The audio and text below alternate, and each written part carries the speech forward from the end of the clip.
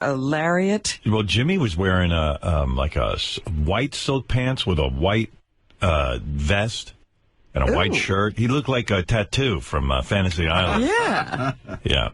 But, yeah, I could tell Jimmy didn't dress himself like someone got a hold of him. Somebody did that for him. Yeah. Wasn't used to seeing Jimmy like that. Yeah, silk pants. Yeah, he was real happy. It was really cool. And, you know, this is a private resort where, and they had the whole resort, you know, booked up. Booked? Yeah, with all their guests. And so you stayed there and the wedding was there. Well, you got to hear this. The paparazzi were very interested in getting pictures of this wedding because I think my theory is because Jennifer Aniston was there. And Jennifer Aniston, that girl, I don't know how she functions in her life because everywhere she goes, for some reason, they want pictures of her, candid pictures of her. And, I mean, like, they go berserk.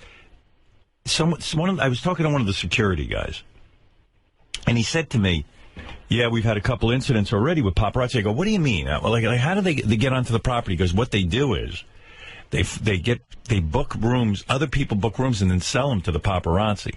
Oh. Yeah, so they had already picked off 2 or 3. But sure enough, who in the world knows that's a business? Oh my God, it's a whole business. They must pay a lot of money for these pictures because I should have taken some pictures. You know, because Jimmy wrote no social media, no picture taking. Did they collect your phone? No, but I was glad he put that because everyone with these phones, they drive you fucking nuts. So, of course, right after the wedding, there are the pictures. These guys were hiding in the bushes on the property. I don't even know how they do it. They should be in the military. They should be in the military. I mean, this is why we can't find out what the terrorists are doing. They're busy finding out what Jennifer Aniston is doing. I'm telling you. I don't even know. I mean, I was there. I don't know how these guys... You had to take a trolley. Like, there was, like, little trolley cars set up on the property to get to each event. And they had pictures, like, within an hour of Jennifer Aniston on the trolley car. And this one and that one.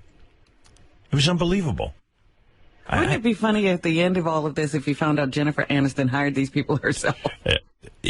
That would make sense because it's ridiculous. I've never seen anything like it. But that's a business out in Hollywood. Just following Jennifer Aniston. Yeah. Yeah. And it was quite, you know who I love who was there? Andy Richter. I love that fucking guy. Really? Yeah. When did you discover you loved Andy? I love him. You know when I discovered? I went back to my room. I go, I love Andy Richter. I did. It was so funny. I walked out. I got a free lunch at this place, believe it or not. My wife and I were going to go for a run, and then we wanted to lock our stuff up in the safe in the room, you know, in the hotel safe. You know, whatever it is, in your room. They have a little room safe. Right. Both safes in the room didn't lock. So I call up the security guy. I go, hey, I can't lock up my shit. You know, put my wallet and stuff in there. So they come up. For an hour, they're in my room with me, trying to get these safes to work. They finally do, and the guy says, hey, I want to offer you a free lunch because we took up an hour of your time.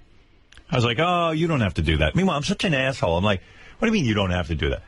I was like, yeah, of course he should do. I was arguing with myself. I try to be a sport, and I go, you don't have to do that. And I was like, fuck, I just spent an hour with security trying to get this stupid safe to work. Of course I deserve a free lunch. Yeah, how about just saying thank you? That's a nice gesture. I don't know. For taking up my time. Yeah, you're right, but I didn't. But the guy insisted, and then I said, okay. So we went for a run, and then we went to lunch. And Beth orders a smoothie. I go, we're getting a free lunch. She'll order everything on the menu. I was in full diet mode, so I just ordered like grilled salmon and nothing else. I lost 15 pounds. On the break? Well, or yeah, that meal. My whole diet kicked in, you know, like over the break, and I worked out a bunch, and I did. I dropped 15 pounds. I could fit into my suit to go to Jimmy's wedding. Good. Oh, my God. I was so pleased with myself. I'm so disgusting. And I'm walking around like I was at the pool with my shirt off because I'm thinking I'm looking so good. Did the paparazzi catch you? No. You know what? I thought we were paparazzi safe. So I was like walking around. I didn't care. I had my balls out. But I didn't know that the paparazzi really were there. I was like, wow, this place is pretty, you know, safe and secure. But Andy Richter is funny. And I saw J.J. Abrams, of course, the great director. Mm-hmm. You know, he's working on the new Star Wars. I was asking him Did you about get any that. Yeah, I did get a little. secrets? Yeah. I put in my 2 cents. Well, you told him what you would like to see? Yeah, I said, I like C-3PO. Bring him back. Let's see C-3PO. Yeah, I don't know. I put it. I don't even. You know, JJ's amazing. I wouldn't even know where to begin, like making a new Star Wars. Like that wouldn't even interest me because I'm not even sure where to begin. You know what I mean? Yeah, it's such a mess. It's a mess. What do you do with it? Yeah, how do you straighten out that whole situation? It's such a fucking mess. But he straightened that with Star Trek because I thought that was a mess too, and he kind of came up with something new. Yeah, but at least it was only the TV show that had become a mess. It wasn't the movie. Oh my God. The whole Star Wars thing is a mess. I had a real good table at the wedding, too. How do you tell if you have a good table? Oh, you can tell. Oh, some people have bad tables. I had a good table. Here's who I was at my table. Bob Iger and his wife, Willow. Okay. Who, of course, runs Disney. He's a powerful guy. And that's good. Because, if I'm going to be there, I might as well talk to some powerful people. You want to have a power guy at your table. Yeah, he's a real nice guy, too. He seems to be. Brad Gray, the head of Paramount Pictures. That's a big guy, too. Yeah, I wish I'd had a few projects. I could have sold them while I was there. You could have pitched at this table. I was like, hey, I should be pitching these guys. So to the left of me was Bob Iger and his wife. Let's see who else was Johnny Knoxville and his beautiful wife, Naomi. Well, that seems like a sharp left turn. Yeah, I know. I go, Johnny, don't embarrass us. Some big shots here. Don't don't start to, taking your balls and whacking the food with it or something. Right. Yeah. Johnny was there. I never know what to call Johnny Knoxville because everyone who knows him calls him PJ or something. Something like JP or PJ. Like he has some sort of other name. Right. Like Andy Richter calls him PJ. He goes, hey, PJ. And I'm like, wow, I'm the only one who calls him Johnny. I must be like a dickhead because it's like calling Bozo the Clown Bozo when instead of Larry Harmon. Yeah, you're not in the inner circle. Yeah, you don't know Bozo is really Larry. Like, hey, Bozo, how you doing? My name's Larry, all right? I don't have the wig on right now. So evidently Johnny's name is only Johnny when he's doing That's his professional name. When he's getting hit by a truck. Yeah. I heard Don Rickles wants to go up to Johnny Knoxville and go, why don't you leave? Why don't you go out and get hit by a truck and do what you do best? So it's Johnny Knoxville's name is like PJ. Oh, yeah. Here's a note. Johnny's real name is Philip John, so it's PJ. So, I guess I should be calling him PJ, but I don't know how to make that move. I don't know. Well, he's never told you to call him PJ. I wonder what the move is. I don't know, but there seems like Andy Richter doesn't know Johnny Knoxville that well, and he's calling him PJ. And I hear everyone, hey, PJ. But why would you know it's PJ? I don't know. Somebody has to tell somebody. So I go, Johnny. But evidently that's shows that you're not really a friend. I mean, we're pretty friendly, Johnny and I. Or you PJ. didn't drink the moonshine. Maybe that's what it was. Yeah, PJ. When you drink the moonshine, you get to call him PJ. Yeah. And the whole resort was transformed into a Jimmy and Molly thing because there was a bar and it was called Jimmy's Bar. Oh, so for the night, it's Jimmy's place. You wouldn't believe this. I get to this resort in Ojai. I forget the name of it. Very nice place, gorgeous. And I get there for the wedding and everything. And the guy says, your room isn't ready, Mr. Stern. I go, oh, fuck, not one of those situations. Where you got to sit around and wait. And he goes, right. Well, you really don't get to check in until 3 o'clock. Yeah. I left super early in the morning figuring I could take a power nap and then be all set for Friday night for the big festivities, for the big barbecue. So now this guy's fucking with me because I've got it all worked out that I'm going to get to California early, take a nap, and be all set up.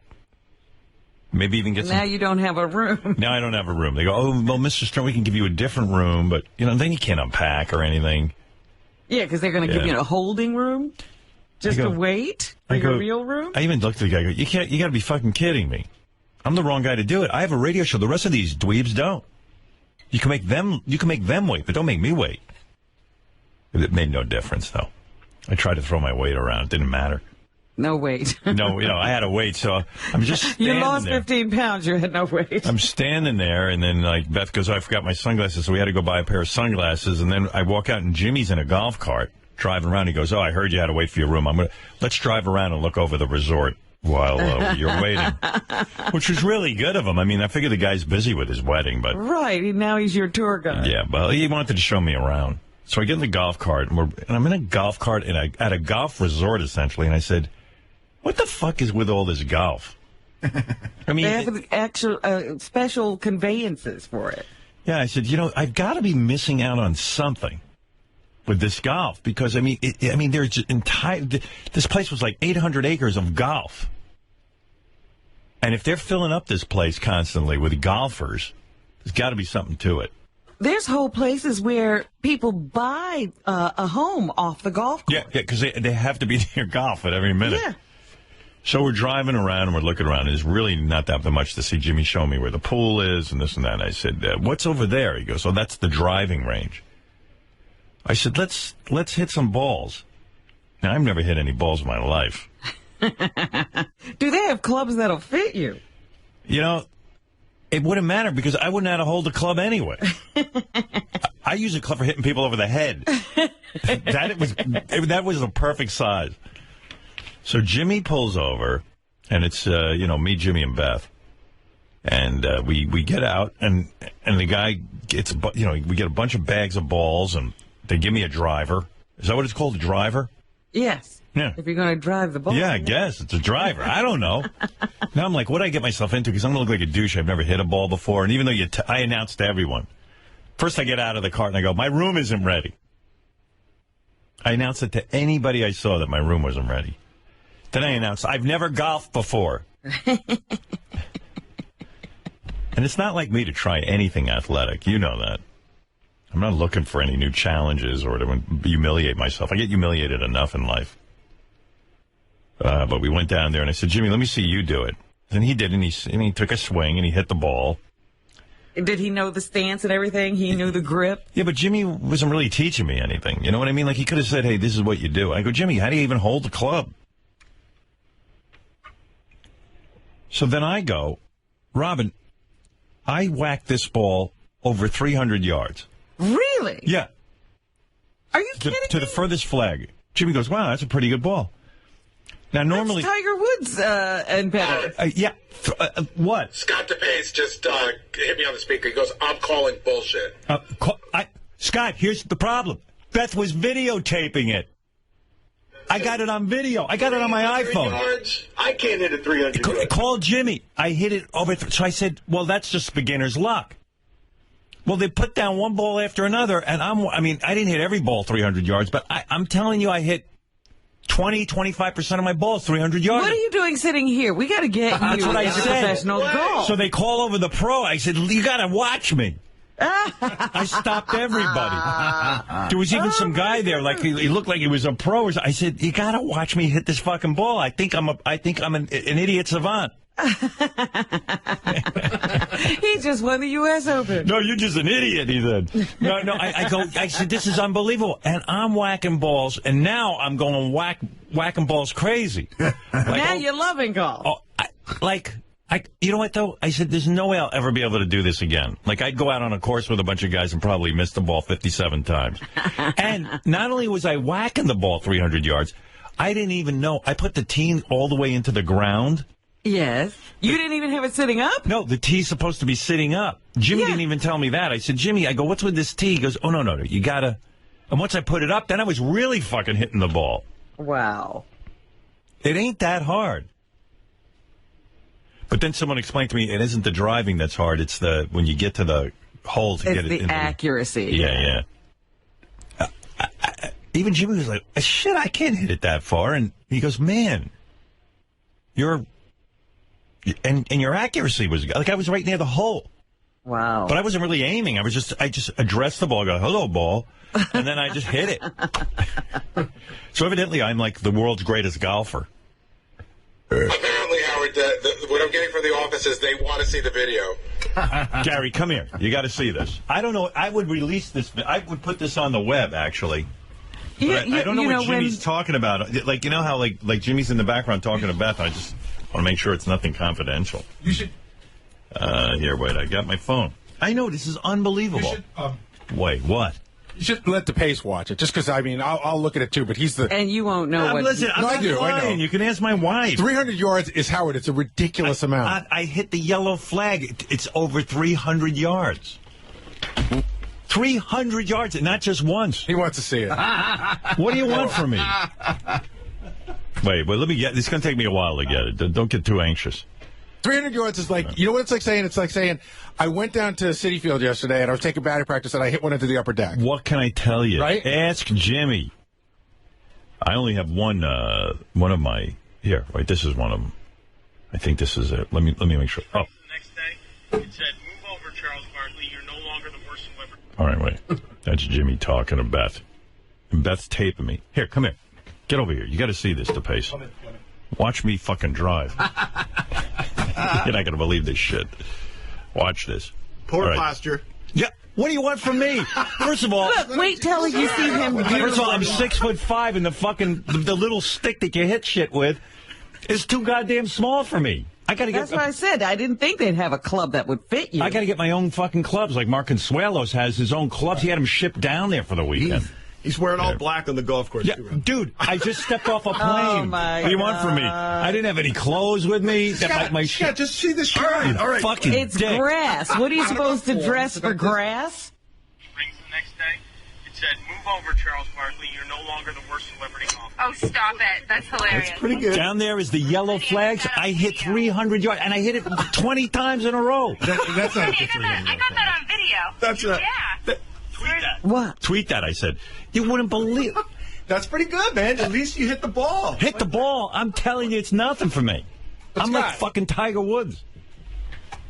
I'm Tiger Woods. What I'm saying is, like, remember when Tiger Woods was 4 years old and everybody was going crazy about what kind of golfer he was going to be? They should be doing the same for you Yeah, now. but my father ignored me. Tiger Woods' father paid attention to him. I'm telling you. So now you know how fun it is. But, Scott, was that 300 yards? No, there's no way that's 300 yards. It's not. Is it? I don't even know what 300 yards means. The guys were telling me I was hitting it out to the yellow flag. I go, how far is that? They go, 300 yards. Jimmy goes, yeah. And then I did it again because nobody believed it. 300 yards is the line of you're a great golfer. I'm a professional golfer. I would say that's about 200. Dude, they mark it off. I'm not telling you. I'm not making up the 300 yards. This is what they mark it off. The yellow flag is 300. The purple flag is 200. The shitty flag is like a black flag that's like, whatever. Yeah.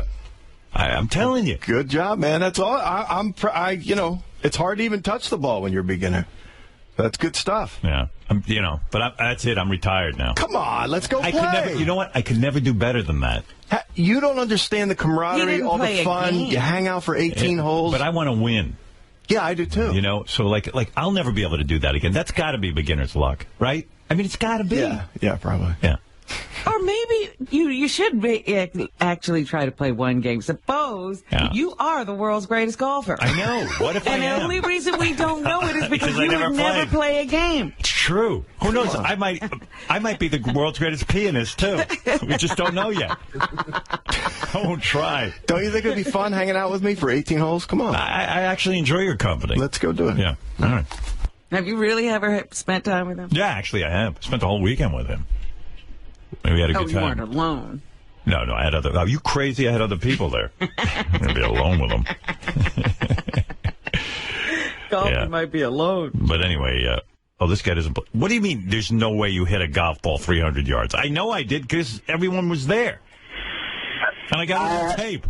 You hit it off the grass and without a tee? No. I had a tee. I didn't know how to put I didn't realize the tee sticks up all the way. Like, I had it pushed all the way into the ground. Will you put it on Twitter or something so we can all see it? All right. All right. Oh, yeah. Hey, Please. Jason, if I send it to you, can you... I don't even know. But I don't know what Jimmy's talking about in the front of that video. Most He's driving just ranges telling aren't even a story about long. Charles Barkley. Charles Barkley, but I don't know. Is that something that he... Charles Barkley is notorious for being a terrible golfer. Right. Charles had a show where he did like a 20-week show to fix his swing on the Golf Channel. Do me a favor, Gary. Just listen to the dialogue before you put this on the web and make sure that Beth and Jimmy aren't saying something. Just take the audio out if need be, but I'll listen. Here, I'll forward this to you. Forward all. Include Baba Booey. Gary Delabate. That's his real name. Yeah, all right. Well, that's because you're in the inner circle. You know his real name. Yeah, don't have right. to call him Baba Booey. His professional name. I was thinking about Paula Dean and that N-word whole controversy. I realized, I said, you know, all the years I lived in Roosevelt and got beaten up by black guys, I don't think I ever once said the N-word. No, people who get beaten up don't say it. Yeah, right. I learned. But you know what I mean? Like, I should have gone home and like maybe used the N-word a couple of times or something. But I don't know. Like, she never probably had anything but black people working for her and in subservient positions, and she throws the word around like it's nothing. Yeah, you think I don't even know if she actually throws the word around, but, well, you know, she did use it. She looks like she might. Hey, by the way, everyone keeps asking me about the Trayvon Martin case, and I was shocked by the verdict, actually. I don't understand the laws down in Florida. My feeling all along was this with this thing. The basis of my questioning was everyone said, not everyone, that this guy Zimmerman, and by the way, that's the most startling thing in this case. A Puerto Rican guy's name is Zimmerman. Yeah, Hispanic Zimmerman. Yeah. I go, wait, how'd that happen? Never mind any of the other questions about who's guilty or innocent and how someone ended up dead. His name is Zimmerman. And you go, oh, wow, this is a Jewish guy versus a black guy. No. They go, he's a Puerto Rican guy named Zimmerman. That guy, fucked up world we live in. You can't tell what anybody is anymore. And the point is, it doesn't really matter. If I was a prosecutor, I'd come right out questioning even that. Sir, we need to know, how is your name Zimmerman and you're Puerto Rican? Anyway, maybe that was the argument. My take on this whole thing was, because everyone was asking me, what do you think's going to happen? I said, look, the bottom line is this. This guy Zimmerman claimed that this kid, Trayvon Martin, was suspicious. The question, what was so suspicious about this kid? He was black. I mean, what was he doing? He was walking down the street in a hoodie. And a lot of teenage kids, white and black, wear hoodies. So why was he suspicious? What is suspicious about Trayvon Martin? It was the neighborhood, and Trayvon was black. Right. That's it. End the case. There's no reason for this kid to be suspicious. I don't know. It seems really fucked up. But that isn't the question as far as I'm concerned. The question is, was he supposed to engage with this kid at all? Why was he the cops told him not to follow him around? The cops told him not to. Yeah. And then the guy walks. I don't get it. I mean, I don't get it. It was weird. Yeah, they got some, I don't know what the jury heard. Right. Like you didn't sit in the courtroom. But they had, I remember a couple of days listening to testimony from some experts about, what Trayvon was doing at the time of the gunshot. Yeah. That they were tussling somehow, and Trayvon, like one expert was indicating that Trayvon had to be attacking Zimmerman when the gun went off. Well, I'm just convinced that, like, if I was the prosecuting attorney, I wouldn't, you know what I'm convinced of? These juries can't handle facts. They give them too much shit to think about. I just would get up there. I simplify everything. I just go like this. Look, I'm not going to waste your time here. One question. This guy Zimmerman says this kid's suspicious. He wasn't doing anything except walking through a neighborhood. What's so fucking suspicious? That's it. And then I would have said, okay, the prosecution rests. But I'd love to ask this guy Zimmerman. Why did you take the stand? No, of course not. Why do you think this kid was so suspicious? What did he do? But it's not illegal to think someone's a suspicious person, Howard. It should be. I don't know, man. It's weird. So, but look, I wasn't on the jury, but Anything I saw was... That's the problem why I can't sit on a jury, because I already make up my mind within 3 minutes. No one can change my mind. You don't have to hear the No, I never have to. Testimony unnecessary. Let's get out of here. I pretty much know the answer before I start. So getting back to Jimmy's wedding, yeah. Who was at my table? Yes. I had a very powerful table. So, okay, I had Brad Gray from Paramount, Johnny Knoxville. Very powerful. PJ. I'm going to start calling him PJ. And Bob Iger. And then sitting across from me was Matt Damon and Ben Affleck with their wives. You know. Really? Yes. Oh, yes. I had a very, very big table. They're still friends? Oh, my God, the best of friends. I didn't know that. I thought maybe there was a rift. No, those two, like they had to sit next to each other. I mean, there was card placement, you know. Right. But they sat them right next to each other. And they're practically, you know, they're in love, those two. And this fucking guy, not Matt Damon, the other guy. The Affleck. Affleck. What a handsome guy. Jesus Christ. Handsome. Oh, if I could look like that. There's no bad angle on this kid. Yeah, how do you just step out of your mother's womb looking like that? Oh, that's so fucked up. I'm looking at it, I go, that's a good-looking man. I don't even think he had plastic surgery or anything. No, like that. He's big, he's tall and muscular. Great ass. He's got a great ass. Yeah. I mean, Matt Damon, too, is a good-looking dude, but it's Ben Affleck.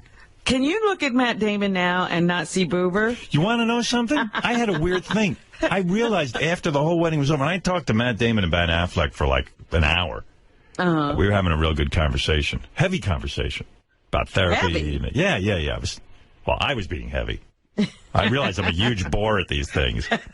People probably like, wow, this guy's a real fucking downer. I realize that. But anyway, they seem like two decent guys. I mean, you know, they had a lot of good shit to say, and the wives are lovely. One of the wives is a movie star. Yeah, Jennifer Garner. Yeah. That's right. Yeah, I know. But you were about to say something about the Boober thing. This is really weird. And this shows you how fucked up my mind is. You know, I watched the Liberace movie. I talk about it all the time. Right. And Matt Damon played Boober. Right. All of a sudden, I had like a brain fart. I'm talking to him, and we were having a conversation. I remembered, oh, yeah, you know, I've seen his movies, like Born Identity and shit, and I like it. And then I went, I think he played Boober. Like, I couldn't remember that he played Boober. Like, I went, maybe it was a different guy, and it wasn't Matt Damon. So I didn't bring up Boober. Oh, no. Because I would have loved to ask him what it was like to kiss Michael Douglas and all that. Right. Yeah. But I was, like, nervous to bring it up because I was like, I'm not sure he was Boober. You were afraid you were wrong? Yeah. Like, I didn't want to be that asshole who goes, oh, yeah, hey, how was it playing Boober? I didn't play Boober. That was the other guy. That was that other guy. Like, I was thinking, isn't there another guy who looks like Matt Damon? You know what I mean? So I didn't even bring it up. Oh, that's I don't want to be that douche. Who else was at my table? There were a lot of good people at my table. That sounds like a big table. Yeah, there were other people there, though. Who was sitting to the left there at the end? I don't know. Another famous person? Yeah. Oh, yeah. You weren't allowed to sit at my table unless you were famous. Yeah, they didn't stick one of Jimmy's relatives at my table. Hey, guys, what happened to the lights? They just went off. Where are you? Yes. What? Our lighting board just shut down. We're working on it. Sorry. Cool. Very cool vibe in here. It's like an after-hours party. Right. It's like a nightclub. Yeah. And then the actual wedding was... was it very traditional? Yeah, I guess in a way. They had two priests marrying them. But it was nice. But, you know, the walk down the aisle, Jimmy standing there with his... Yeah. They had all the tradition and everything. Molly was a beautiful bride. Jimmy looked great, you know, because he's been dieting for like 2 years to get ready for this wedding. Standing on a treadmill. I can't think of anything but that treadmill desk now. I know. Well, it worked. He's very thin. I'm getting one. Oh, my golfing video is up on the website. Good. Wait till you see me hit that ball. I'm like a Tiger Woods. Tiger Woods, watch out. Yeah. So Yeah, the wedding itself was very beautiful. But it was also funny. Like, there's this priest who has been in Jimmy's life his whole life since he's a little kid. He married them, and then Jimmy got up and started talking about how great it was when the priest molested him, and he says it was really gentle. Yeah, it was funny as hell, and the priest was cracking up. It was. I was like, this is the funniest thing ever. It was great. And Adam Carolla got up and made a speech. It was funny. Everyone was out funnying him. Jeff Ross was there, and he started roasting. Yeah. It was great. It was, it was showbiz. There was a lot of family, but also a lot of famous people there. Right. And then it was weird, though, too, because, I actually got up and danced with my wife. Because I don't want to be that dick that just sits there. Like, my wife goes, hey, let's dance. And I go, yeah, I can't dance. I just suck. I wish I could let it loose, But I'm so worried with everyone looking at me, and people do look at me. What would it be like to let it loose? I don't know. I can let it loose. You've seen me let it loose. It looks retarded. There was a whole bunch of things going on at the wedding. Beth kept saying to me, you should get up and make a speech. You should get up and make a speech. I go, you know what? I just want to be a regular person. Why do I have to make a speech? Well, you're one of Jimmy's good friends. I go, yeah, but I'm not even in the wedding party or anything. It's not like I thought I was a lot closer to Jimmy than I really am. Turns out Jimmy's close with a lot more people before he's close with me. Well, Jimmy does know how to make friends. He does. And just like Adam Carolla got up and said, Jimmy brings everybody together, and, I'm like, yeah, that's a good speech. And, I just didn't want to get up. I don't want any pressure.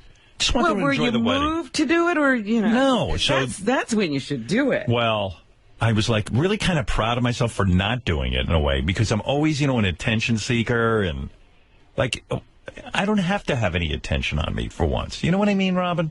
I do. Okay. So I was all proud of myself, and then all of a sudden the first dance started happening. Molly and Jimmy get up on the floor. Uh-huh.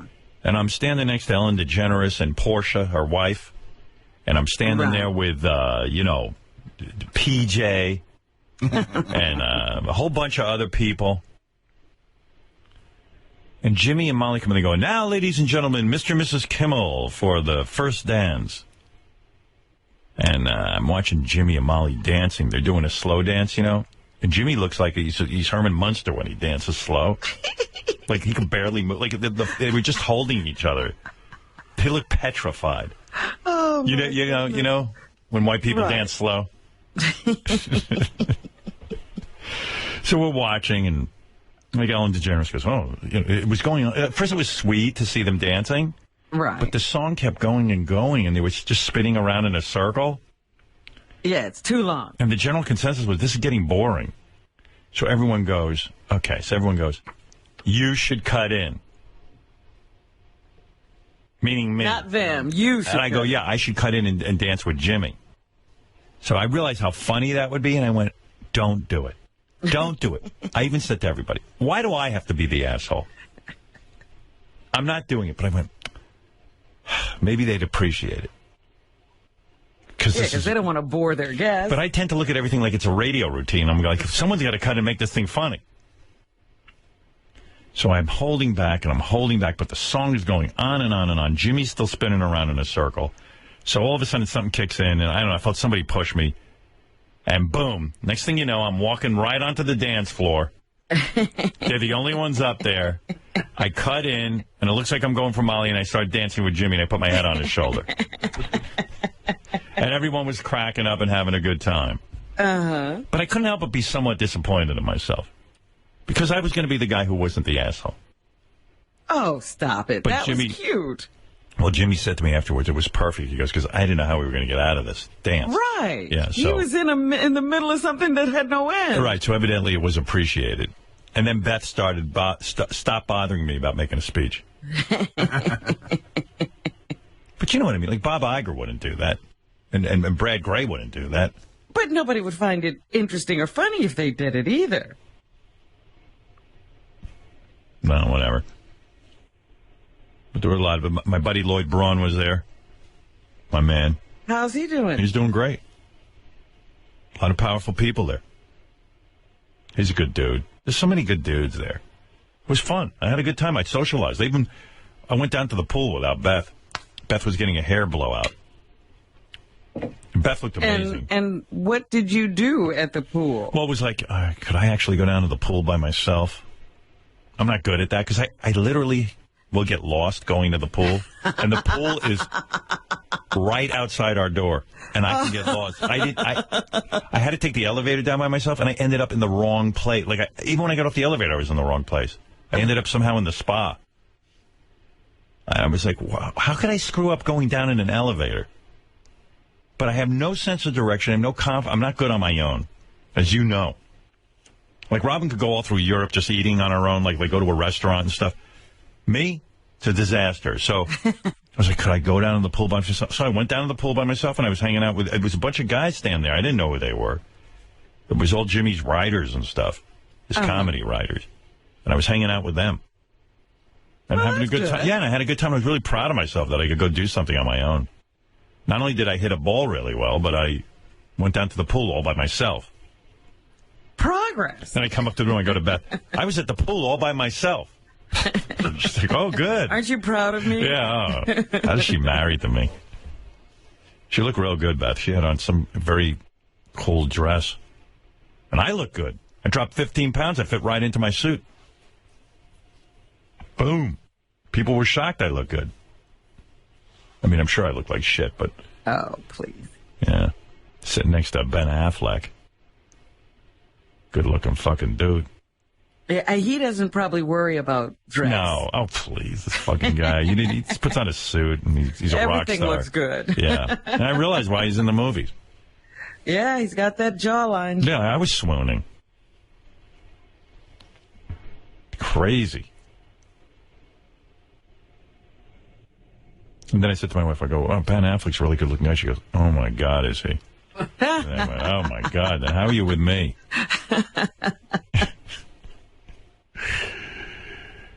Yeah. I tried to have sex with my wife after we met Ben Affleck. And I didn't think it went that well, actually. Oh, stop. Yeah, I think it ruined everything. Yeah. You should stay away from places like that. Yeah. So, yeah. And then Sunday morning, we had to get up early. We missed the brunch that they were serving because we had to catch the plane. Oh, so you missed the after wedding activities? I try to even have fun, like where, like, you know when you go on the dance floor and you take a guy and you push him into the dance circle? Right. So I saw Mark Consuelos, you know, Kelly Ripa and Mark Consuelos. I see Mark, and I go, hey, I'm going to push him into the circle, the dance circle. So I go over to push him in the dance circle. That guy's built like a brick shithouse. He didn't move. Like, wait a minute, you couldn't push Mark Consuelos? No, I couldn't, and he's half my size. And then all of a sudden he's like, hey, what are you doing? And he takes me and he throws me. Throws you out on the dance floor? Oh, stop. I was like, shit. He almost pushed me right over. That's funny. Yeah. Because he's so little. Yeah, he's a very powerful man. Oh, man. Yeah, and all the ladies looked good. They were all dressed up. It was great, too, because everyone took it real seriously. You think like a Jimmy's wedding, like some people wouldn't get dressed up. Everyone got dressed up, and the women were all getting blowouts and makeup. Everyone was all dolled up. It was kind of cool. It was fun. But I'm exhausted now with that time change. Forget about it. Howard, you were hardly there long enough to notice. Yeah, but everything fucks me up. You know that. What time did you get home yesterday? I got home. It's 6 o'clock. That's what's wrong with California. I left there 9 a.m. I didn't get home till 6 o'clock at night. Well, it is the whole day on the plane. Yeah. Oh my God. And I can't sleep on the plane. But at the very least, you're, on your regular time. It's not like you missed sleep. I don't know. I'm very paranoid. And then I rented a movie for my iPad on the way home, and turned out it was a movie I saw already. I ended up watching it again, but it's so good. What was it? It's the best movie ever made.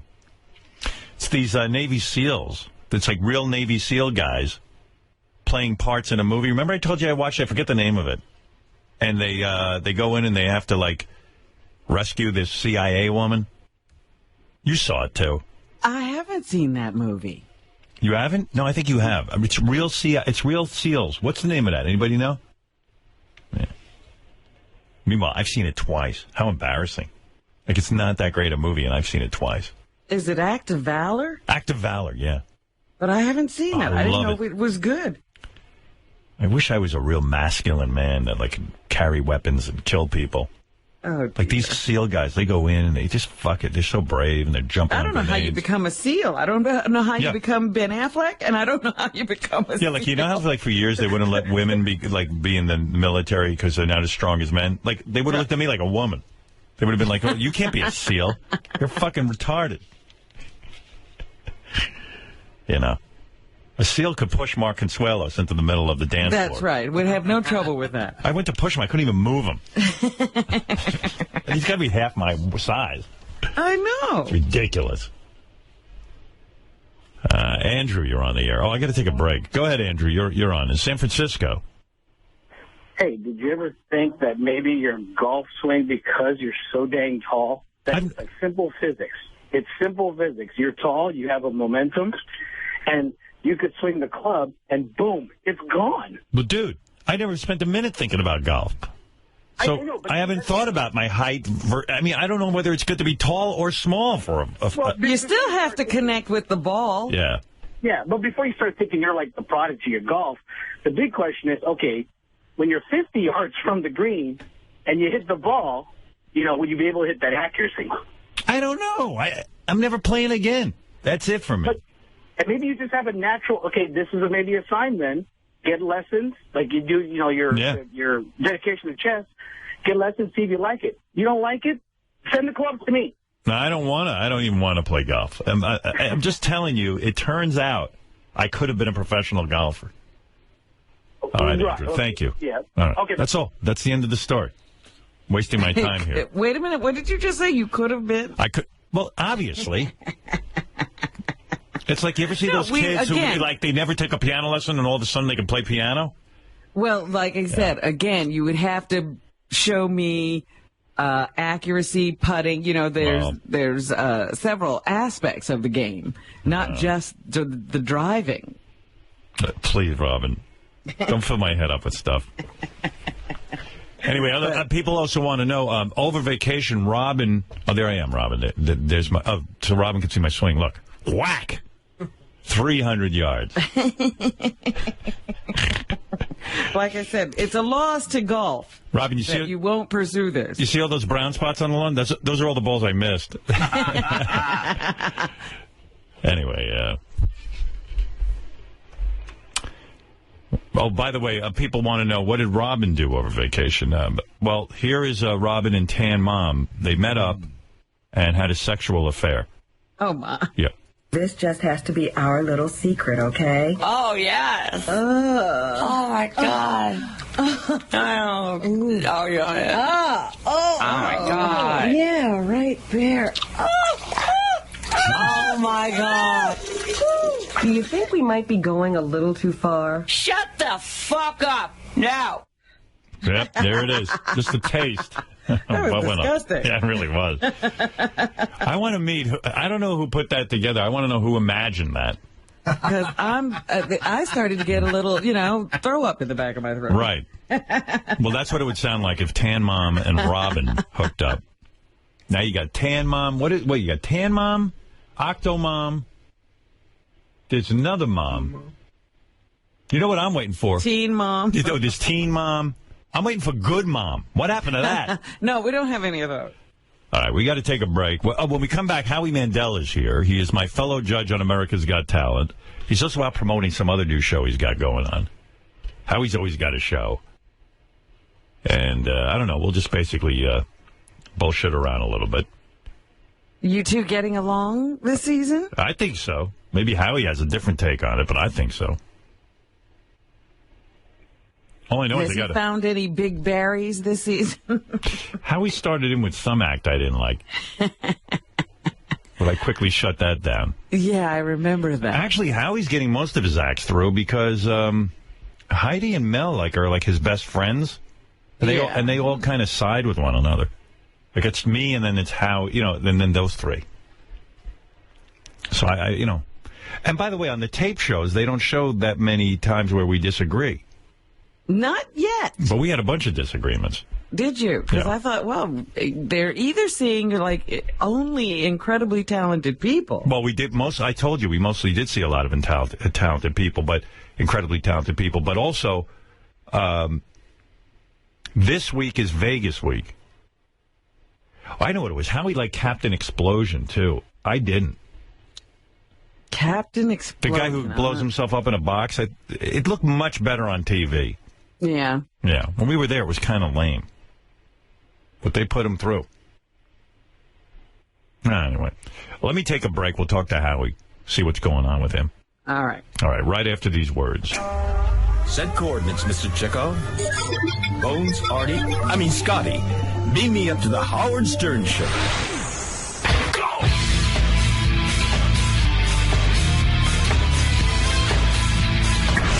Now, from the Broadway performance of Gypsy, Don't Mess with Patti LuPone.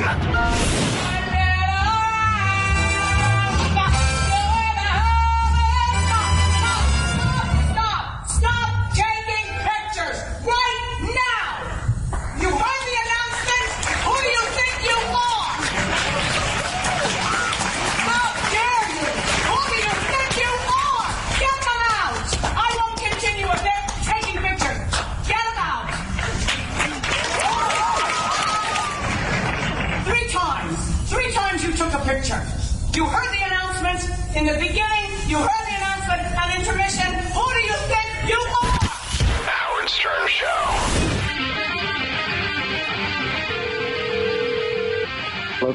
No. Yes. No. This is Noah. Who do you want? No. This is him. No. Noah. This is Noah. No. Yes.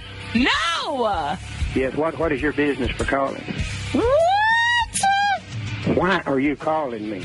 No. You're talking to it. No. Yes. Noah. No. That's me. No. No. Yes. Honey. Who? Honey. Who is Honey. Honey. Who are you talking to? No. Yes. What do you want? No. You're talking to Noah. No. No. No. No. Yes. How many times do I have to tell you yes? Are you ignorant? What? Wow. Did you see Bob Seger on the finale, I think, of The Voice? Yeah, I think I did. It was like, whoa. Yeah. No wonder we haven't seen Howie Mandel is a judge on America's Got Talent, which, by the way, this week is on Tuesday and Wednesday night. It's the Vegas week, which is always... there's my fellow judge, Howie Mandel. Look at him. Proud to be a judge. Yeah. Howie was just appointed to the Supreme Court. They were so impressed with him. Look at you. How you look doing? at you. Look at you, back from California. Look at me, man. Over at Jimmy's wedding. Yeah, working the links, I heard. You should see me. Do you golf? Are you fucking kidding me? I hate. I've had friends that said, it's just a great afternoon. Just try it. I've been asked to leave. Because I have severe ADD and ADHD. It's just that kind of focus. It's boring. Who the fuck cares if that ball gets in the hole? But I'll tell you a quick little golfing thing. I was in Maui, right? And a lot of golf courses, they're very. There's a lot of tradition in golf, and a lot of me and my brother-in-law went to the golf course, and he's wearing like a tank top. Yeah. And he's of European descent, so he's got a little bit of hair on his shoulders, and he's got a good look. He's got a mustache and everything, and we go and I'm going to rent clubs. It's hundreds of dollars to you got to tip everyone. You got to tip. So I go in and they go, listen, you can't go on the links with a tank top. You know what? Why can't you go on with the tank top? This is some uppity place in Maui, and they go, no. Men have to wear a kind of a whatever they call it, a golf shirt, sleeves. Shirt. Yeah, sleeves. They want it. They wanted sleeves. Yeah. I go, really? Everybody has to wear sleeves? They go, well, ladies can go sleeveless. And I go, so then we're okay. And he goes, what? And I go, we're okay. And he goes, what are you talking about? And I went, this is my wife. And the guy just there's just this awkward silence for it, and he goes, "I am so sorry, Mr. Mandel. I am so sorry." And my brother-in-law is standing there. He's got like hair on his shoulders, a full mustache. You call my wife a man? He's about 3-4 inches taller than me, and I know, like, and he just handed over the clubs, and he's just like so embarrassed. All the blood left his face, and Howie Mandel has the ugliest wife. The ugliest. Oh but, my God! She did you really do that? I swear to you, I know you did. I did that. You pull pranks all fucking day. Not on you. No, and I because don't. that would go so horribly. No. It does go horribly, but you fuck with me. I was just telling you, people. You love to make. When do I fuck with you? You want me to give you an example? Yeah, give me an example. Okay, I heard when Nick was in, you guys told a story, and you fucked with me really hard. Okay, this is what you did. Okay, go ahead, yeah. You being for real now? Absolutely. Okay, go ahead. But you'll say you did this. Okay. Okay. So we're on the set and we're shooting the promos for this coming season. Yes. Okay. And I don't have like today. I'm here with Jason Raff. I'm just here with the executive producer. I don't have you have a lot of needs. You have Ronnie and you have all these people, and I think have an entourage. And Heidi has a hair person and a makeup person, and then Nick has. But you have people. No, I didn't have anybody with me. You did. Oh, that's true. That day you did not. Right. I didn't have anybody with me. You usually travel with comedians. I have a comedian. If I'm touring, then I travel with John Mendoza, who works nice with me. guy, the nicest guy in the world. Okay.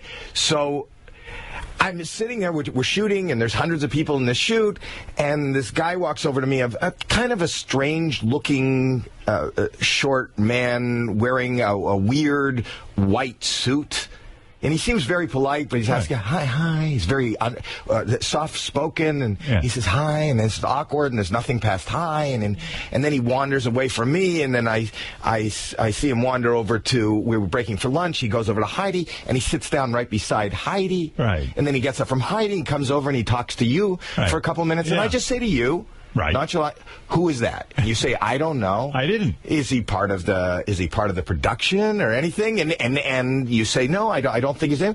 So, I'm concerned for my fellow judges, for my friends, just inquisitive. Right. So I call over one of the producers and I say, who is that there's a strange, he's talking, he's coming up to all of us and he's talking, and I don't know what his motives are or whatever. Right. So a producer goes over and says, are you part of the shoot today? And the guy says, no. Right. And then the producer was somewhat aggressive, takes away the guy's plate. The guy had a salad in front of him. He goes, give us your salad. This is not your salad. Right. You can't have the salad. Give up your salad. So he pulls the salad, and you see this little man in a white suit looks very upset that he can't have his salad. Right. And I see him gesturing, and he points, and he banishes the guy from the set. Right. And I feel good. I feel like I have protected my fellow judges. Right. Howard is safe. Right. Heidi is safe. I'm some sort of Jewish superhero. I've done good. And then within minutes, I guess your security people and they checked out. They said, you know what? That guy that you just told on, he's with Nick. Okay. And I go, oh, my God, he's with Nick. You told me and did not ever correct this. He comes up to me and he goes, you know that guy that you had thrown out? I go, yeah. He was retarded. Nick, yes, you did. I did? Yes, you told me that the guy that I had... True, I did, yeah. The guy that I had removed from the set was a retarded man that Nick had brought graciously to the set to spend time with us. And the reason he said he wasn't with it, he didn't know how to answer. Right. And because of me, this young retarded man had his salad taken away, and he was left with... And you never corrected. You never told me. No. I just assumed the guy was retarded. That's all. And nobody corrected. And I was going up to Jason, and I was going, apologizing about the retarded. I had a retarded guy removed. Why would I? I'm sorry, I didn't know he was retarded. Nobody knew who I was talking about, but they would just accommodate. They go, well, you know what? We'll see what we can do. But you never came up to me and said I was kidding. Really? No. Did I do that? Yes. I swear to you, that's not how I would have. I really thought the guy was retarded. Oh, you did? I wasn't making a joke. I thought you were fucking with me. No, I thought he was retarded. You know how bad I felt that I had a salad removed from a retarded man and he was banished? I wanted you to feel bad, though. Of course you should have felt bad. It was Nick's friend. I always think that you're fucking with me. I'm not. And then I walked out. I walked out of a dressing room once, and Ronnie is sitting there. Right. And Ronnie was sitting there to keep you away from me. No, and then he goes, Howie, can I say something? And I said, yes. He goes, you look cute. Oh, I didn't set that up. Did you? I swear to you, I did not. And he wasn't kidding? No. And I was just uncomfortable, and it was Ronnie's like, weird that way. Like, sometimes he'll say stuff to guys, like Ronnie had talked about how he likes to go to clubs and meet guys and meet women, and... I said, what? I'm not homophobic, but I didn't understand his... And I go, what? He goes, I'm just saying you look cute. I like that jacket. I like that jacket. I like that. Well, I always think that it all comes from the top. But you fuck with everybody. How could you be sensitive? I can't, because the same way you are. Oh, it's true. I can't be fucked with. So now Ronnie, every time Ronnie's looking at me that whole day, I'm just like, and what is it about me that looks cute? Are my pants tight in the back? Right. He thought you were attractive. He did. Yes. He thought you were cute. Ronnie, come in here. Why'd you tell Howie that you thought he was cute? It was disconcerting. It was. Right, I know. I heard. And this was all within the 3 days of I had. Why would you tell? Said that? Why would you tell a guy? Look at his Batman mustache. Isn't it great? I love it. Yeah. Wow, it's got a life of its own. No, you did look cute, dude. Are you being serious? Be serious. No, I wasn't kidding. Now, first of all, clear it up. I never told you. No, he never told me. I never did. I swear to you. So you saw me come out of the dressing room, you looked at me, and you went, God, how he looks cute. What do you mean he looks cute? What does that mean? Like a little boy? Yeah, like a little boy. Like the outfit he had on. He looked like a little kid. He looked cute. A man doesn't say to another man, you look cute. Well, I said it to you because you look cute. But it made me uncomfortable. No, I didn't think it made you uncomfortable. I thought it was a compliment. Well, I heard you look good. I heard how he runs. No, you look good is not you look cute. Right, cute is like what you'd say to a girl. Yeah. And remember the first day you wore the jacket with the Reaper on the back? I don't remember what. And I said how great that jacket. Outfits? Why have you? Why not? I like your jacket. Your jacket was cool as could be. Remember the first day you wore the jacket? How many days have we worked? I don't know. You had that jacket with the Reaper on. Why do you have black and white jacket? What I'm wearing each and every day? Because I like the stuff you wear, man. It's cool. Today? How do I look today? I don't like the belt, man. It looks a little gay. Sorry. It looks a little gay. My belt? Who even noticed your belt? How do you see his belt? Why are you looking at what I wear? Because he's sitting there. All right, on a 1 to 10 scale, how cute is Howie today? Very cute. He's very cute today. Yeah. Why does that make me uncomfortable? It should. I never heard of a more ridiculous statement. Are you being serious? Yeah. Why do you think I'm cute? I don't know. I just like the way they dress you, man. Your outfits. They dress me? What am I, fucking Barbie doll? Yeah, who dressed me? Look, you're a sex symbol. Don't they dress you at America's Got Talent?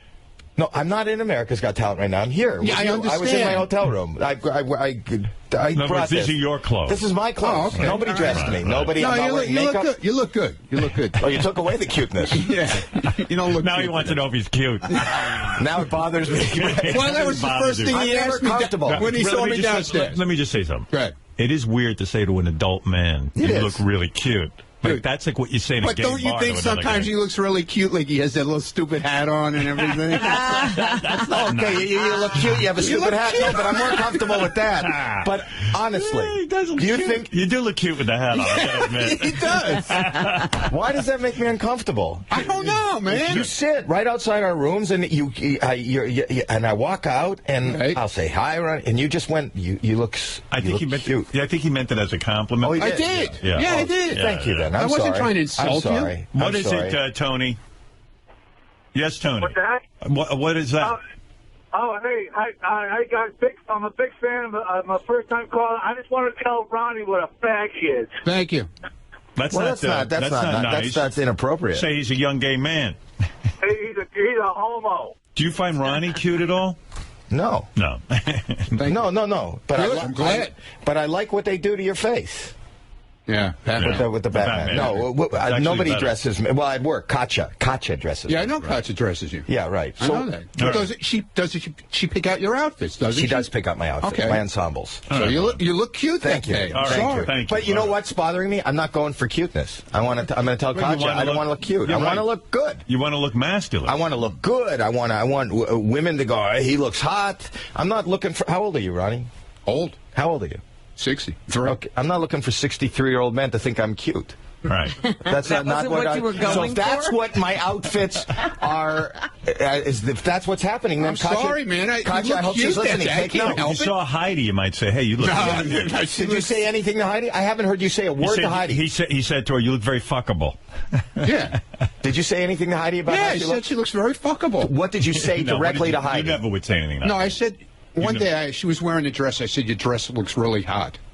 Why don't you just say to Howie, you look really hot? That would be much One nicer. day she was wearing a dress. You can't even remember, but you remember everything. The first day I wore the jacket. The jacket's cool because I like skull. Dude, I'm into skulls. You were wearing a jacket with a skull on. Oh, that's what it was. It was a skull. Yeah, it was the Reaper. It wasn't me. The Reaper. The Grim Reaper. You find cute. On the back of your jacket. The Reaper is what's cute. No, you weren't wearing that the day I said you were cute. Oh, once I get rid of the Reaper, then I'm cute. All right, already. Well, right, you were so you cute said he was that day. cute. He was cute. Who says to a man, you look cute? It was just, you know what? It was so weird. out of I left had nothing field. to do with it. No, he didn't. He didn't. I swear to you, Howie. I couldn't even make up something like that. That's and then the other thing I always think is like I'm neurotic and I need to be out and I need to be amongst people and I need the noise and everything. Yeah. And then I don't think that you can hear it, but all your people tell me I have to be quiet at lunch. That's true. No, because I'm trying to take a nap in my dressing room. That was only one time because my dressing room was right next to yours. And you're out there fucking carrying on. And carrying on? Yeah, I mean, you talk very loud. I go, what's for lunch? I have to spend an hour. Yeah, he was running around telling everybody they had to be quiet. Right. Because we said to him, you were taking a nap, and that's what we're supposed to do. But I couldn't talk like I'm talking now. No. So I had to take an hour lunch, and I was told that I had to. So I had to sit. Isn't it enough that you look cute? Couldn't you just? But you don't even stay by. Half the time you're not even by. You sit in the cafeteria. Yes, I do. Yeah, I don't know how he does it. What we're doing because I love going back to my dressing room and having some time to decompress and not talk because we're out there the whole time talking and you're talking to your. Oh, I don't like quiet. Oh my God, you're so fucking nuts. I'm nuts. You want to know something? What's funny? I go to this wedding, right? Mm-hmm. And I've always hated to shake hands. It drives me crazy. And my wife lectured me. She said, "Listen, you're going to be at a wedding. You're going to have to shake people's hands. Just get over it." And I was driving me crazy. I was shaking people's hands. Even people who weren't approaching you? No. Only people who approached me. And I'm shaking hands, and my hand is all wet and everything. So I go up to people like sometimes and say, "Hey, let's fist bump." This was Friday night. I go, "Let's fist bump." So you know what they say to me? They go, "Oh, you're trying to be like Howie? He taught you that?" Oh, is that what happened? So I go, "I was nuts before Howie. What are you talking about?" In other words, now you're the guy who fist bumps and is afraid to touch. And if I do it, now I'm imitating you. No, I don't think. I think that we have to get on a campaign. There shouldn't be touching. There's no reason to touch. There should be bowing like in Japan. I'd be fine with that. I wonder, I haven't done any research, but I wonder if cold and flu season is as rampant in Japan as it is here. Well, probably is. They have that bird flu. It's just fucking like gross. We teach kids to cover your mouth when you sneeze. What are you doing? So you're filling up a petri dish of snot, and then you meet a new person, you go, "Hi." And people have wet hands and whole thing, and I go crazy. My wife says to me, "You can't go up to people at Jimmy's wedding and not shake their hand." Why? I go, "Yeah." She goes, "And especially women, it's rude." Excuse me. You can't go to women, it's rude. And I said, but I don't want to touch their hand. But you know what? Hug. I'll hug. I do a lot of hugs, but you know what? You hug and you don't let go. And then you'll find that people will stop hugging you. But if you just engage too much, I do that. I'll hold on to somebody. Yeah, but it's crazy. You end up hugging people you hardly know. But that makes it better because it's awkward. And hold on. And don't let go. When you feel them starting to back away, just hold tighter. Just hold tighter. Hold tighter. And then they'll walk away and they'll go, "Don't go up to Howard." But you don't even know what half of it. So I do have to shake hands because my wife says so. I have this stuff, the hand sanitizer. I know. I see Tony walking with it. Yeah, I always have the little bottle. Well, at the wedding, I had a big, thick bottle of hand sanitizer. My wife had a small purse. She can't fit the hand sanitizer in. Right. So now I'm going to go without hand sanitizer. But I had packets from the plane, little hand wipes. Right. So I had those in her purse. And every time someone shakes my hand, I'm opening the packets. I have to find a place to throw them in the garbage. I'm wiping my hands. And I said, this is a curse. But here's the issue. It's a curse. Beth wants you to shake hands because she thinks that it's rude. It's rude not to. You come off like a tool. You come off like a tool. But you don't come off like a tool if you extend your hand, you touch somebody's hand, and you go, "Great to see you here." Right. And they step away, and then you spray with sanitizer. Right. That's just as bad. That's okay. Well, but I've heard people talk behind your back. As you of course. You told me that last time. What are they saying? People always go, no. People are always like, what is with that with Howie? Like when you go to women and you fist bump, that's evidently like bad. Really? Like it bothers women a lot. It bothers women? Yeah, that you just fist bump women. Women are bothered that I'm fist bumping them. but Ronnie's finding me cute. My world is being turned upside down.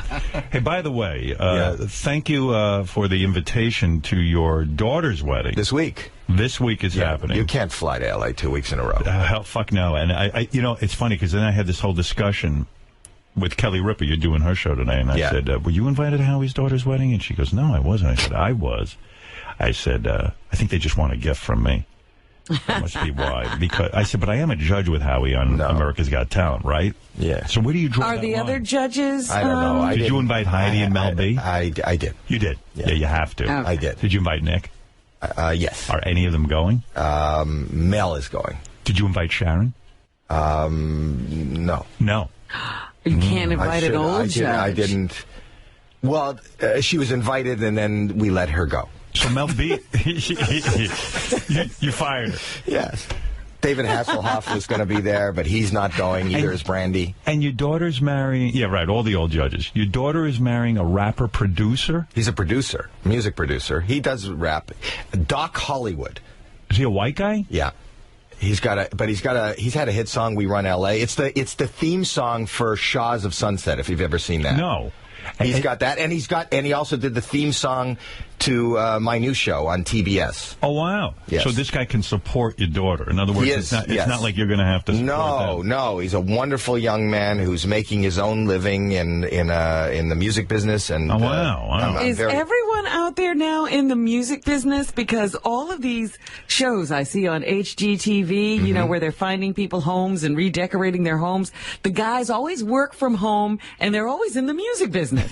Well, I didn't even know there was still a music business. Really? But the music business is such that you used to have a recording studio, which he did have. Right. But now with Pro Tools and all these, I know nothing about music, but you can create from your own home. I know he has a studio in their home. Right. So it's going to be a big wedding? Yes. Jimmy's wedding was 300 people. I think we have the exact same. You know what? Actually, it was supposed to be secret, but you were not keeping the secret, so everybody knew about it. But we have the same wedding planner as Jimmy. Oh, wow. And in fact, it was in Ojai, right? Yes. So I would go to her office. Did you meet the wedding planner? Yes, I told her did, to say hi to her. Yeah, she Mindy. said hi, Mindy. Yeah, Yes. very nice woman. Yes. Yeah. Mindy Weiss. She's wedding actually planner. She did the Bachelorette. She does everybody. Right. But I saw the T-shirts as you entered. She had the T-shirts because they were in the office. It said Ojai and then Ojai. when you left, oh bye. Yeah. Yes. Yeah. We don't have anything like that. Are you going to be doing shtick at the wedding? In other words, are you going to be a goofy kind of like... No, to be honest with you, you know what my biggest concern is? That I'll cry. I know. Well, you should, though, right? I mean, Jimmy was crying. It's your daughter's wedding. I know, but I don't want... See, the thing is, and Howard knows this more, I am less public than you are. Right. I mean, I really am. Right. You know, I mean, you have invited me over and been so gracious, and it's really hard for me to go to somebody's house and to be public. Right. So here we are, and I want my daughter to have the day of her life, and I'm very emotional about having to give away my daughter, and then I'm going to cry, and I don't want people to see me cry, so I'm going to wear sunglasses. I've got plans. You got it right. I'm marching with glasses. I'm with you. I don't want people She said you seeing can't wear. me. My wife says you can't wear glasses. I said I'm wearing glasses. I think that mechanism is going to kick in for you the way it would for me. That, like, as emotional as you may be, you will not cry in front of people, and it will sort of ruin your day because you won't cry. You know what story I just popped into my head about you that I got to tell? What story? The elephant story. Okay. Can I tell that? Yeah. All right. Howie's out of his fucking mind. I mean, in a great way. I love this story, Robin. We're sitting there at America's Got Talent, and it's these endlessly long days. And he says to me, "You gotta hear this story." It was his wife's birthday, so Howie decides to get his wife for her birthday an elephant. What? He listen to this. He rents an elephant for the day, and not for a TV show. Nothing. This is for home. Yeah. Yeah. Home use. He rents the elephant for the day and puts the elephant in the backyard. Now, I figured this is bullshit, but then he brings out his phone, and there's an elephant in his fucking backyard. Full size, full I mean, a full-size elephant. You can get anything done. And, I mean, there's nothing less romantic. And I think down deep in your heart, you really thought you were doing something great for her? I thought, yes. To be honest with you, I thought here's what I want to do. I want to see. I'm not into birthdays and celebrations. I just think that But she every day is. should. Well, I found out. I said you're the worst fucking husband. I on am the the planet. worst. She got really angry with me. I said because I said, honey, you're not going to believe what I've done. Surprise for you. And she knew because I kept quiet all the way. I said, come downstairs. Come out in the backyard, and I have a video of my wife sitting in the backyard, and around the corner, around the house, a full-size elephant. And she just goes, oh, my gosh. Right. This is amazing. Yeah, there it is. There's the a picture of the elephant and my wife looking at the elephant. And then, see, here's where it goes bad for me, is because I don't think of the ramifications. Well, the elephant is there for the day. Right. So after 10 minutes of going, oh, my God, this elephant's in the backyard, what do we do? Is there, is anybody else coming over? No, I didn't invite anybody. Right. This is it. Are there sandwiches? No. There's nothing to eat. Right. There's nobody else showing up.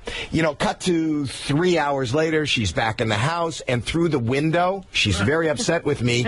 You see the elephant pulling out. She loves her backyard and pulling out trees. It pulled out 2 trees. Pulled out 2 trees, and that cost you a fortune, didn't it? Right. And then they said the elephant's getting hot. Where's your hose? So we hosed the elephant.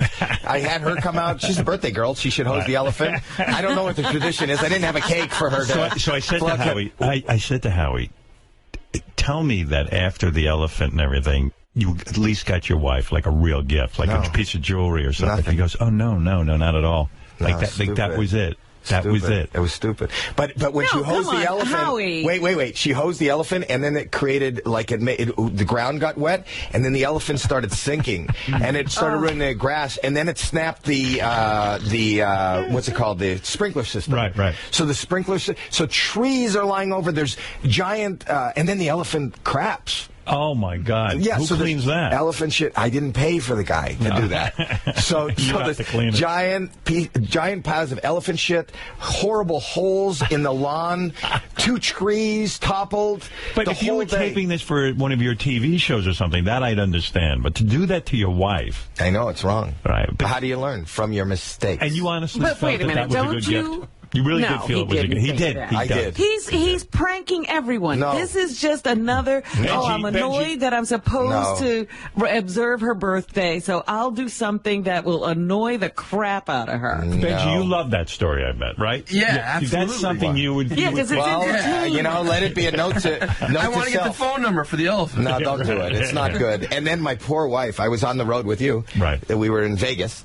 and my wife calls me and goes, are you fucking happy? Are you fucking happy? I'm here with the gardener. It's $10,000 that day. I can't remember what the total was, but there was $10,000 in damage. Oh my God! Number one, she had to explain. The gardener walks in like elephant shit. There's elephant shit and holes like and trees lying. He goes, "What happened?" She goes, "It was like my a tsunami birthday. came. It was my birthday. What a birthday!" Yes. Oh my! She didn't say I look cute. You are amazing. Not amazing. You are amazing. I realize. I apologized. And Is I said, that it won't the happen worst again. gift you've ever given her? I don't think so. I don't even think that's the worst one. No. How much does it cost to rent an elephant for the day? Honestly.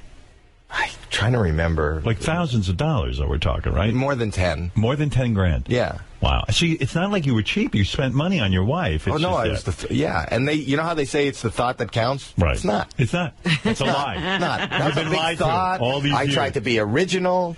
We have 34 years of marriage. I thought that, this is the kind of... She was really angry with me. But what is her relationship to elephants? Nothing. No, I think well, you're right. I found out. Not so much. But she loves animals. There's another thing I got to bring up with you. What is that? This is so great. It was good. No. You did the voice of Gizmo in Yes, Gremlins. I did. And you often said if there was another Gremlins, you would love to do the voice. Right.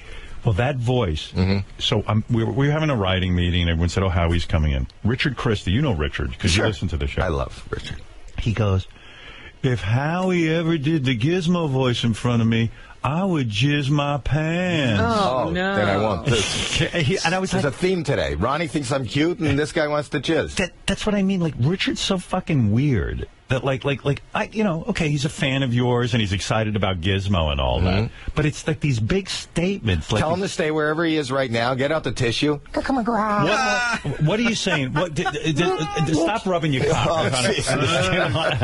Tell me. It was a figure of speech. I mean, what is it about Gizmo that I'm a huge Gremlins fan, and I never knew till recently you did the voice of Gizmo, and I flipped when I saw that in the movie. Well, I did the voice. I did. It's really, people go, you did Gizmo and you did Bob. I started on Muppet Babies. And I was Skeeter on Muppet Babies, which was Scooter's What was the voice for Skeeter? Skeeter talked like this, which was Scooter's little sister. And then I got Bobby's World, which is the exact same voice. Yeah, right. So this is Bobby, this is Skeeter. And then I got Gremlins. I'm Gizmo with... It's the same voice. I love it. So you do one voice. I did another voice. I had another voice. I was also an animal. I ended up using this voice. I've told this story before, but I did used to fuck with people. Right. And I have this voice where it sounds like I'm in a terrible helium accident.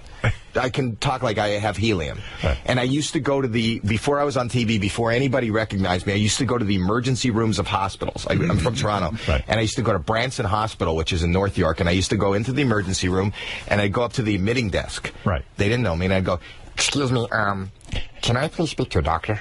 And they'd say, "Well, what's the problem?" I'd go, "What do you mean, what's the problem?" I was at a birthday party. I wasn't the only one doing this. Everybody was doing this. They had the helium balloons. They took in the helium balloons. They sucked it in. Everybody's going, hoo hoo, ha ha, listen to me, isn't that funny? Everybody's voice went back to normal within like a minute. Maybe a minute and a half. Now, here's my concern. This was 2.5 weeks ago. So, shouldn't I not get this check? That is the greatest thing ever. Why don't you put that on TV on your new show? I love that. On the Deal With It? Yes. It has nothing to do with my voice. I don't care. Do you even know what the show is? No. It has nothing to do. Out of nowhere. And now I'd like to take some time to do this. Is there talk of a Gremlins 3? I didn't talk. I'm just a guy who got hired to do the voice. I'm talking about it. You're talking about This is like a kid's birthday party. Did you see all you saw 1 and 2? Oh, yeah, in the theaters. What is your favorite thing that Gizmo says? Light bright, light bright. Oh, you want to hear, hear something funny about that? Give him some. So I did that, but here's what happened. He's afraid to do it. Face the other way. Face the other way. Anyway, but that was a huge... How do you get that job of Gizmo? Do you have to audition? Yeah, I did. My friend Frank Welker, who does the voice of everything, he's like the Mel Blanc of today. Right. He knew me, and he brought me in to do it. It was really funny because where they were auditioning for all the Gremlins to do, it was in this, they had a casting person, a voice casting person, in this building that had nothing to do with show business. In fact, the next building over, the next office over, was a gynecologist. So all you hear, because I actually ran originally for the Gremlins. So I did some of the Gremlins, right. In the bar scene. Yeah, I did. Let it be low and brown. They had all the partying, yeah. And they were all partying, but you'd hear these sounds coming out of the, Dr. So-and-so, a gynecologist, and you'd hear, what is going on? And I didn't know it was an audition for Gremlins. But so you were up against a lot of guys, and even though you're Howie Mandel and you're known and you're a comedian and stuff, you still have to audition. Yeah, they show you the picture, and you try to make a voice that sounds like it, and then you go in a room by yourself. Yeah, because you're not there with the other actors. Right. And you just do these. Well, when we did Gremlins, when we actually did it, the movie was over, right? So right. I did it. I watched the movie and put it, and then you put the voice in. And then this is what I was going to tell you. It was a huge success, and it was going international. So they had people come in. I wasn't speaking English. They had people coming in, like from Germany, when it was going to open in Germany. So, light bright. Right? It was light bright. So the German people would come in, and they'd tell me that doesn't sound like... So I'd have to go... the people from China would go... I'd have to make the sounds so that they would feel like they could... They had their movie. So I did it in every language, which was no language. Now, is that a lot of money when you get a... Because that's got to be... I still get checks. Do you really? Yeah. Well, I just saw it in a theater recently. In a theater? Yeah, in Brooklyn. Yeah, they had a whole big thing. You didn't get a check for that. Now, when they do make Gremlins 2, can you hold them up for there a is lot more money? Gremlins 2. Yeah, I know, but when they made it, could you hold them up for a lot of money? I think a lot of people can do that voice. No, I didn't. You didn't? I didn't. You just went in and you just did it. You I said, just hey, did I'm it. lucky to be doing this thing. And it's just a couple of days' work, right? It's not like a huge... No, it wasn't a lot. It's not a lot. All this animation, it's great. You don't have to wear pants. Is it great, though? Does it frustrate you when you're in a hit movie like that and you're not actually in it and, like, the people don't know that you're Gizmo? No, I don't like movie making. You don't? No. I like that. That was easy because I just got to do it. I can't sit quietly in my trailer waiting for them to set up another shot. Yeah, Howie's good at memorizing lines, too. They always give, when we're doing America's Got Talent and there's ever like a bulk of lines, thank God they give them to Howie because he can memorize. Well, because I was on St. Elsewhere. I started with Denzel. Yeah. I still remember, and the lines are in my head and they don't come out. I remember what to do for a gunshot wound to the chest. What do you do? D5 lactated ringers, colloids, O-negative blood, an intubation tray with a 22-centimeter endotracheal tube, an open thoracotomy tray, and 2 number 16 central intravenous catheters, and a mass suit stat. Wow. And that's how many years ago was that? 82. And you still remember that thing? Yeah. Was that hard to memorize for you? Yeah, but once it's in there, it doesn't go away. Yeah. Bye, Richard. Just going to go clean up. Thank you. Yeah, Gizmo says goodbye to you. Bye, Richard. Oh, God, that's awesome. Oh, my God, that just sounded... Get out of here, you're strange. One real quick question. Did you do Stripe also? No, that's Frank Welker. Oh, is it? Okay. Yes. Yeah. All right, there you go. All right, thank you. Yeah. Can you ask more questions about Gremlins that no one cares about? Get out of here. I'll do my own show later with All Howie. right, there he is. Thank you. I would love you to come do my new show. Okay, let's talk about the new show. Howie's always doing some sort of show. No, okay, so this show I'm excited. It wasn't my idea. Okay. So this is a show based on an Israeli format called Deal With It. But you produce this show? Yeah. You're the producer? My company, yes. Go ahead. Yes. All right. So, and we've been doing it. Letterman did something similar, and Ellen has done, you put an earwick in somebody's ear and you go tell them to do things? Yeah. So all we do is we set up cameras. You'd love it. We set up cameras in a restaurant. When Right. two people sit down, we can hear what they're saying. Right. So we go, oh, this is a husband and wife. This is a mother and a kid. And you feed them lines? No, what we'll do is we'll say, let's call the mother to the back. She comes to the back, and I go, listen, you want to win thousands of dollars? And then she goes, yeah. All you got to do is put in an earpiece. We'll tell you what to do. And if you take the challenges, you win the money. If you don't take the challenges, you say I can't deal with it. All right, so I'm sitting there having lunch with somebody. With your mother. You call my mother. You call me into a private room and you say, look, we know you're sitting there with your mother. We're watching you. I'm going to put an earpiece in. If you do what I tell you to do, you'll win thousands of dollars. Yeah. So the mother. Obviously, you give them things to do that are just hard. Yeah. So we have celebrities giving them things to do. So a mother will tell her son, tell your son you're pregnant, then it's not his father's. Yeah. Or Heidi came and did it. Oh, no kidding. Yeah, so Heidi did this thing. I said, you can come up. What do you want to do? This guy's sitting in a bar with his girlfriend. We were taping in a bar that day. She said, I'm going to walk out there. I want you to recognize me and tell your girlfriend that you've always wanted to slap Heidi Klum's ass, and slap my ass as hard as you can. Wow. And she walked out there, and he did it, and she slapped him, and the woman went fucking nuts, the girlfriend. And how much money did that guy win for doing it? I don't remember, but people win up to $5,000. We play a lot of games. Do most people do it, or do a lot of people back out? Equal. Right. What's the worst thing you ask somebody to do? The worst thing we ask somebody to do? What comes to mind when I say that? I had a girl tell her friend that she's in porn, and then reenact a scene. And we had put a leather mask in her purse. This is in the middle of nobody in the restaurant knows that if your friend that you're with realizes that they're on a game show, or anybody in the restaurant, you lose. Would you ever make it as mean as like a guy sitting there with his wife and he has to say, look, honey, I'm having an affair and I'm leaving you for a younger woman? Would you ever do that? Would it ever get that angry? It could. If you came on, you could do that. You could say that. Because there's no way someone would do that. It's up to the celebrity. You don't know what people will do. Because it's $5,000. It's $5,000 right now. Right. And once I win it and the bell goes, then I can tell her I was on a game show. So, ultimately. But there have been drinks thrown. Wow. This is on TBS at 10:30. Because, can you imagine turning to your wife and saying, look, I'm leaving you. She could take out a gun and shoot you. You don't know what the hell's going to happen. There has been a little bit of physical violence. There has been. Wow. So this is Wednesday at 10:30. After 2 hours of us, they can take a half-hour break, then go to TBS at 10:30. Wednesday, 10:30. Yeah, and I'll be tweeting live like I always do throughout on TBS. On TBS. And you will tweet live? Yes. 10:30. Right. You know, and I want people to mark it for me. I want everybody to tweet to watch Howie's deal with at 10:30 and when. Don't even tweet me. I heard there's a guy, they put the earpiece in, and it's his wife's birthday, and he gives her an elephant. Is there something like that? My wife wished it was a game show. I didn't win $5,000. I paid thousands, tens of thousands of dollars in damage and rental fees. If you had to have sex. Right. If I had to? Yes. In other words, you're no longer married. Oh. You're now a single man. Yes. I would have. Heidi Klum and Mel B both offer you sexual favors. You can only have sex with one. Really? Which one do you go to? Heidi Klum or Mel B? I can't have both? No. You can only have one. That's a really hard question. You have a really sick look on your face right now, like you're playing out each scenario. I am. Yeah, man. I mean, God knows what's going on. Fucking amazing. Oh. Who would you like? I asked you first. I would. Look how uncomfortable. Mel's coming to the wedding, so I want to fuck her. You want to fuck Mel? Yeah. You think she's coming to the wedding? Heidi said no. She said no. Yeah. I'd fuck Heidi. You'd fuck Heidi. I'd fuck Mel and Heidi. I think you in have no particular order. I think you have a crush on those two.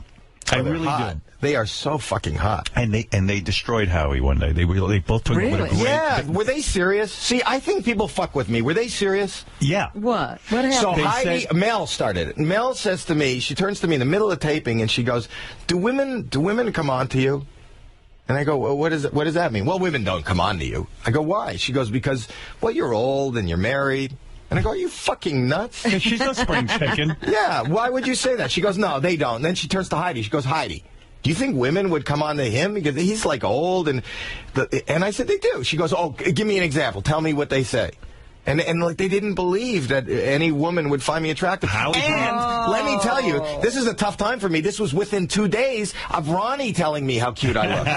So I'm going through a whole crisis. Howie really got upset about it. I did. You know what I mean? He really got upset about it. And well, I said to him, I said, Howie, you're fuck them. No, because I said, Howie, you're in the friend zone. Like Howie does everything with those two. The three of them are very close. And that's what I noticed. Well, I'm not coming on to them. I noticed that Howie, you do like them. It's very obvious that you're smitten with both of them. Oh my God, you got to see them, man. Oh, not on the set. You got to see them on them before they get all primed and ready. They are hot. Howie goes but I'm just saying, it shows on the TV show. After every taping, Howie goes out with them and stuff. And I said, Howie, you're in the friend zone. You know, if you really wanted to fuck these two, you got to just. I don't want to fuck them. I'm happily married. No, I have a woman to buy elephants for. Yeah, I know.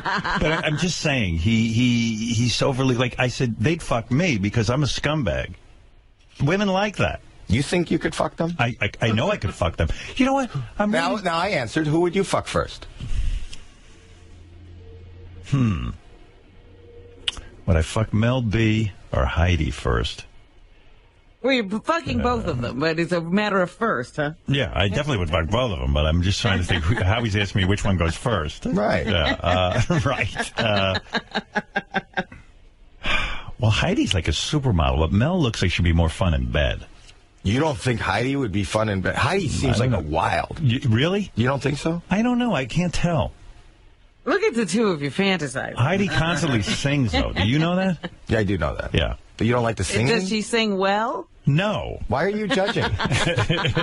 I'm trying to judge talent. You like silence when you're fucking somebody? I don't want any noise. You don't want somebody singing who I guess I would fuck Heidi, but Mel B seems like a lot of fun too. You know what's funny though? I just saw an interview with Mel B. Right. She's on there going, Howard Stern's always trying to hit on me, and he keeps bothering me, trying to hit on me. Do you ever see me hitting on her? I haven't seen you hit on either of them. But I've seen you. I've heard you say that you think that they want to fuck you. Well, I know they do. Really? Right. And when you tease girls and always, you're always bringing up the Spice Girls thing. Yeah. That's flirting.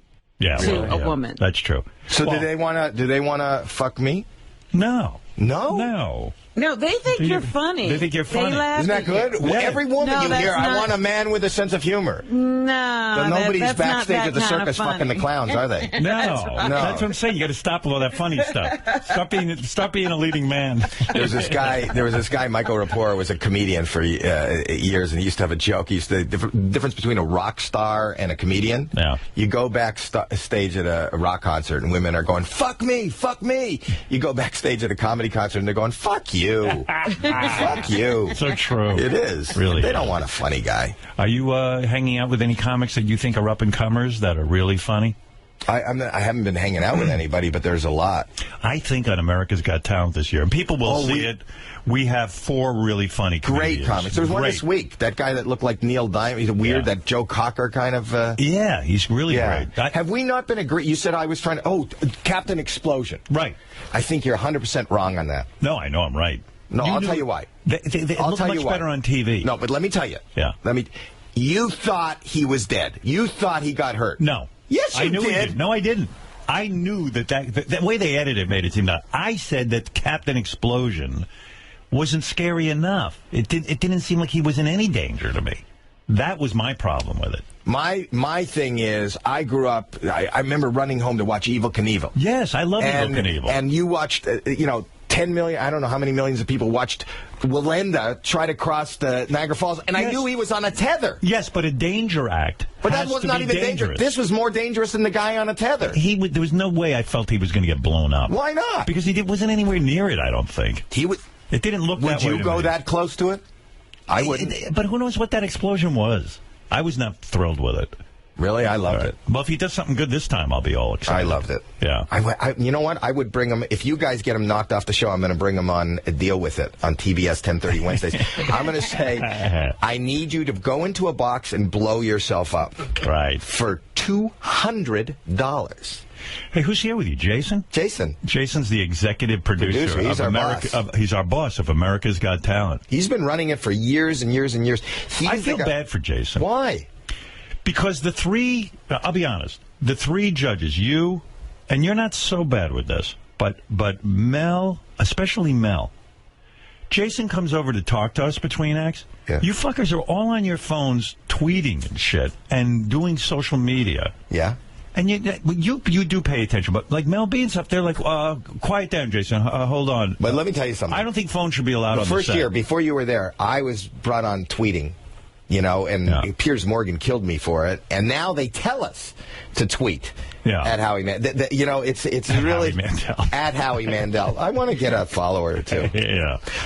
You know what? Don't even follow me. Just tweet. Deal with it. TBS 10:30 Wednesday. Now, if this thing takes off, you'll make a ton of money, right? Because the wedding will be paid for. Right. You will. Are you paying for the wedding? I'm the father of the bride. Yeah, so that's very traditional. Did the in-laws offer to put up anything? Yes, I said don't be crazy. Don't be crazy. Be crazy. No. You know what that means? I was saying that, but definitely do something. Do something. Are they paying for the honeymoon or something? I think they are paying for the honeymoon. Yeah, right. Yes. Have you met with them, the parents? Yeah, I like them. You like everybody? I do like them. Is there anybody you don't like? There are people. Give me a list of people you don't like. I will. I'll drop it off at the end on my way out. It seems to me that you do like everybody. I do. My wife says this is a problem. Yeah. My wife says it's a problem. Yeah. Everybody, When do you see your wife? Be honest with me. You are never fucking home. She likes that. Well, how? It's not a traditional marriage in any sense. I think we're very traditional. No, you're not. Why? Okay. You do America's Got Talent. We're going to be doing it here in New York. Right. So 2 days a week. So sometimes she'll fly in and be with us. That's 2 days a week. Listen, did your parents have a traditional marriage? Yes. How many hours a day did your father work? My father worked a long, like 12 hours. So that's 5-6 days a week. Yeah, but you're never home in bed. But you're not home in bed. You're literally on the road. No, if this side of when I'm not doing America's Got Talent, which only is 30 days of the. How many comedy dates do you do a year? Now it's under 200, like 100. But that side of the Mississippi, I fly back the same day. I fly privately. Like you do? Yeah. Oh, okay. Yeah. And then you get back to same night. Oh, you do? Yeah. Oh, okay. So yeah. you're home more than I thought. I thought you were like never home. When I was playing Vegas, I used to have dinner with the kids and have and Terry, and then I would fly out and do my show, and then fly back right after the show. I take the kids to school in the morning. I was very traditional. And Terry's a big deal agent, right? She's doing great. Yeah. She's an agent. A lot Who of kids. Who does she represent? A lot of kids and Playmates. She's got the sheriff. Playboy Playmates? Yeah. What other kind of Playmates? Oh, just people she plays with? Terry represents Playmates? Some of her Playmates. Yeah. And she's got some of those kids on the AT&T commercials with those kids just sit around in their interview. Those little kids? Yeah. Oh, that's great. Those are some of those are hers. Did she ever want to be your agent? By proxy, no, we want the marriage to last. But she'll tell me, like, why isn't your agent doing this? Or why isn't Well, isn't Beth very involved in your career? Well, I mean, I ask her advice all the time, but she's not an agent. If I was married to an agent, that's a whole different thing. She became an agent only for the last 2 years. Oh, I didn't know that. Yeah. Oh, I thought she was like some long-time big deal. No, she used to own a clothing store. She was partners. This is kind of exciting. Her partner's son has now just become a Met. Oh, no kidding. Josh Satin. And if Terry, the manager, is listening, he should be up to bat. He's got a better batting average than Ike Davis, who's batting, Well, all right. Yeah, he's doing 362. What? What? What are you saying? You don't like... What? Well, he's sitting. He's off. He benched him for a couple of days, and I don't think he should. All right, okay, whatever. I think he's good. You're not a Mets fan.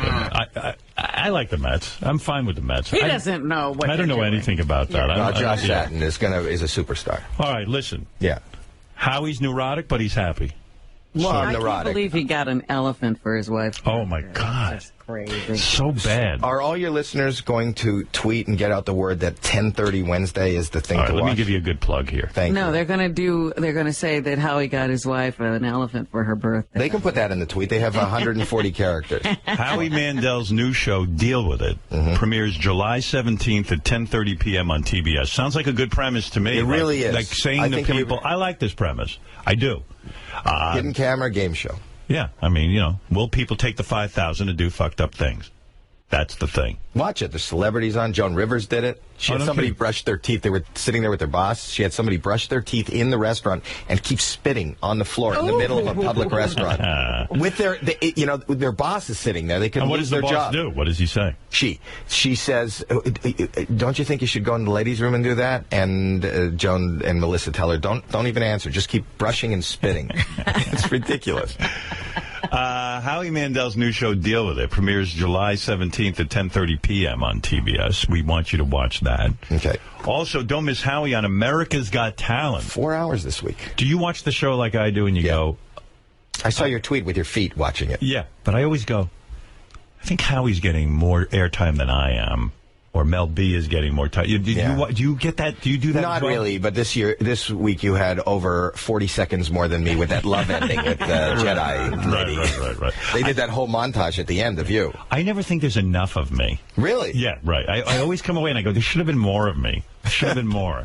Do you have that feeling as well? I think that every waking moment of the day. That's awful. The fact that I'm going to leave here and there's going to be more of the show without me is killing me. Well, it's very difficult for me to watch America's Got Talent, and this is the first time in my career that I really, I'm not sort of in control, that I'm in an ensemble. But you got to be happy people. How you're coming off. I'm very happy with it. And you're coming off. You are America's sweetheart. We got a lot of hoopla this week about the near kiss. Do you think we should have kissed? How many times was that going through your mind? Like, is he going to do it? Should I do it? Is this wrong? I didn't know what to do. It was agony. It happened very spontaneously. Yes, it did. And then all of a sudden we were caught up in this bit. And then it's a bit. And then when it's a bit, to me, it's like, well, we got to do something really funny. Yeah, but we didn't. But I really didn't want to kiss you. Yeah, it was like a really bad ending to an awkward date. I'm sure it wouldn't have been horrible. Like if we had just kind of kissed. Just a peck? Yeah, I mean, I've never kissed a guy except my father. Right. On the lips? No, I never kissed him on the lips. But maybe it wouldn't have been so, but I just couldn't do it. Well, for us, it'll just be a fantasy, never realized. How many tweets did you get that people said, oh, you suck, you should have kissed? Thousands. Yeah, right. And I was just like, well, we're not gay. Right. I'm not going to kiss Howie. I think that a lot of your followers thought I looked cute. You did look cute. We were in that weird... You have beautiful eyes. I've never seen you that close. You are one stunning man. There was so... I bet you there were... there it is. I bet you there are homosexuals who watched it who went straight afterwards. I mean, there's nothing more... I mean, are we the strangest couple ever? Oh, my God. By the way, I do look... horrible. I don't know who's the man and who's the woman there. I don't know, but you have beautiful... Look at my eyes are open. I'm staring into your... It's like a sea. Your eyes are like the sea. Would you have gone through with it if I had gone through with it? When you say gone through with it, what does that mean? Like once you kiss me, I'd fuck you? Like what? No. Would we? Would you have kissed me back if I kissed you? I think that would be the honorable thing to do. Right. I would have kissed you back. You would have? Yeah. No. If I said, okay, you don't have to kiss me, but I just want a hand job, would you do that? I'd rather do that, I think. Would you have been in a neurotic rage like that we had kissed now and you had germs on your lips? Yeah, it wouldn't have been a happy place. There are times where you can break your OCD for a bit. Like you can touch money and do all that stuff. I can do everything. I can even shake hands. I'm just afraid that I'll be triggered. I don't know when my OCD will be triggered, so I avoid everything so I won't have a trigger. So if we had kissed, would you have had to like rub like some sort of alcohol on your lips or something to get the germs off? I don't know. I probably wouldn't have swallowed saliva for 48 hours. I try not to inhale. Start spitting. You know, I'm spitting out. Everything has to go out. It's not because I'm a dude. It's just because it's germs. Yeah. Yeah, right. I don't know. I kiss my wife all the time. I do. We kiss on the lips all the time. But I noticed, like, with Heidi, when you guys are lifting each other and wrestling, all of your OCD goes right out the window. Like, it's just like, you can definitely, it's suddenly, okay, I can touch her. I will touch her. Yeah, she's not so bad. I'll touch Heidi and Mel. Look at her. Yeah, look at her. There's not a germ on there. No. She's germ-free. She's German. Certainly. Yes. That's right. All right, look. You've entered it up. You've promoted your new show. I did. I do wish you luck. Thank you. I'm really pulling for you. I can't wait to see you. And you said you're going to take me running in the park. I'm going to go run with you. But you're too fast for me, I think. I'll run. I can run slower. Yeah. I have a really good monitor to. I don't have like one speed where I can't slow down. Well, Gary's a pretty fast runner. I remember I went running with him, and I could just tell the whole time this look of disappointment on his face because he felt like he wasn't getting a run in, like he wasn't getting his exercise, because I'm too slow. I'll run. I'd love to run with you. Howie's like a maniac. We'll tape a whole day. I ran last night. Yeah. We'll tape a whole day of America's Got Talent, and then at night, at 10 o'clock at night, he'll hit the gym and run 7 miles on a treadmill. Yeah. On a fucking treadmill. But he's not going to get up in the morning. Right. I ran last night. At midnight, I ran 7 miles. That's crazy. Why? On a treadmill. It's so boring. No, it's good. I get my crap out of my head. It's good. It's in his head. It is. All right. Remember, America's Got Talent, Tuesday and Wednesday nights. This week we're in Vegas. Yeah, it's a tough week. That was a tough week. Yeah, it's crazy, though. It was a crazy week. That was your favorite week. You got so angry. Do you think they'll show that? I hope they don't. I don't think. You weren't on camera when you were angry. Oh, no. That was when I, with the magicians? No, when they made us wait. We got there, and then we were set up, remember? Oh. We were there for 14 hours and with no camera rolled. And we did nothing. Yeah. And Howie goes, welcome to the world of television. I go, Howie, I know in television you wait around, but at least eventually they give you something to do. But it was like doing a movie. They made it like a movie. Yeah. And none of that will be on TV either. No, that's good. That wasn't entertaining. Waiting is not entertaining. Yeah. All right. Howie. At 10:30 Wednesday. Right, I got it. On TBS. Right. Please tweet that out, everybody. Howie Mandel, everyone. You know him, you love him, and you can't wait to see him everywhere. And that's the truth. And he's cute. He's cute. And I almost kissed him. All right, we'll be back right after these words. And now a public service announcement from Evil Dave Letterman. Hi, this is Dave, and I'm talking to all the listeners that have a specially challenged person in their family. We're sorry. And I hope everything is well, and this is to all the listeners out there who have a retarded child,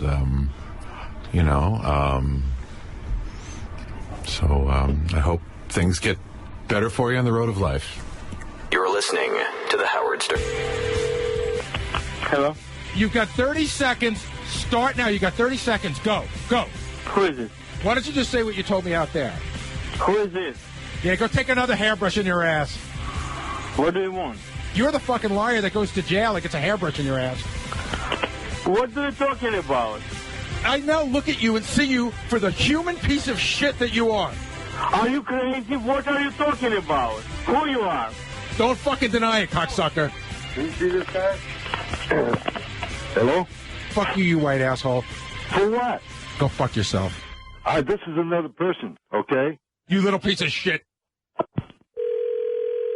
Hello? Say it again one more time so I get a fucking restraining order against you and you go in jail and get a hairbrush shoved in your ass by a big black guy. Okay, kiss my ass and don't call to me anymore, okay? Have a nice day. Shut the fuck Bye. up. Who can fucking stand you? You fucking homo. Hello? You are a fucking piece of shit. And who you are? You fucking cocksucking lying piece of shit. Okay, who you are? You little piece of shit. Little or big? You're the fucking liar that goes to jail and gets a hairbrush in your ass. Are you finished? Fuck you! Okay. Fuck off. What is it? You are crazy. You have to go to mental care. What I can tell you. That's all.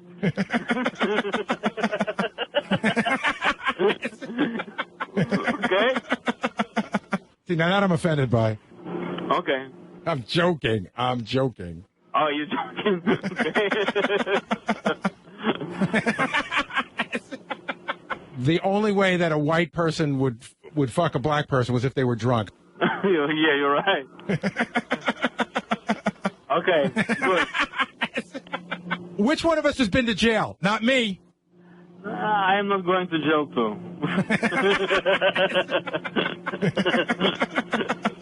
Oh, we're doing karaoke? What? Blackbird singing in the dead of the night. Today is a joke morning, right? I'm joking. I'm joking. What does he have to say? Right? Right. Okay? Right. Right? Right. Okay. Right. No? Okay, anyway. Right. Okay. Okay. Okay. Right. Have a nice day. Fuck you.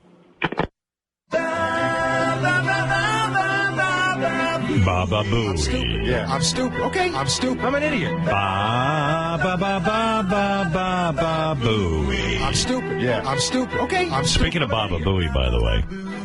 So Baba Booey's pitch, remember when he pitched the season opening pitch or whatever it was? Yes. And he fucked it all up, and it was so important to him that that nightmare came back. Carly Rae Jepsen, the singer, went out and did a first pitch, and it was horrible. And so a lot of the newscasters, Sports Center and all that stuff were busy, reporting on Carly Rae Jepsen's horrible pitch. And then they go, but of course the worst pitch was Baba Booey. His is the worst now. Yeah, Gary, you're back in the news. Here's two things about that. First of all, mine's not the worst pitch. It could be like the fifth worst pitch. Well, I have to admit hers was worse than yours. But the other thing is that there's been a lot of bad pitches since then. Right. And I'm not sure why this one keeps bringing up my name, except for the fact that the announcers brought it up. Well, how about this, D. Wayne? After the game today, we're going to have Carly Rae Jepsen going to put on a concert, and here is the first pitch of the ball game. Saw her warming up, and I listen. This is all I'm going to tell you is you're going to have to go back. She gives it a great effort here, but you're going to have to go back to 2009.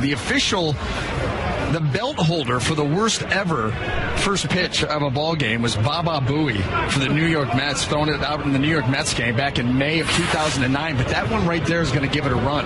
This has got to kill you because I know how important baseball is. You know what? It doesn't kill me anymore the way it used to. No. I'd sort of gotten over it. But it's endless. It's one after another. Yeah. Carly Rae Jepsen sung that hit, Call Me Maybe, that was all the rage last summer. I'm not going to sing it, Angela. Today, Jepsen had one of the worst first pitches, maybe, ever. No one starting a team will ever call her maybe, not to play on the team, but you can call this maybe the worst first pitch ever. Gary Delabonte of Howard Stern fame, also known as Baba Booey, well, he had this horrendous first pitch at a Mets game in 2009. That's from Greenville, South Carolina. They're busy reporting. But I think that they're picking up on what that original one you played is the announcer mentioning me, and I think that they just hear that and they go, let's play that one. No, look at Sports Center. Rubber game between the Astros and Joe Madden. Well, anyway, I won't torch you. That's okay. There's a million of them. Sports Center, though? It doesn't matter who they're following. See, Sports Center, it's just they keep repeating it. Yeah, that's the point. And I know it bothers you way more than you're letting on. No, Sports Center bothers me more. It does. That's like the Today Show of sports. That's national. That's national. And the Rays, Carly Rae Jepsen.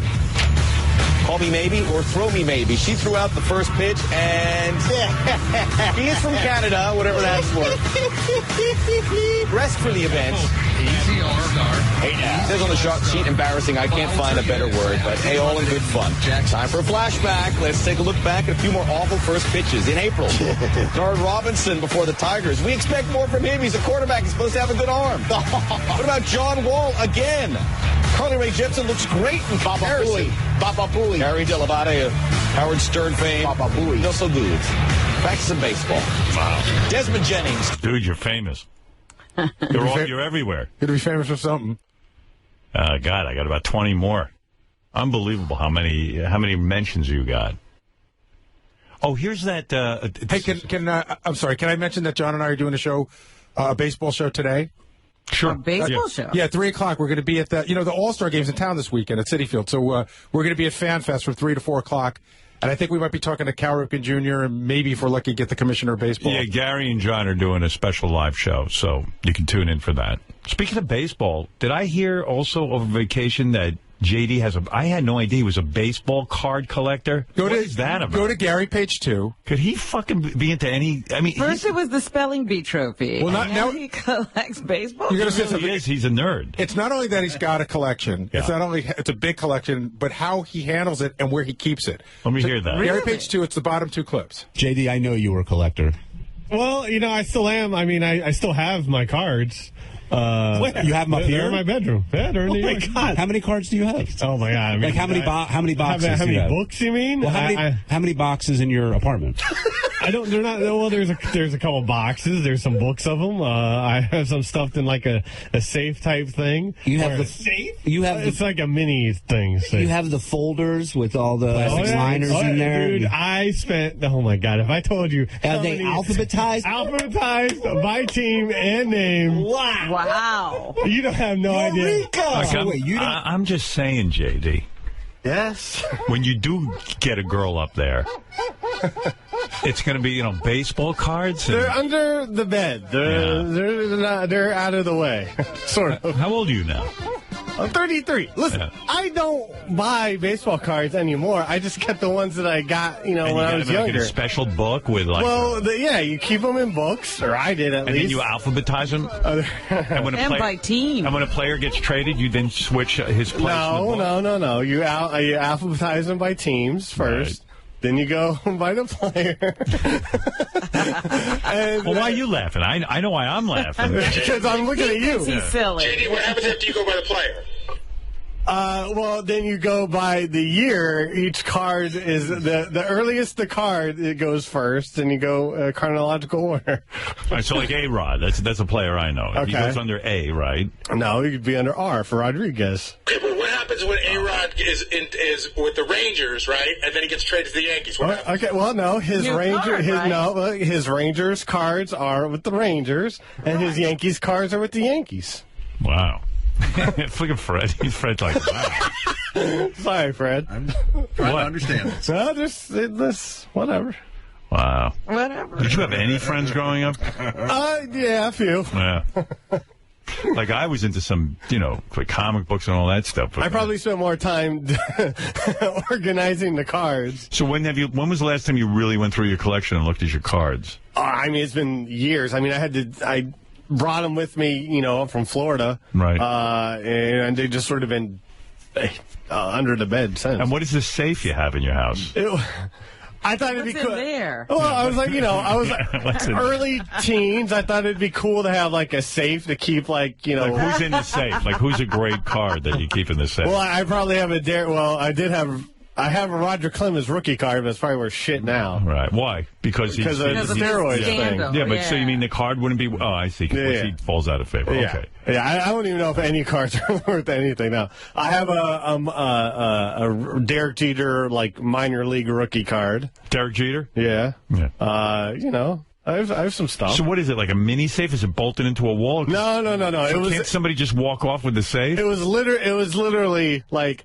A tiny sort of cabinet, like So is the cabinet bolted down to No. I think he's talking about like a kid safe that you buy at a toy store. No. It was something that was like almost like a toolbox, but it's more cabinet-like. Yeah. And, I kept the lock on it for a few years, and I stopped with that. So it's not really a safe. No. I that's how it was intended to be in my head at first, and then it sort of just ended up being just another. So anyone what are you laughing at? So your cards aren't that safe in it because anyone could lift that thing and just take it. Oh, yeah. Yeah. Imagine some guy goes, "Hey, wait a second, man. I see this lockbox. I'm definitely going for the cash. I'm going to do a big heist." And That's he gets where home, the goods are. And he opens up and he's got a fucking Cal Ripken Jr. fucking card in there. Well, that'd be worth something. Or whatever you got. Who's the guy who's not worth anything? Roger Clemens. Oh, Roger Clemens. I don't know what I have in there anymore. So you don't look at them, and they're not updated. You don't have the current. Oh, he does. He's just being. No. When's the last time you bought a card? Be honest. Last time I bought a card, you know what? I have bought some like here and there, like So over it was the years. recently. No, not recently. on. No, not recently. You're lying. You got cards. I do have cards. Like they have bubble gum in them too, right? No. I know. No, I you wouldn't buy those. I do have cards, but they're sort of like they're Who just makes the cards? sitting around. Tops, right? Tops. No, there's all types. There's Tops, there's Upper Deck, there's Fleer. I don't even know if Fleer still does. There's Bowman. There's a bunch. Mm-hmm. You got them all. No, I mean, I'm sure I bought one of each type eventually. Full collection. Can you buy cards by the type, or is it? Because I remember with the bubble gum, you didn't know what you were going to get. Well, no, I mean, I don't know what you mean by type. Like in other words, like if I want a Mickey Mantle. No, you can't just buy. You can go to a card show. Right, but like, let's say whatever the card. Like I want A-Rod. Is A-Rod playing now? Yeah, well, right, I want A-Rod. Just say A-Rod. All right, if I want A-Rod, Yeah. I have to buy like 5,000 packs of gum in the old days before I got an A-Rod. Yeah, I mean, you still sort of have to do that. I see. And but there's also, it's not even Why won't they tell you who's in what fucking package? Well, that's the idea. They want you to keep buying and yeah, see but what I mean you that's get. so fucked up. That's But like crazy. Another thing is they also have special insert cards that are like even worth more because they're so rare. I don't even know if that's how it is now, but because it's been Special insert cards? Yeah, like a special mini section of players' cards. There's a whole thing. Like, doesn't that seem like something JD should avoid? Because everyone's always calling him nerdy and stuff. Like, don't you think? I don't do it I don't do it hardly at all anymore. So you're not a nerd anymore. Is what you're saying. Listen, sometimes it's interesting. I'll see, I'll be at a Walmart or a Target or whatever, and I'll say, all right, I'll get a pack of cards, see what I can get. Man. Good Just in for you. case. Good for you. And then, so let's say you go to a Walmart tomorrow. And you buy some I have cards. not updated the books in a long time. So where do those cards go? The new cards? They're just sort of laying around. They're laying around? You haven't got books for them? No. Well, you're going to have to buy a book. What are you going to do with all those cards? I don't know yet. Yeah. Right now, they're just laying around. Well, don't get one, because now I know what to give you for a present. Boy, I'd give anything to get a video of that room. What goes No, on in there. I don't need that. What else did we Under figure that out? bed. Yeah, like what else did we figure out was in that room? Well, he had the spelling bee trophy. Well, I had the trophies. I took those down. Yeah. They're in a bag. They interfered with your cards? Well, no, they were on a shelf, and now they're off. Well, we did that to him. Be honest. Have you ever, in the last, say, 6 or 7 years, showed your card collection to a girl? No, why would the fuck would I do that? He wouldn't do something stupid like that. Yeah, come on, Is there bro. anything? Is there I know better than that. Is there anything cool in that safe, like rubbers or like? My passport. No, that's about That's it. huh? So the safe has baseball cards and a passport. And I'm sure there's other stuff. I don't know. You don't know what's in there. You don't open it up. You have no- Oh, it sounds so stupid. I used to collect. What? What'd you say? I used to collect spoons, so what? I think I have spoons in there too. Spoons? Yeah, I do. I don't know. Talking about Don't ask. What kind of man are you? I'm not. I didn't say I was. I'm not a man. Is that what I you didn't say it was Why like would the you collect stuff. a spoon? I don't know. It was, Like who taught you that? Like, Your mom? what kind of No, spoons do you collect? No, like when I was when I was younger, people were like, I thought it'd be, people would collect stamps and other things or whatever. I was like, maybe it'd be interesting to collect spoons. No one really does that. So With good reason. I realized that soon after. So what's your best spoon? Like what's your go-to? I probably have one from Disneyland or something, or Disney World. This is my Minnie Mouse spoon. Oh, you mean so these aren't like regular spoons? They always have like a they were Mickey from Mouse? like a state or a specific, right, place. souvenir spoon. Yeah. My You mean Grand this is- Canyon spoon. At Disneyland, you went into the gift shop and you bought a spoon. Is that what you're telling Yes. me? And what was on the spoon? I think it was like it was sort of looked more like a wooden spoon, but not wooden. It was plastic and That's locked up in the safe. Wood. You got a plastic spoon in your safe? I don't know. It's fire retardant.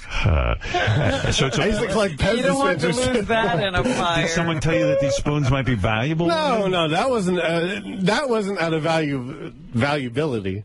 No. That was out of the valuability. that was just out of having something interesting to remember a certain place. Valuability. Valuability. My Derek Jeter rookie card next to my valuability Disney card spoon. Like chicks probably see like those spoons. They think, "Oh wow, this guy's going to bring out the heroin next." No, door they at the don't see party." the spoons. Yeah. Because they're in the sick. If a girl does, just go, I'm a heroin addict. Anything to just... Yeah, that'll help. Might. I think your most valuable spoon is a plastic spoon from Disney. Oh, I don't know. Valuable spoon. It was the more interesting one. Otherwise, it was like, each state had a specific one, from a series, this one company put out a series. Howard, can I ask a question? Yeah. Because this went by sort of quick. What's your most valuable Pez dispenser? What do you mean? He has Pez? You say you had a Pez dispenser collection as well. I used to have Pez dispensers too. Because those were. Are you a hoarder? Huh? Are you a hoarder? I'm not much. I don't know. I'm not a hoarder. I keep stuff. But you have like one room in your whole apartment. Well, it's actually three. It's a 3-bedroom. It's a 3-bedroom, but there's a lot of people's stuff in there. You collect shit. You collect dispensers and spoons. Listen, I was trying to help out Geek Week, all right? Leave me alone. Wow. You certainly did. You did thank your best. How do you fucking store all this stuff in one room? Like, where's your stuff that's important, like your clothes? And my clothes are hanging up somewhere. Yeah. No, they're not. They're on the floor. No, they're not. And not anymore. Stop it, Robin. Do you ever take spoons from a restaurant or anything? No. It didn't get to that. Those don't have valuability. The spoons and the Pez dispensers were very short-lived. The card How many Pez dispensers do you have? Oh, I don't remember. Maybe 20. 20. But and what's your best one? I don't know. I probably had some from Star Wars and some from I don't remember what else. Like a Darth Vader head on the Pez. Maybe. I had a Garfield one. Garfield opens his mouth and Pez comes out. Yeah. Cool. But I know I have a ton of cards because that's all I. Why don't you throw out the Pez dispensers? Seriously. I might have already. I don't even know where those are. No, you know. Maybe you should have somebody else flesh out their collection. Put them up on eBay or something. Wow. Well, I'm too lazy to do anything like that. I got to take a break anyway. Thank you. Goodbye. By the way, George Zimmerman's attorney announced that in order to prove that he's not a racist, he's not going to shoot some white people. So, all white teenagers, watch out. Yeah, don't wear a hoodie. That's right. Robin and I are trying to figure out how a guy named Zimmerman is a Puerto Rican. That's our biggest question about the whole case. Yeah, nothing else baffles us. We understand everything but that. I'm just annoyed because CNN and then Fox News, they all pulled off all the hot chick trials for that big fat Zimmerman. It was nonstop, wall-to-wall. Zimmerman. Yeah. Used to be hot chicks. Remember all the hot chicks that killed their Jody boyfriend? Arias. Yeah. You used to be able to beat off in the afternoon to trial. You know what? I never watched that Jody Arias trial, but there was a Jody Arias movie on Lifetime. I had to watch every second of it. Right. That's what I'm saying now. It was crazy. Paula Deen went out and started rioting when she heard the verdict because she's trying to get... That's right. She had to make a big show. Yeah, she's trying to get black people to like her. By the way, I was using I have a new frying pan in my house. I've had it for like a couple of months, and I was like, wow, it's the best frying pan ever. It's like no stick, and I make eggs in it, I turn it over. It's a big Paula Deen. I told you she has tons of merchandise. She has furniture lines, cooking magazines, probably. I don't know what else she has. I didn't even know. This was a terrible, terrible blow to her empire. Yeah, what a dummy. Just keep your mouth shut. But it was really weird. Like, the N-word is on the handle. Is all of her stuff like that, or is that something new? Her cookbook sales went through the roof? After it was revealed that she uses the N-word? What did people think they were going to get in this cookbook? The N-word. There's not one mention of the N-word on my frying pan or in her book. So annoying. Did you read something about how James Gandolfini, he left first of all, he had a $70 million fortune. He left most of it to his kids. And then now $70 million? He worked for HBO. I know. I always heard HBO was cheap. Somebody was trying to explain it to me. But then there was some sort of technicality. Now his whole estate's worth $7 million. Like, what the fuck? Wait a minute. That's so crazy. Yeah, no, I read in the paper. How could $70 million go to 7? Because supposedly, if you leave it to your wife, there's no taxes. But then when you leave it he left it to his sister and his kids, and then the taxes come into play? Yeah, something like that. And it's like, wow, what do you mean? You get to hire a genius just to hold on to your money. I mean, he had worked his life for that fortune, and now it's worth $7 million, and it just seems like, ha, got you. Yeah, the government gets most of it. You know who's really upset with the will? Grillo. He can't believe that James Gandolfini didn't leave him anything in the will. Jimmy didn't leave him No, anything? Jimmy. Wow. Justin Bieber pissed in a mop bucket. And that was like a big deal because the kid's he's out of control. Like, you think about it. Justin Bieber goes to some restaurant or something. I don't know the whole story, but he peed in a mop bucket.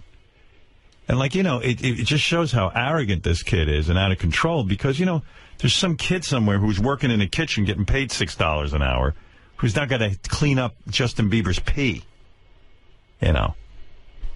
It's just disgusting. And then he said, fuck Bill Clinton. Which, by the way, Bill Clinton said, hey, that's my line. Please, fuck Bill Clinton right now. Don't steal that from me. But pissing in a mop bucket is just so wrong.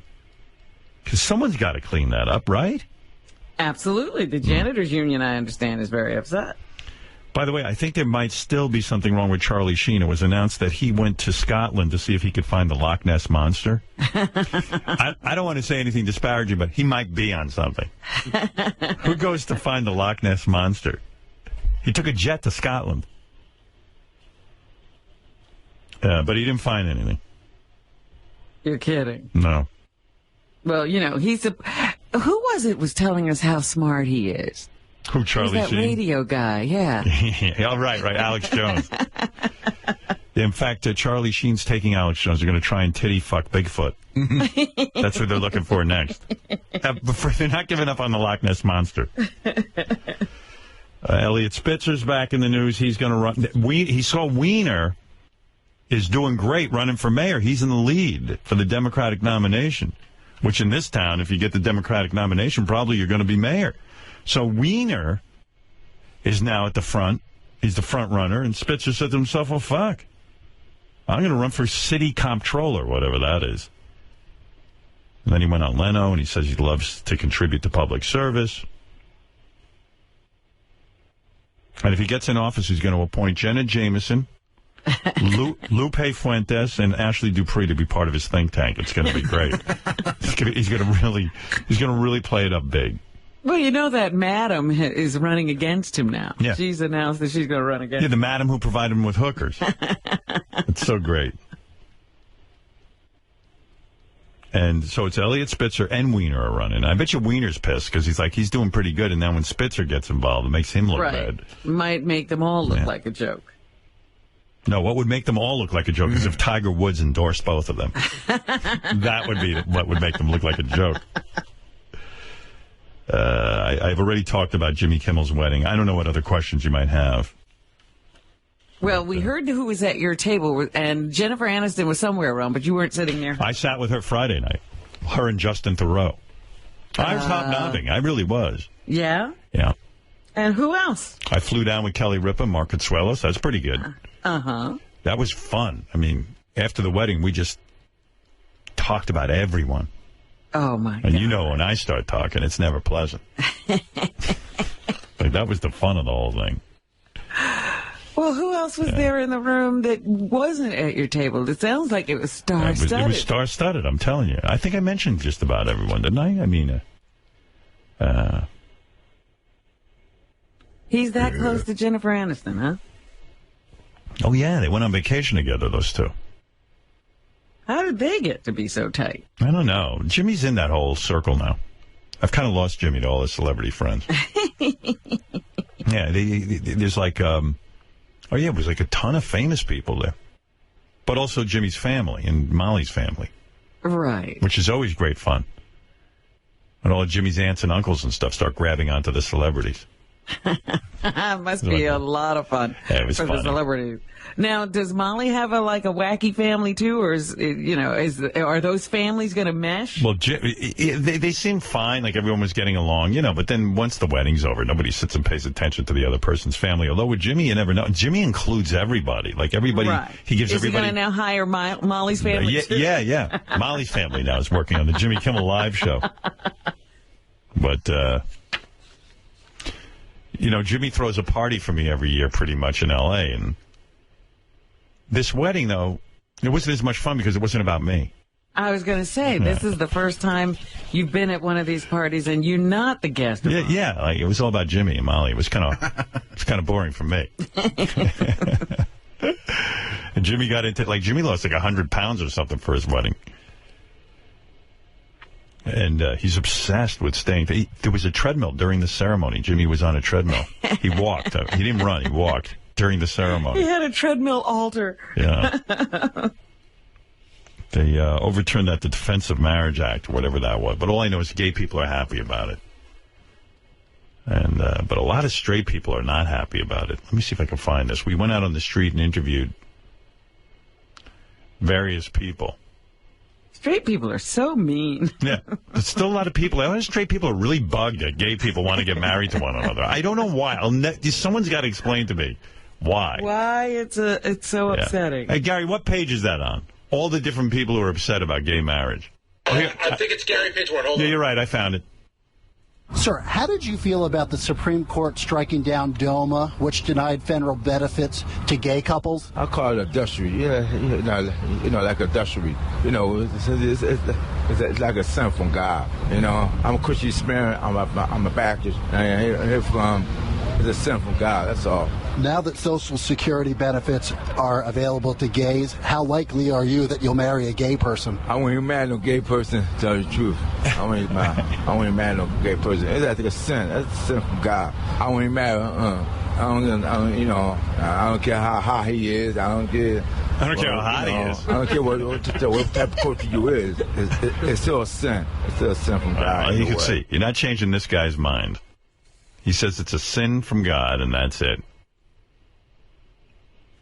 And he's never going to marry a gay person, no matter how many laws they change. And no matter how hot he is. What if it's Brad Pitt? You're not going to marry him? Come on. No. Really?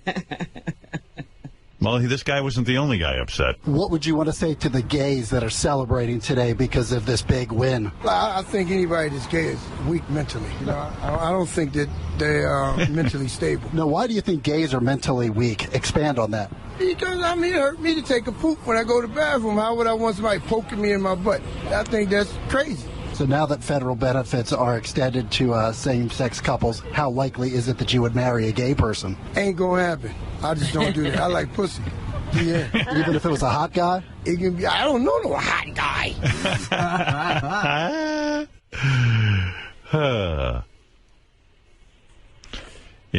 These guys. Forget these guys. That Michelle Bachmann. Oh, she's all worked up. And so is Pat Robertson. Of course, Pat Robertson. This would get right under his skin. Oh, my God. When is he going to drop dead? Isn't he like 1,000 years old? And he's bent and he's gnarled. He can hardly stand up straight anymore or sit up to those horrible, negative, hateful rants of his. He looks like the Keebler elf. I wanted to ask you, too, about what happened yesterday. A lot of people said it was such... He always hires a woman who's sort of credible looking to, ask him questions. It's like he looks like an expert. I wanted to ask you, too, about what happened yesterday. A lot of people said it was such a sad day for America with the Supreme Court, overturning DOMA. And a lot of people said, well, look what happened to Rome. Are we headed in that direction? 55 million aborted babies since Roe versus Wade. Bible taken out of the schools, prayer taken out of the school, secularism on the rise, and now homosexuality, which was called an abomination in the Bible, has been given the status of a constitutionally protected class, and a justice of the Supreme Court saying anybody who's against this lifestyle is somehow bigoted or biased or whatever term he used. But the defenders of traditional lifestyle and biblical values are going to be... he's all worked up. Values. Well, look at our country. The gays. The prayer. Howard Stern's a judge on AGT. Look at it. Look what's happening. Yeah, Michelle Bachmann was all worked up. I believe that the people are more important than the Supreme Court. And I do believe that the people will have their sway. This decision is one that is profound. Oh, fuck because off. the Supreme Court not only attacked our Constitution today, they not only attacked the equal protection rights of every citizen under our Constitution, they attacked something that they have no jurisdiction over whatsoever, the foundational unit of our society, which is marriage. She sounds like Underdog, doesn't she? Oh, I can't stand her. Big dummy. Everyone all worked up over this stupid issue. Ridiculous issue. What the fuck do you care? Two dudes want to fuck each other. Who cares? Doesn't bother me in the least. I'm always happy when there's more pussy for me. People will have this way. Right. I wish every guy was gay. Then women would only have me. I'd have to populate the entire planet because I was the only straight man left. Every guy goes gay, and I'm the last guy on earth who's willing to fuck a woman. That should only happen in my lifetime. Guys all worked up over gays, want to beat up gays. It's a whole fucking crazy situation. Cares. So dumb. I think people just need something to do. So they decide, I'm going to be against this, and I'll have a whole group I can join. Yeah, I got nothing to do, so I'm going to go join a group. Yeah. Where do you join that group? What would you like to say to gay people that are celebrating because they won this historic court ruling? I'd like to see how they reproduce. How likely is it that you would actually... I'd like to see that, too. I would like to see how they reproduce. I'd like to see that. I'd like to see two guys blow each other, then reproduce. Marry a gay person now. Not in this century, and next century neither. Not in this lifetime. No, that guy is not into it. Do you think that same-sex marriage should be allowed in your state? Hell no. I'm a man of God. You know what I'm saying? I read scripture. You know what I'm saying? Like I said, I mean, it's an old saying, God made Adam and Eve, man, not Adam and Steve, man. You know what I'm saying? In the beginning of I love that expression. I've never heard that before. Well, aren't you excited when really stupid people express their opinion so adamantly? Yeah, I mean, I built a whole career off of it. Imagine if Adam had another, it wouldn't be no us. It's common sense. It's just the laws of nature, man. You know what I'm saying? We go against nature, but we're in the end of time, so there's going to be a lot of things like that going on, you know? So why do you feel over 50% of Americans support gay marriage? I believe because the United States of America is the new Sodom and Gomorrah. What message would you like? Sodom and Gomorrah.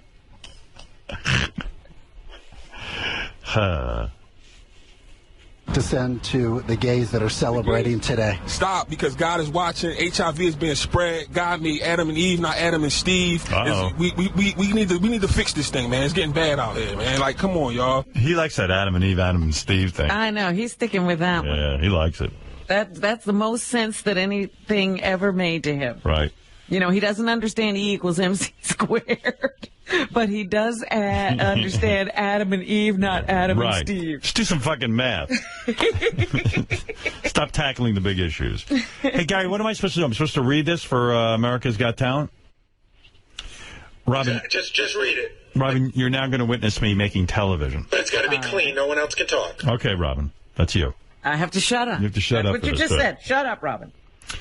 Tonight's the first America's Got Talent live from Radio City Music Hall. That's it.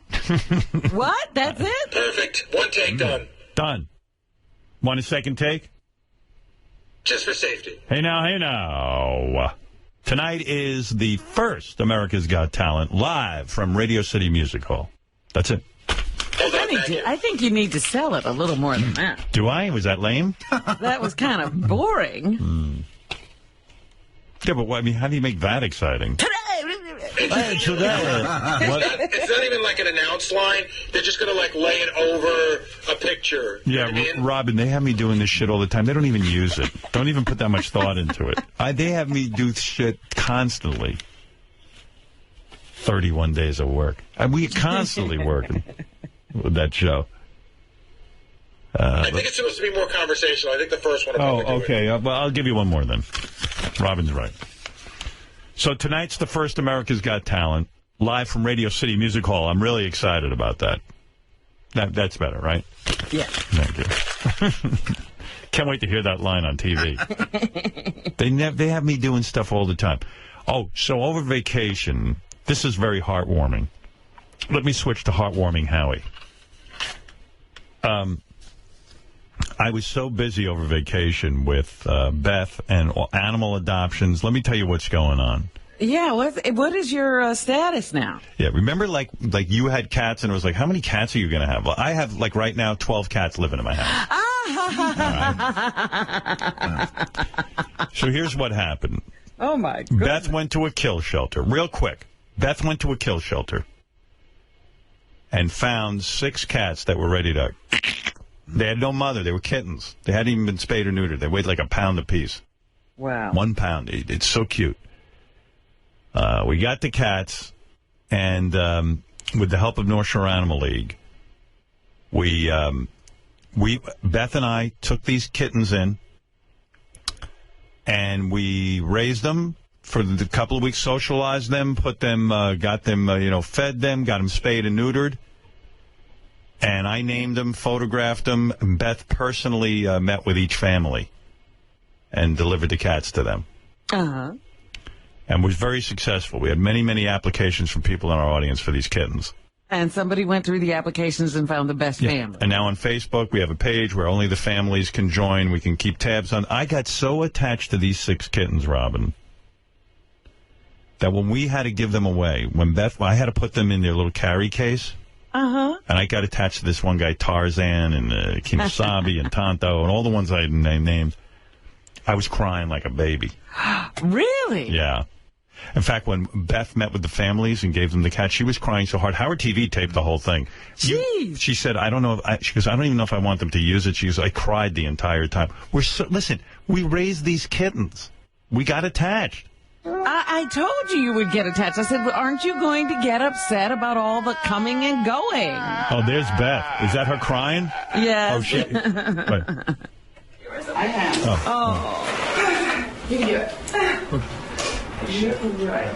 Yeah, look, there she's crying. Just think, it's a mommy waiting. Just think, you're getting them silly. It's not silly. But they're only homes because I know. We have to just think about, All right. Turn that off because it makes me cry. Oh, my goodness. She was upset. I got upset. Don't ask what was going on with these kittens. Are you going to do this again? Oh. You're going to go through this again a lot. She comes home now. We now have in our house a mother cat named Grace, who I named. Okay? I name all the cats. Her 3 kittens that were 3 days old when they came to my house. 3 days old. She's nursing. Grace is nursing 3 beautiful kittens that I haven't even named them yet because they can't even walk yet. They can't even see yet. You have to see personality before you give a name. And raising these kittens, the mother felt threatened, so she climbed up to a windowsill, took all the kittens in her mouth, and brought them up there with her. And we explained to her, you can't do that because the kittens could fall off the windowsill. You explained it. I did. I said, you can't do that, Grace. I'm talking to the cats. So we have that going on. Then we have another litter of 4 kittens who are the cutest fucking kittens. These 2 little gray kittens are the cutest things you've ever seen. You're coming over my house, so you'll see these kittens. I'll see this whole thing. You're gonna die. It's like Kitty City at my house. So we now have a total of 6, 9. We have the 1 adult cat, Grace, that's going to need a home. We've got your own 3. Well, I got 4 of my own, but they're not 4? going. Yeah, I have 4 cats. I didn't know you had 4. And then we have 6 We have 4, 5, 6, 7 kittens. So those are all available for adoption, and we're doing the same thing. I'm photographing them. Beth is going to meet with the families. And so I don't know if those are already spoken for, but if you're interested in kittens, we've got them for you for free. Wow. And they're beautiful. So you're going to get attached again. No, I'm already attached. Cry again. Yep. I hope you toughen up. You can't. I get very attached. I got to admit, I'm a big pussy. I cried like a baby.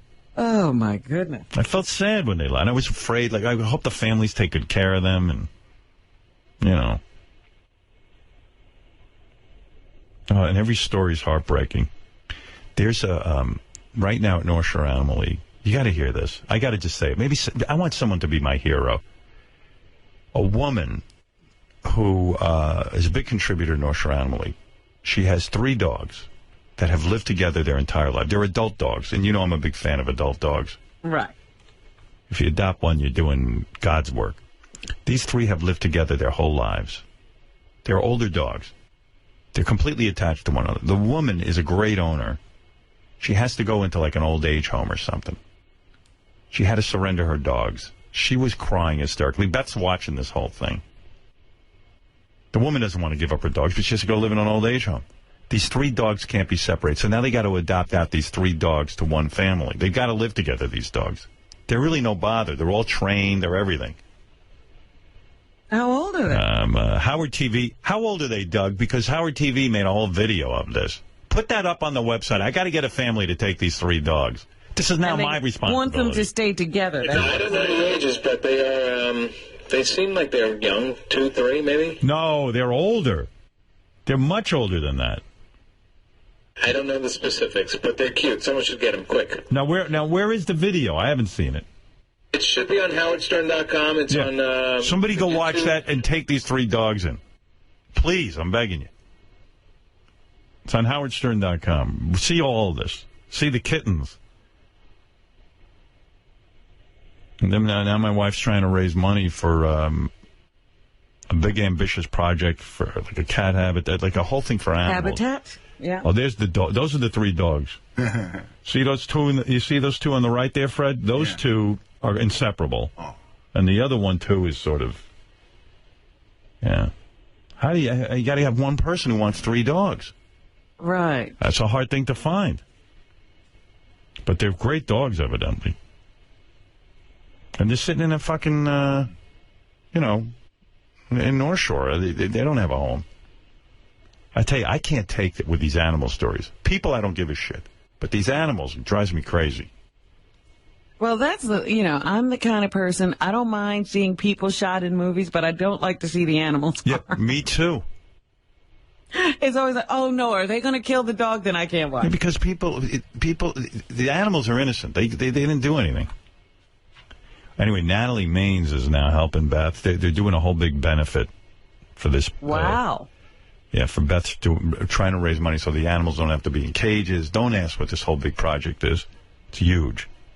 But anyway, that's November 11th for North Shore Animal League. Natalie's going to perform, which I'm going to go to. So she stepped up in a big way, too. So thank you for that. But anyway, when is that? November 11th for North Shore Animal League. So I'm like Mr. Animal now. I see. Yeah. Well, look, my wife's into it, so what am I going to do? I got to, happy wife, happy life. I go along with it. Well, but you're always crying. I don't understand. Well, the kittens I get attached to. Yeah, I do. Okay? And everyone goes, oh, you're a pussy. I go, okay, so I'm a pussy. What do you want from me? I got a fucking heart. I'm a human being. All these guys want me to be a hard ass. Can't always be a hard ass. Some stuff gets to me. I want good homes for these little kittens. I get attached to them. Plus, we're raising them, Beth and I. Right? Yeah, you're having to be interactive with them to socialize them. So oh, my God. You're spending a lot of quality time and loving them. I play with them day and night. They're so cute. You'll see. You'll fall in love with these guys. Oh, no. You Don't will. let me fall. No. No, you have enough cats. I'm done with that. That's right. Right. Anyway, so that's what I'm busy with on vacation. People think I'm having some kind of wild time. Thank God you went to the Jimmy Kimmel wedding. Yeah. Otherwise, we'd only have cat stories. Well, that's the only thing that gets Beth out of the house these days. She's so busy with the cats. Howard TV has a new animated thing they're running. It's called Howard Turn Animation. That's on Howard TV. It's a show where all of us are birds. Like there's Blue JD, Howard Turn, Robin Redbreast, Red Parrot is Fred, and this guy made a beautiful. I don't know who's the guy who made. Oh, William Levin made this animation. It's really funny. So that's on Howard TV right now. What else, Robin? You want the top 5 songs in the country, and then I do have to take a break. All right, yes. I need to catch up with the music scene. All right. I can do that. I met, who did I meet again? Out at Jimmy's wedding. I met Kevin from Kevin and Bean.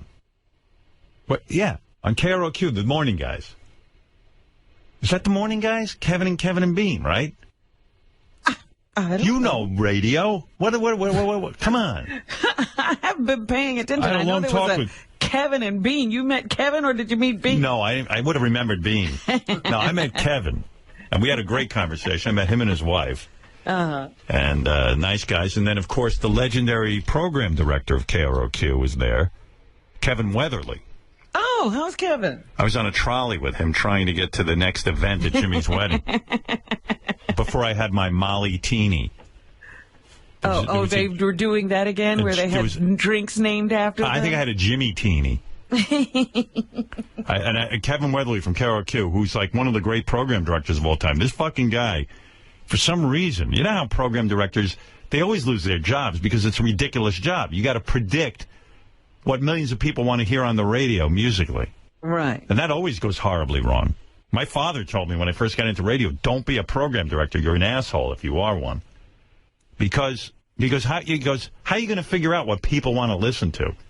You know that's a thankless, winless job.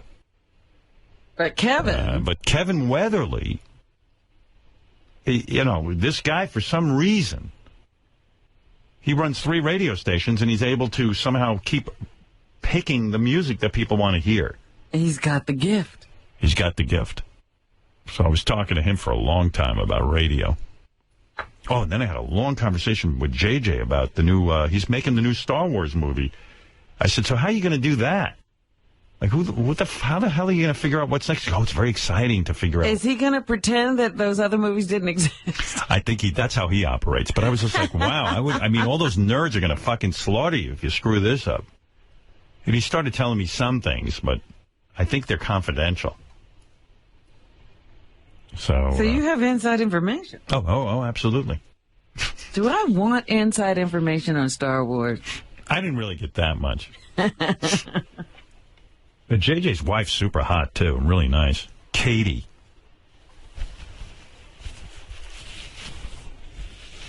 JJ was going into town, and I told him not to. I said, you could probably get... whenever I hear someone says go into town... Into town? This is America, Howard. You can go into town. No, I was like, don't go to town, JJ. He goes, why not? I go, because that doesn't sound safe. Like, we're on the property. We're in a resort. If you leave, you'll be in town, and something bad can happen. You were in California. I know, but it felt bad. Like, I saw these little shacks and things in the surrounding village in Ojai. It looked seedy, shady. Oh my goodness. So I don't know. I don't know what happened there. He went into town. He came back. He made it to the wedding. I said, you got to come back. We need the new Star Wars. You're excited about a new Star Wars, right? I hope that it can be revived. I certainly will give it a look. All right, the top 5 songs in the country. All right, number 5 is Crew. Oh, this is why I don't listen to radio. Yeah, now you remember. Cruise is by Florida Georgia Line, featuring Nelly. This is according to Billboard.com, of course. Number 4. Now, what is this? Is this the Florida something line? I can't hear you. What?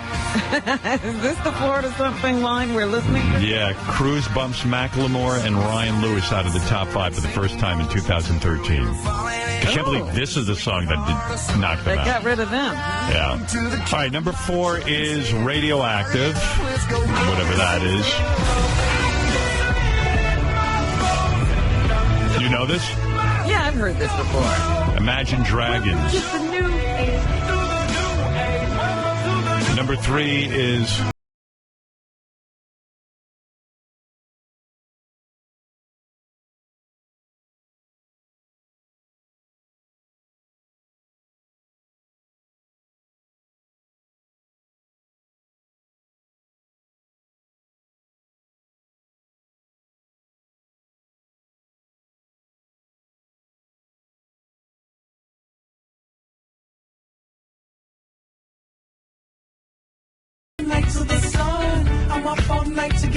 That's from Daft Punk featuring Pharrell Williams.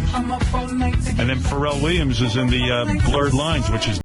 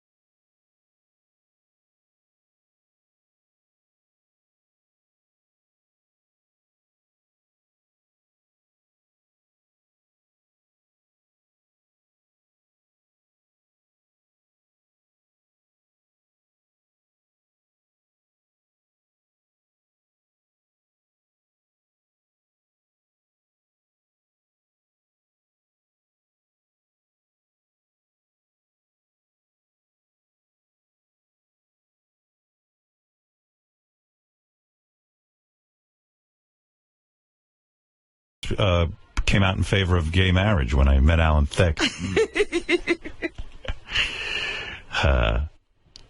In fact, before I bang my wife, that's how I get hard. I think about Alan Thicke, and then I do her. You didn't know that? I did not know that secret of Yeah, yours. good thing these mics aren't on right now, and we're in commercials, so no one can hear me talking like this. What is it, Chris? And come on, then I got to take a break. Being silly now. Go ahead, Chris. Howard. Hey. You got to do me a favor. I need you to tell me real quick if we could visit the wedding dance from Kimmel's wedding dance. If you could tell me what you would do, what kind of asshole you would rip Sal if you came back from a break and you heard he pulled some shit like that. I know. But I did it because everyone put me up to it, and Jimmy swears it was a good thing that I did that. Howard. Yeah, but I'm Howard Stern. It's one thing if Sal does it. You're so damaged. Poor Beth. I know, but Beth is the one who made me do it. Poor Beth. Beth was the one who pushed me up there. No, but she's got to take care of you. You're so neat. Oh, get the fuck out of here, you fucking idiot. I can't have a conversation with you. Well, Cabaret Sidibe was at Jimmy's wedding. No. Oh, yeah. So Jimmy's up there waiting for his bride. The bridesmaids come down. Everyone comes down. And then, they go, like the president's coming in, the bride's coming in. The trumpets are heralding the entrance of the king. Out walks Cabaret Sidibe in a wedding dress. And she walks. Stop it. I'm being serious. And she came up and then said, said hi to the crowd and, pretended to be the bride. Are you serious? Yes. I don't know what to make of that. No one did. And I don't know. Andy Richter and I looked at each other. Andy goes, "What the fuck is this?" I go, "I don't know." I mean, that's horrible. No shit. I didn't know what to make of it. Oh, my God. Jimmy was in Did shock. they pay her to do that? You're asking all the same questions I did. The crowd was stunned. Anyway, I did go up to her. I said hello. Because, I had all that weirdness with Cabaret Sidibe. Right. And I just said, this is silly. Because I know what I meant. I wasn't saying anything against Cabaret Sidibe. I was a fan of her acting and what she did in that movie. I said Hollywood is prejudiced against fat people. They don't, even though most of America is completely obese, she's going to have a really hard time in Hollywood getting a part. And But then how do you explain... And Oprah Winfrey's telling her at the Academy Awards what a great career she's going to have. Yeah, but how do you explain... Oh, I know. What's her name? McCarthy? Melissa McCarthy. Yeah. I don't know, but she's like a comedian. They can't stop hiring her. I know, but she's like a comedian. Yeah. She's funny. Right. And Cabaret's a serious actress. And there's not a whole lot of parts for a heavyset woman. There isn't.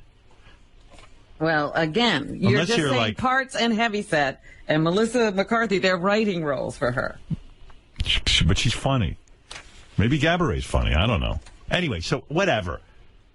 Then it became a whole racial thing, remember? Well, every time anybody says anything about a black person, it's got to be racial. Yeah, so I just went up to her and I said, "Hey, Cabaret, I just want to say hello and tell you that, had this weird thing, but I loved your movie and all, and yeah, that was it. And what'd she say? She giggled. I don't know what was going on. So, did she know who you were? I mean, I don't know. I don't know what's going on here. She just went, yeah, and she giggled. I don't know.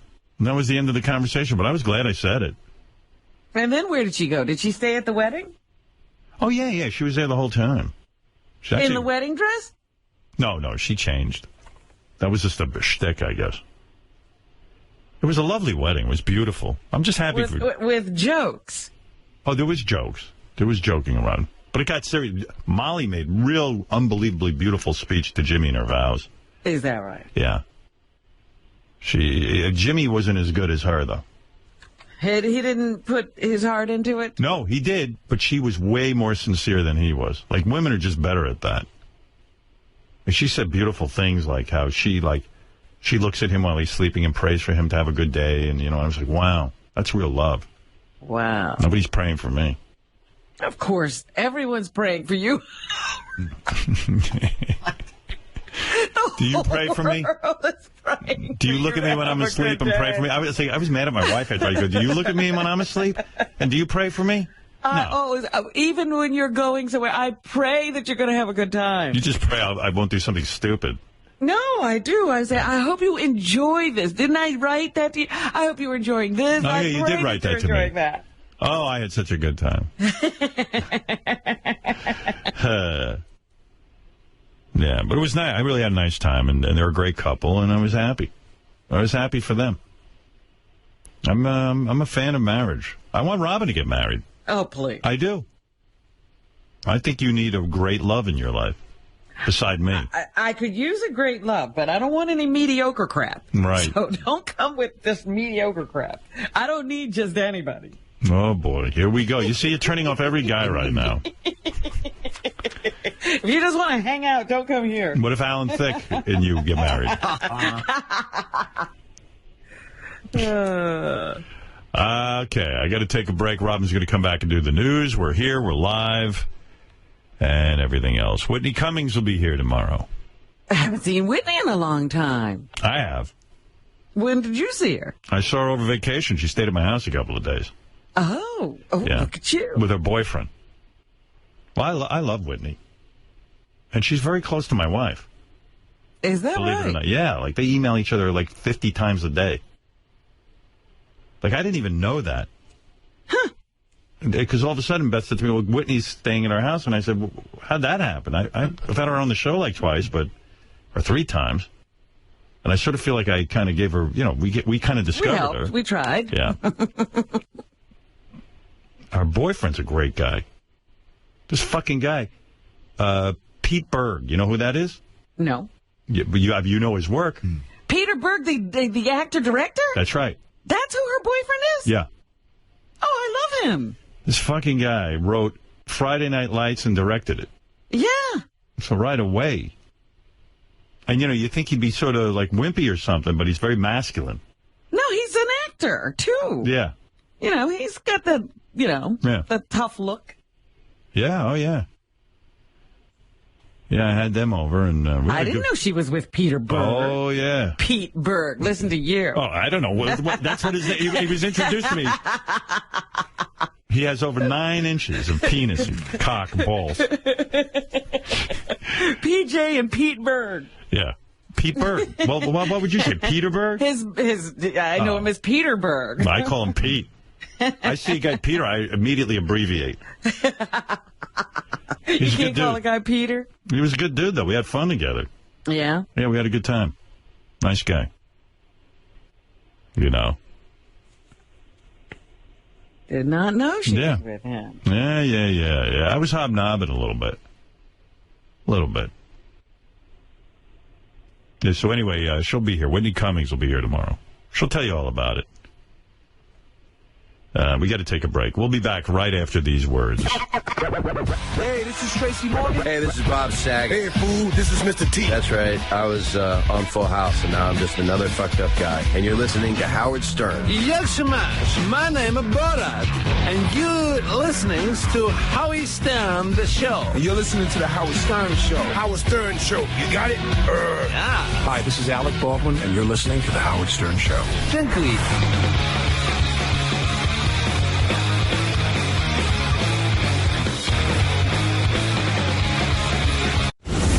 Philadelphia's Channel 10 News covers the closing of the library. This obviously is affecting emotionally. I am emotionally. Talk to me a little bit. Well, I grew up here, I live here, and I used to play football here. But I can't believe anybody's going to close this damn thing down. And I'm a carpenter, I couldn't, shit. It's got you that upset. Oh, yeah? What are you kidding? It's like stupid. Why would they shut down this library? You grew up with this library? Oh, definitely. I grew up on Decatur Street. So you've been coming here your whole life? Basically, yeah. Steven Tyler. I didn't know you were playing a song. All right, I do. Started. All right, thank you. I do have to play before this show is over. Let me do this real quick. Here is the tape. I know everyone's heard this already. Gary, what page is that? I forget the name of the television station. It's a local station in California that was so stupid that they aired this. JD1, second column in yellow. All right, thanks. Oh, it's KTVU in San Francisco. They got to feel like real assholes. Because, at a local station, at least 5 people have to handle this information about the names of the pilots. But these were so obvious, Howard. I know, that's what I'm saying. So how did it get by at least 5 people at a TV station? Everybody must be asleep at the wheel. Yeah, right. Wait, can I just say one thing? They seem to be in a huge rush to announce this. Like, what's the rush? I don't know. They were in a rush. They thought they had a big exclusive because they finally had the names of the pilots that died in that plane crash. Anyway, here it is. We have new information now also on the plane crash. KTVU has just learned the names of the 4 pilots who were on board the flight. They are Captain Sum Ting Wong, Wee Tu Lo, Ho Lee Fook, and Bang Ding Ao. The NTSB has confirmed these are the names of the pilots on board Flight 214 when it crashed. We are working to determine exactly what roles each of them played during the landing on Saturday. Bang Ding Ao. Yeah, that's like Pow, like in the Batman comics. Oh, okay. Because that one wasn't that funny to me, Bang Ding Ao. But holy Fook. Bang Ding Ao. Holy Fook. Wee Tu Lo. Something Wong. The way I now understand it, it's been cleared up for me. So, the TV station had these 4, some kid called in and pranked them and said, hey, here is the names of the pilots. The television station then called the National Transportation Safety Board, and an intern was there. The intern picks up the phone, and they say to the intern, we now have the names of the 4 pilots. Can you confirm that these are the names? The intern goes, yes, those are the names. You know how people want to seem like they're experts? Right. By the way, if you're doing an internship, Gary told us to his son. Don't answer any questions. Right. Or if you're going to answer, make sure you really know the answer. So but really, don't take responsibility. So at the television station, they go, okay, well, it's confirmed. And then they go ahead, but like maybe even the graphics guy, while he was writing it, because it was this big graphic up on the screen, you think he might have caught the fact that this was a weird name, like Something Wong. Like, no, I guess everyone was afraid to say something. Anyway, they did apologize. Earlier in the newscast, we gave some names of pilots involved in the Asiana Airlines crash. These names were not accurate, despite an NTSB official in Washington confirming them late this morning. We apologize for this error. He was doing his summer internship. An official. By the way, you might want to check who you're talking to on the phone. It could be the janitor. Don't just take the first person who calls. Find out who they are. We got confirmation from a janitor at the NTSB. Not that the janitor might not know. Right. You better off talking to the janitor. Janitor might go, hey, what the fuck is this? Something wrong. What's wrong with you guys? Anyway, but even the story gets more bizarre. The airline, whatever it is, Asiana Airlines. Asiana. I wouldn't even get on anything called Asiana Airlines. But anyway. Oh, stop it. I wouldn't. Look. We get reports of every plane crash, right? Well, and you don't hear Asiana crashing a lot of planes. I don't think anybody flies on it. But anyway, Asiana Airlines actually now says, we might sue because they got the names wrong. They don't understand Well, they were laws. terribly damaged by it. Yeah, you got to prove damages. Thinking that they had hired a pilot named Something Wong. Something They said, Wong. they said it would embarrass the airline when this was announced. They're looking to deflect anything any way they can. The pilot evidently only had like 43 hours air time or something. But they said that was, that is a normal thing to have happen. Oh, really? It was just on that particular craft, not his entire career. Because it seems like he hadn't landed that many times. No. That particular craft, Howard. Oh, okay. It was a new aircraft. Oh, whatever. Shit, those poor people. A lot of people survived, all right. Yes. Yeah. But people died. Something Wong. They couldn't land the plane. Something Wong and something too low. What was the Ladies and gentlemen, here's your pilot. Something Wong. We have a problem. Can't run plane. Well, they wouldn't be the first ones to fall for something like that. Our own Riley Martin had a problem. if you remember correctly. Do you remember that? I don't know what you're talking about. Riley got, believe it or not, the people who, and we have a lot of good people who run that Riley Martin show, I tell you. They got pranked. We are glad that you are here. Some lovely people sent words of encouragement. For instance, the beautiful girls in Atlantic City, Jenna Twatts, Stephanie Jones, and Anita Rindup.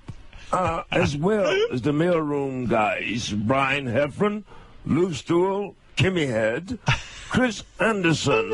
I have a quick email here. Okay. This is from Mike Oxmall in Dallas. Okay. He says, I love the show, and I am starting a petition to have you on 4 days a week. Oh. I hope you read this on the air. Oh, I love it. And this is Mike in Dallas. This is from a gentleman who's just a huge fan of the show. His name is Etan Twats, T-W-O-T-S. Etan Twats. Okay. He says, I look forward to Howard's vacation because it usually means that there will be a 7 p.m. Riley Martin show. Oh, thanks. I really hope this is the case because this Wednesday, August 25th, is my 40th birthday. Beautiful. Happy birthday. Birthday. Good man. And a 7 p.m. Riley Martin show will be the perfect way to kick off my birthday night celebration. Cool. He says his wife bought him a symbol for his 38th birthday 2 years ago, and it has brought him so much good fortune that he bought additional symbols for all of his co-workers last year. Beautiful. Thank you so much for your brilliance, Riley. I really hope that Howard will one day wise up and give you the 4 hours that you deserve. When he does, I will definitely be there listening. I love you, Riley. Sincerely, Etan Twats, New Jersey. Thanks, Etan. I appreciate you. All right, this is from two women, and they say, Riley, me and my girlfriend absolutely love your show. Thank you, dear. We are two women, and you bring a smile to our faces every time you are on. I will be emailing Howard and demand you get a raise. Thank you. Can you please give us a shout-out on your show? Thanks, with much love and respect. These names are Sofonda Cox and Eileen Ulick. Sofonda and Eileen, shout out my darlings. Well, now, before we get to... And this one's here from, I eat doggy shit. All right. I want to mention some very special guys. These guys here, they say, Riley, your show makes our day.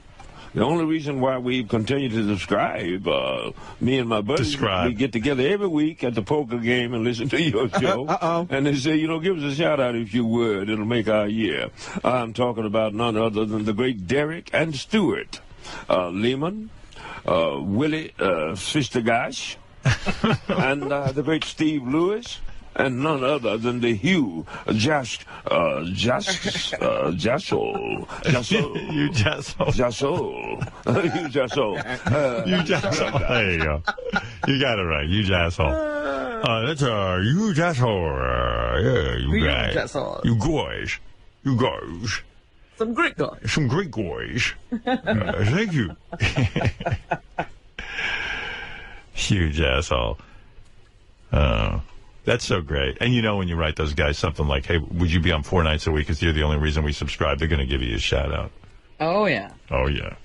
You know you're going to get on. Hasn't Riley figured this out yet? None of these people ever mount these protests or have this great hue and cry to get him more time. You asshole doesn't go out and protest? He's still falling for it. Robin, it's time for news.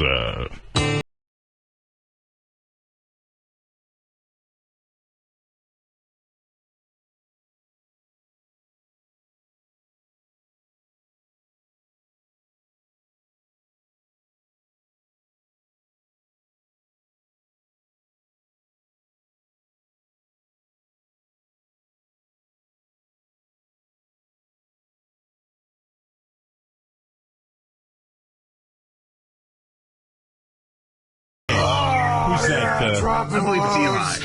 Who? Eli. Eli Braden. Eli Braden. Oh, that guy's a talent. Not one of his best. Oh, whoa.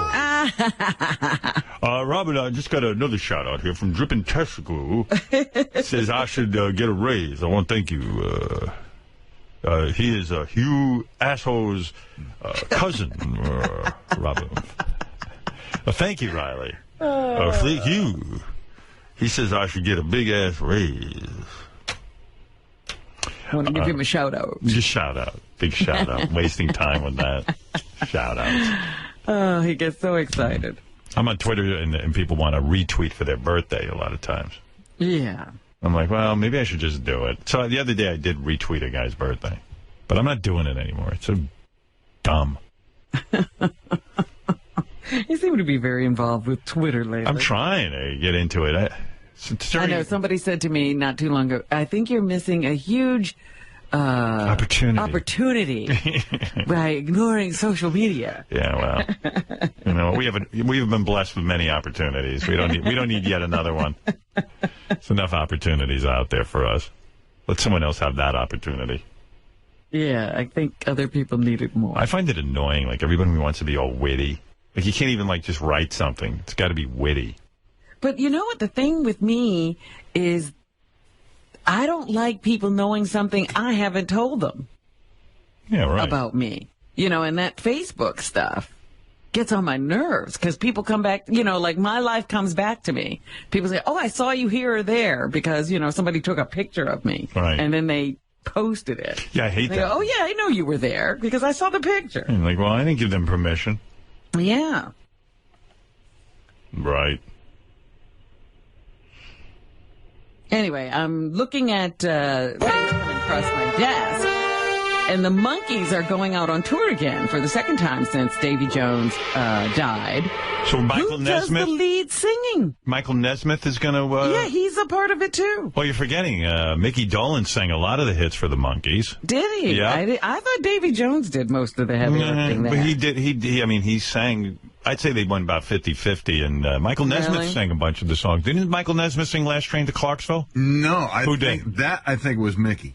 Was the last train to Clarksville, and I'll meet you at the station. Yeah. He did. I didn't realize that. I just remember Davy Jones with that tambourine. Nah, there was a big Monkees meeting. They said, we don't need him. I guess Michael Nesmith for years wouldn't perform with the Monkees, and now that he is, it's leading me to believe maybe he just didn't like Davy Jones. Yeah, right? Maybe that's what it came down to. All gung-ho. He's talking about it on RollingStone.com, telling them all about what the new tour will be all about. Wow. He says they found some funnier footage of, I guess, old, the old shows that they're going to add to their video production. And that's also impossible. Adding an acoustic section to the show. You can't find anything funnier than what they aired. The Monkees. I like their songs. I bought a couple of their albums. Then they started writing their own music, and then they sucked. Right. They had great songwriters writing for them. Yeah, this is Mickey Dolenz. Yeah. Hey, the last Mickey Dolenz was my favorite monkey, by the way. Is that right? Yeah, I had a favorite. Circus Boy. Circus Boy, yeah, I was fascinated by that. I thought he was the coolest guy because he was a child actor and he'd been in something called Circus Boy, which I never saw. And he looked cool, too, like... You thought he was the coolest looking one? Yeah. I didn't realize he looked like a bus hit his face. I thought he was like cool looking. No, and I do believe if I'm ever coming home. Then they started getting weird. They got like psychedelic. They wanted to write their own music and perform as artists. Right. They started to take themselves seriously. Yeah. And then they went through a psychedelic period. They were like, they put out a whole album of nonsense. All right, put on your judge's cap because I have a question for you. Go ahead. Should the state be able to execute a man who is retarded? Yes. Yes, absolutely. I've always been for the execution of retarded criminals, and I'll tell you why. Why? I'm not making a joke here. Okay. I know many retarded people who know, and I'm talking about Gary the retard is like an IQ of an apple. In fact, an apple has more going on for him. And he has never been violent toward anyone. Wendy the retard, same thing. Retarded people are capable of knowing right from wrong. What about children who commit crimes? I'm for killing them, too. Because they're never going to turn out any good. They're gone. Okay. If you're a kid and you're already killing shit, something wrong with you. And you know what? Like, I was in high school with a lot of bad kids. I told you, I went to a very bad school. Mm-hmm. And I knew they should kill these kids. Oh. I'm telling you, there was a group of guys that were already gangsters. They couldn't be saved. There was no They were way. already done. They were never going to amount to anything, and nothing could help them. If by some miracle, like in that movie when Sandra Bullock helped, that kid, and like he turned out to be he wasn't a bad kid. Oh. Well, if like by some miracle in their life somebody took an interest in these kids, like maybe they could have turned, but no one was going to take an interest in these kids. I'm telling well, maybe somebody should. Well, good luck. Well, anyway, the NAACP of Georgia is hoping to stop the state from carrying out a controversial execution today. Edward DuBose says Georgia is about to engage in an extremely barbaric and inhumane act. 1-1. Well, I don't know about that. I know what you're saying. It's sad, but the retarded people know a lot more than you give them credit for. Ask Gary the retard. Do you think it's okay to kill somebody? He'd be like, no. He knows. And then, you know what? If we make a ruling that retarded people can't be punished for their crimes. People go out and get retarded people to commit their crimes. Right. I'll just hire a retarded guy to kill somebody for me. Well, then, you're acting like that's going to go. I'm retarded, you jerk. You act like that's going to go well. Wow. Howard. But, you know that some imbecile will try it. I think some imbeciles have already tried that. What Here's, number? Edward DuBose, 1-1. Okay. Georgia says that you have to prove beyond a reasonable doubt that a person is mentally retarded, and we all know that that is impossible. I'm sick like a rotten egg. The state, he didn't sound that retarded, they're saying that guy. that convicted killer. No, that's the guy from the NAACP. Oh. I thought he was, I was like, I go, he sounds fine. He sounds perfectly normal. Well, where's the retarded guy? Let me hear from him. We don't get to interview people in prison. Oh, too bad. The killer, Warren Lee Hill, should not be put to death, according to the NAACP, for murdering a fellow inmate. They say multiple experts have determined he's mentally retarded and therefore cannot be executed according to the U.S. Constitution. Yeah, well, listen, I know many retarded people. Half of my staff is retarded. These people do know right from wrong, and give them some credit. Hey! Beetlejuice, you've all met Beetlejuice and heard from him. He knows not to kill somebody. How is that possible? Bet you, no. I bet you if you ask Beetlejuice if he's ever killed anyone, he'd say yes. Of course he'd say yes. But he wouldn't do it. He knows enough not to do it. He can't do it. Well, he could do it. He gets pretty angry sometimes. Well. I think he could be dangerous. No. Give it the chance. Stop it. Corey Monteith. Now, we weren't watchers of Glee, but this young actor was found dead in a hotel room in Vancouver, Canada on Saturday. 31 years old. It was very well publicized, his history of, problems with drugs.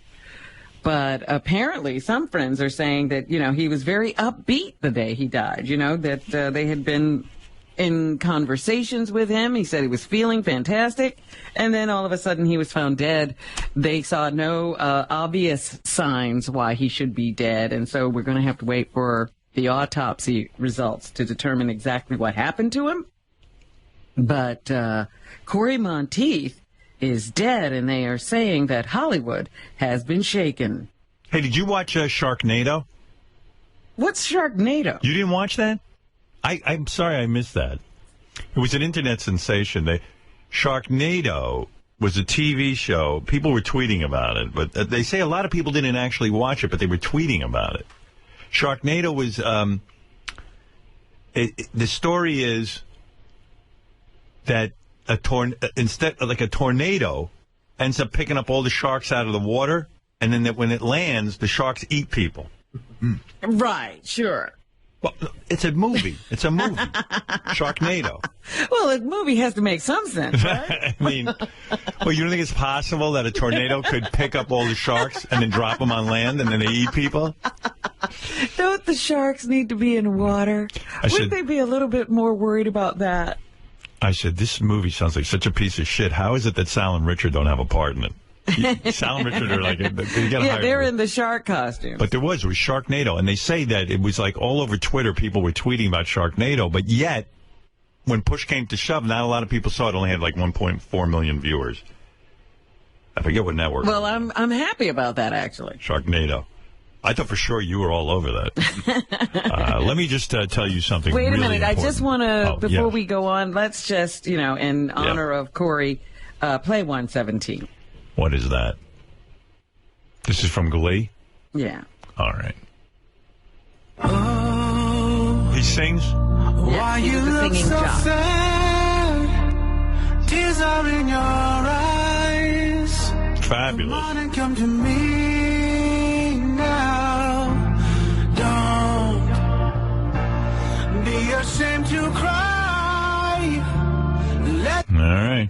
Yeah. I don't know that show. I know Sharknado. I think a few more people watch Glee. Are you thinking about... I thought Glee was dying in the ratings, actually. I have no... I mean, it's still on. Okay. Oh, Robin. Right? Jeff the Drunk, you're on the air. Hello, Howard. Hey, Jeff. How you doing? All right. Johnny Farrow took me on as a client. Yeah, by the way, I heard that on Howard 100 News while we were on vacation. What are you going to do? Eric, the actor, fired Johnny Farrow as his agent. Oh, really? I didn't know Jeff had signed with him. Yep. I don't know why Eric fired him. Jeff the actor from now on. So your name is Jeff the actor? Yes. I'll go with that. So now we got to get you parts on Jeff. Yeah, well, now that Johnny represents Jeff and Eric no longer is interested, maybe he'll be Jeff the actor. We'll get him on some shows. Is Eric getting out of show business, or is he just sick of his current management? I don't know what's going on. But he's sick of the whole game, I guess. Did Johnny confide in you what happened? Because I still am not clear. No, he didn't. No. Well, how did the whole collaboration between you and Johnny start, Jeff? Well, I got my long distance back, and I just called him on the fluke. Oh, really? On the fluke. He said something to me about getting me gigs, and then Marianne heard the story that Eric fired Johnny. Yeah. Well, anyway, there's a new guy in town, Jeff the actor. Thank you, Howard. All right. Whack Pack update. Are you willing to kiss a guy on screen? Hey, if it pays the bills. Right. There's a guy who's willing to work, I'll tell you that. What do you know about this? Julia, you're covering this story. I first heard you break the story. I'm right in the middle of it, Howard. Yeah. What's going on? So apparently Eric is shell-shocked by not being allowed on the show. Right. And he blames Johnny for it. And blames Johnny? What does Johnny have to do with it? Nothing. And Johnny's telling him, look, I'm the one reason that you may have a shot at getting back on the show. And Eric's saying, nope, I've threatened to fire you for years. I'm getting rid of you. The only way I will hire you back as my manager is if you get me a 40-foot motorhome and a conversion van with a wheelchair lift on it.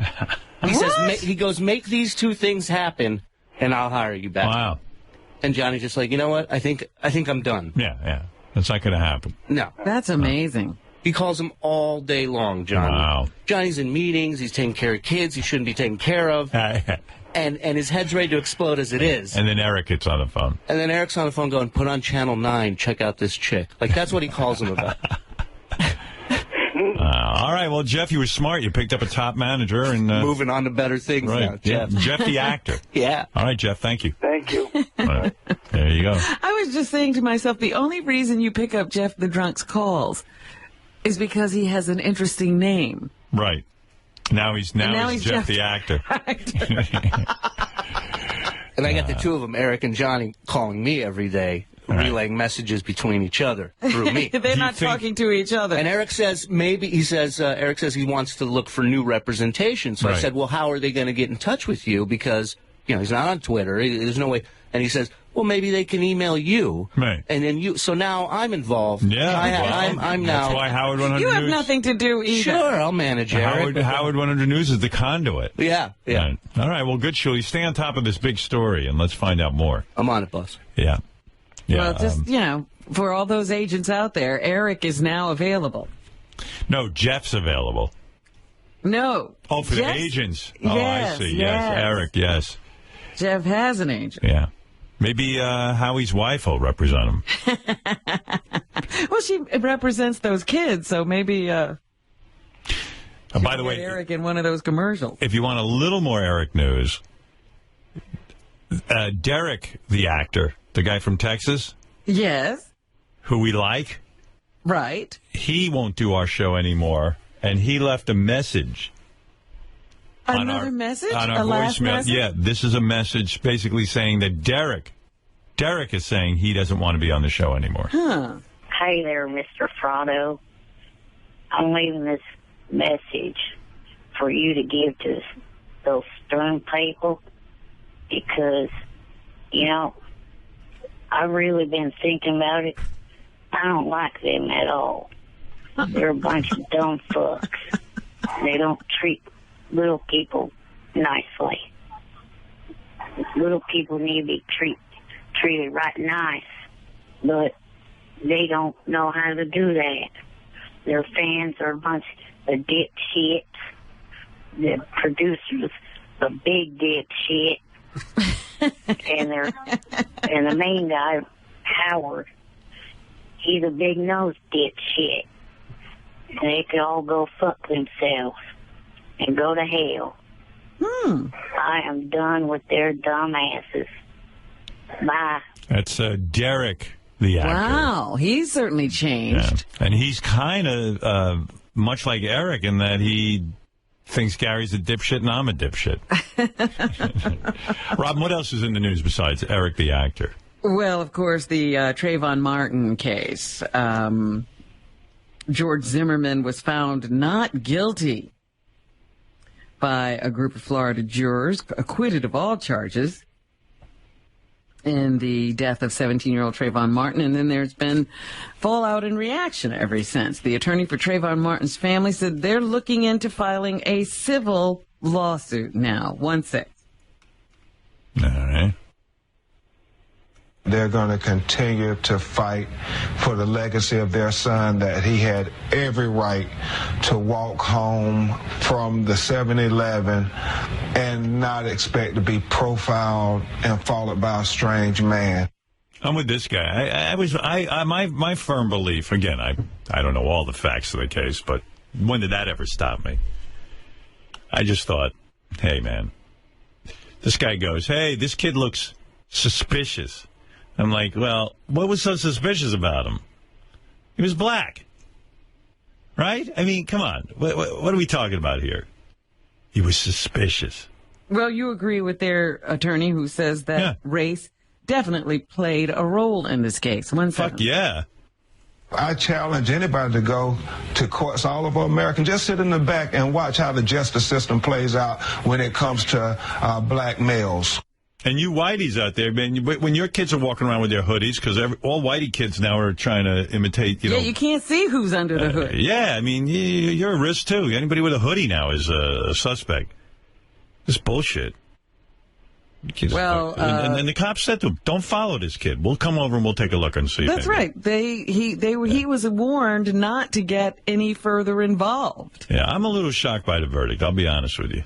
Well, it seems to be, they have that gun law down in Florida, and that seems to be... That seems to be the rub. The rub. That's where, the jury got caught, and that was the law that ruled their decision.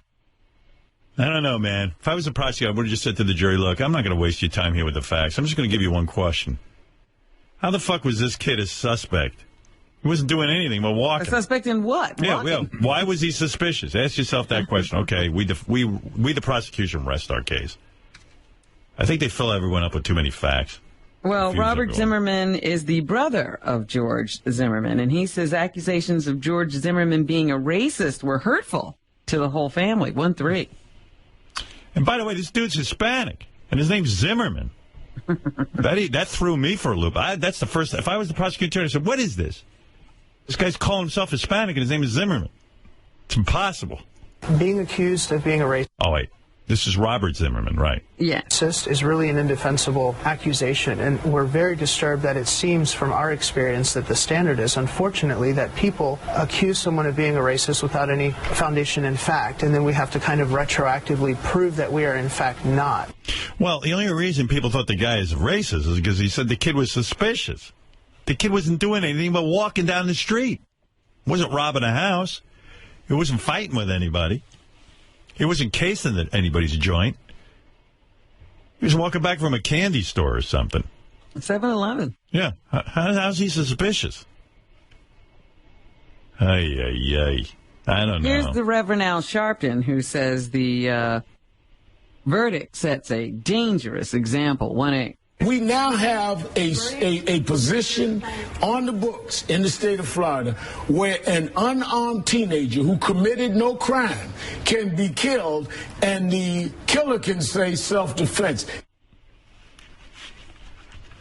Right. So, well, whatever. Lots of hoopla over that verdict. Here's Representative Raul Grijalva, who says he hopes the Justice Department pursues civil rights charges against George Zimmerman. 1-9. Not only did the jury find Raul Grijalva. Watch, they'll tell us he's Swedish. Zimmerman innocent, and even of lesser charges, but you also validated the stand your ground kind of laws that are in other states. Yeah, that's that law, stand your ground.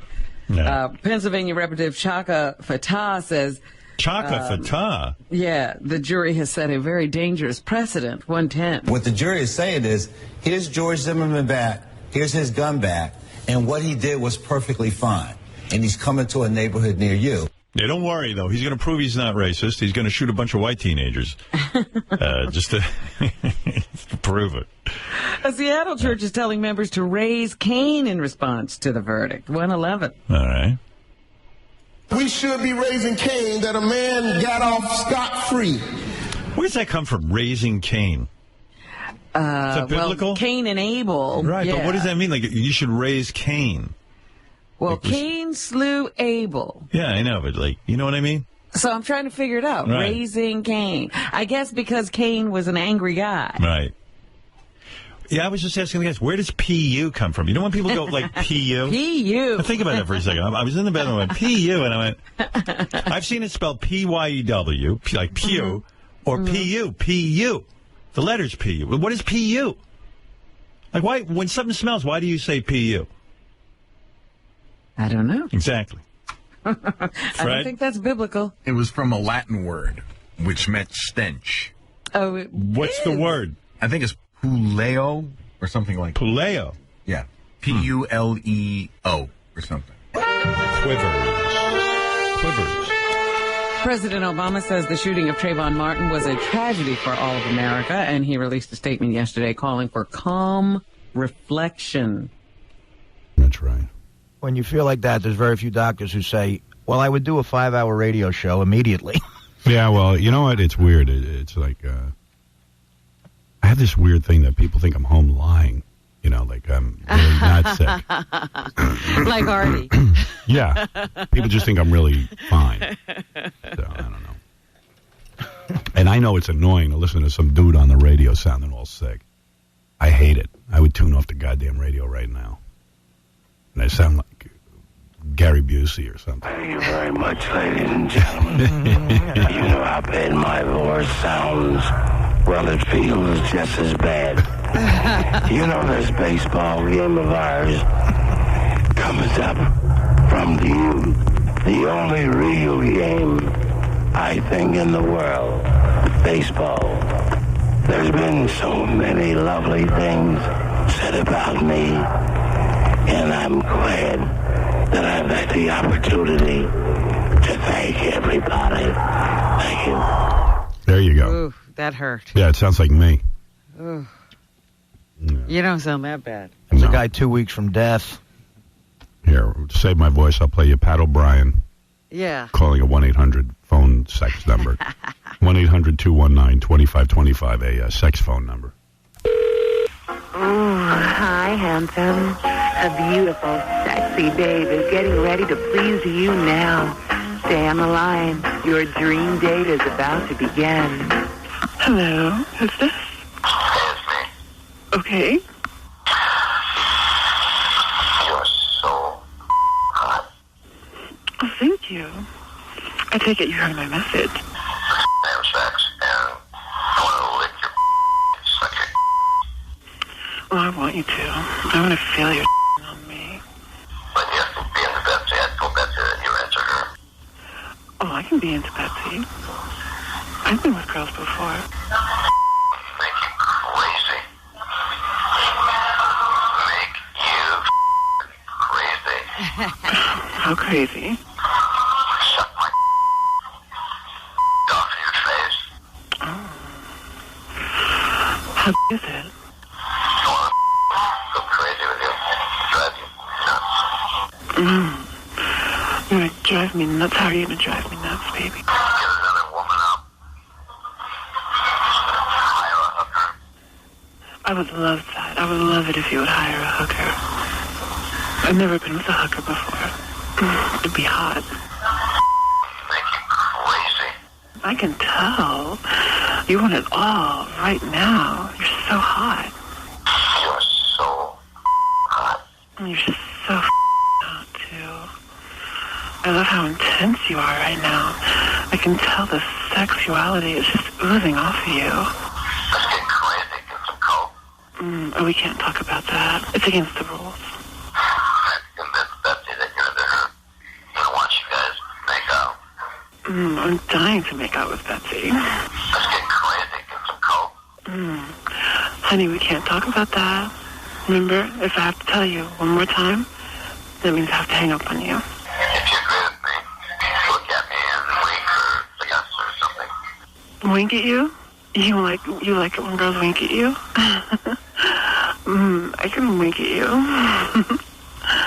I can do more than wink at you. Let's just have sex and drugs. Let's get crazy. Get some coke. No. There it is. Great. You know what? It just occurred to me. There's just no way she's hot. No. I'm not sure that's a woman. At first, when she says hello, I'm like, is this a guy? That sounded like high pitch when he said hello. All I know is phone sex operators are disgusted by Pat O'Brien. And I think we should keep that in mind. Yeah, he's out of line. He broke the rules. She had to hang up on him. Yeah, that was cool. Can't talk about coke. I like that there are rules. Hello, hello. And that's the silliest one. You can say anything to her but Coke. Yeah, you can chop her head off, but you can't talk about Coke. I love it. Now, who's listening in to say, oh, talking about Coke is wrong? I don't know. They have monitors and stuff. And believe me, the FBI's got to be waiting to bust those people. King of all, go ahead. So, Howard, man, go on home, man. Yeah. You are so dedicated. Damn, it's embarrassing how dedicated I am. Tell him how you take off whenever you get a hangnail. I know. No, you know what I mean? No, I'm kind of like the same way, and I just go to work even if I'm sick sometimes, but, I mean, this is ridiculous. Yeah, it is. You should, not that you sound bad, you know you're going to do a great show, but no, at the same time. I don't know that. Yeah, you're going to do a great show. But listen, but people, the audience, they don't care about you. I mean, they care about you because they want you. They want to hear the show, but they don't care about you personally. You got to care about yourself. Right. You know what I mean? Right. I think you should go home, get some hot water, put in a cup, and a little apple cider vinegar in the water, and I'd rather throw up. I'd rather die. What the hell are you talking about? Need some apple cider. My mother used to give me that. All right, my mother used to give me. I would normally have spoken over him and gotten hold of that conversation, but I can't. No, you can't. That's when I know handle a conversation. I'm in trouble. I'd go home, turn on your mowing faucet. And I see Tom Chiasano scheduled me at least 10 live commercials to do. Well, he saw how well you did yesterday. Yeah, he's really on top of things. He really gets it when I'm sick. His stupid ass. He really is dumb. He's just so out of it. I call him Mr. Compassionate. Yeah, he really gets it. Because he'll come in here with another live read for you because you're sick. Yeah. He's a character. But what am I going to do? 14 lives? 14, yeah. He was shy by 2. Well, I told him, pull some commercials that I've done in the past that are good. He won't do it. He just feels that I'm challenging him in some way. It's the weirdest thing with that guy. I don't understand it. Yeah, he's You're just trying odd. to do what's best for the advertiser. Yeah. All right, before I go home, I got to clear up one thing. Yeah, I'm not doing the show today. We're going home. Oh, I'm sorry. all right. I'm sorry. No problem. No, I mean, if you can't, you can't. There's a thing in the Daily News today that is just personally embarrassing to me, and I have a theory on where it came from. But it says, Howard Stern wearing, what is it, Tom? Tom, I'm going home anyway. We don't have an issue. The first thing I did when I got in was go to Lewis and say, find every recorded spot that we can. All right, thank you. I'm sorry. And try and, so to be prepared to try and save you and your voice. I'm just lashing out at people. So, no, I'm just lashing out. That's all. Who's lashing? Robin feels sick today. Why is she lashing out? She just What did gets I upset. say? I said you Mr. Compassion. Yeah, right. Hey, just for the record, shut up, Artie. Right. Poor Artie. I don't even know what Just in case you were thinking anything. I think I might go home. I got nothing. I got nothing. You know, if you can't do it, you can't do it. But So, let me just tell you this real quick before I'm trying. It says here in the newspaper, Howard Stern wearing black gloves while eating hors d'oeuvres at Kane to celebrate Fran Drescher's new show on WB, Living with Fran. Black gloves? Yeah, no. That is a lie. First of all, I came from dinner. I was wearing gloves. I took them off when I got inside Fran's party. I wore them outside. I had nothing to eat. I didn't see any food whatsoever at Fran's party. I don't eat with gloves on. That makes me sound like I'm some kind of weirdo Michael Jackson. Right. And it's an out-and-out lie. All right, I'm done with the show. This sounds horrible, right? Well, you're losing your voice as you go along. You sounded better when you first started. You know. But anyway, the point is, I don't know who fed that to the Daily News, but I have a theory because someone was there that usually feeds things to the newspaper. I see. That's a lie. I didn't eat anything there. If it's who I'm thinking of, they often have to tweak a story. Yeah, it's a lie. It's just, and I know it's dumb. It's nothing you sue over or something like that. It just makes me sound like an oddball. Yeah, it sounds like you're now in that lunatic fringe. Yeah, all right. I'm out of here. Everybody have a nice day. I don't know what we're going to play. Let Cabby do the show. I'm sorry. I've dragged everyone out of bed. But King of all blacks, you're on the air. Biatch. I normally would have a pretty good gauge on this. I thought I could do it. Sometimes you can't call it in the morning when you're... You can't tell. You wake up, and then all of a sudden, you got nothing. See, if you rest all day today, though, you'll be fine then. I hope. I didn't do anything all day yesterday. Yeah, but, you know, You did it the takes show, time. though. Takes Yeah. time to get Takes that time. stuff out of your system. We got a great best of. We're all covered. We're all Just time covered? to Rest on. I know. All right. I hate to do that to everybody. But believe me. Not a problem. We'd be doing something anyway. No, we would have been sleeping. Well, something. Yeah. That's something. I'm going to go hit fungos. Damn. I just want to say I don't wear gloves. Why When would I'm anyone eating. even do that? It doesn't make sense. Because they're desperate to get things in the newspaper. It's just not true. I think I know who you're talking about. There's Cabby. Hey, Howard. Yep. Tom told me I should come in and make it the Cabbie show. Fine. Take over. You wanted me to sit in and guest host? Yeah. Tom never said that. You could be like I David swear to God, Brennan. I was just in his office because Really? I have to get a letter for him. For You could do the show. Do it with Fred. Yeah? Yeah. You want to do it, Fred? Call Ralph up. Get Ralph down. Ralph. The Ralph and Cabby show? Gary's pissed at me this morning. Why? Because the guy downstairs in the lobby. Where you going, Gary? No, the guy downstairs in the lobby gave me some, like, pornographic postcards to bring upstairs at 2 in the morning. I'm out of it to give to Gary. So I don't have access to Gary's desk, so I put them in my backpack until I see Gary. Okay. So I'm standing in the hallway, and Tony, your makeup person, is Hair. I don't do makeup. Okay, I'm sorry. Your hair person is telling me a story that was a little distressful. So Gary all of a sudden attacks me. Where's my mail? Where's my mail? The guy in the lobby gave you my mail. I'm like, dude, hang on a second. Yeah, but that's porno, man. You know how important that is. But wait a second. I'm not just going to leave porno laying around with what's going on with That's me where around where your whole defense falls apart, Cabby, because all you do is carry porno around, show us porno on your phone, show us porno of your friends. Whatever, dude. Whatever. No, dude, and then, that's not this, the case. You know what? The guy downstairs says, hey, some girl dropped off some stuff last night. So I said, hey, Cabby, do you have that stuff? Because I thought it would be on my desk. And he goes, yeah, it's in my backpack. And I go, well, what's it doing there? Right. And he goes, hey, dude, I just got some distressing news. I said, I'm sorry, I didn't know that. And I said, wait a second, and I'll give it to you. Where am I going to put it? But why is he taking your stuff anyway? No. Why not just leave it at the desk? Well, that's just it. The guy's like, you got to give this to Gary. And I'm like, well... Just say, I'm not Gary's slave. Right. And, yeah, well, that's just it. He's right. But the funny... Is that your point? Well, that's the first point. The second point is it's funny. Like I said, just slide it under my door. Your door is not accessible to me at night. It's just there's a big slot under it. You just slide it under. Dude, your door is locked. The outer door is locked? Yes. Right. You slide it under. No, it was pretty graphic stuff. I'm not Right, going to so leave it. Everything in my office Whatever, is graphic. dude. Okay, well, you know what? I'm not going to be the guy that gets... No, I'm not sliding pictures of women's private parts under any door and somebody go, oh, Gabby put that there. Yeah, don't slide them under the door. No. Just show them to me on your phone.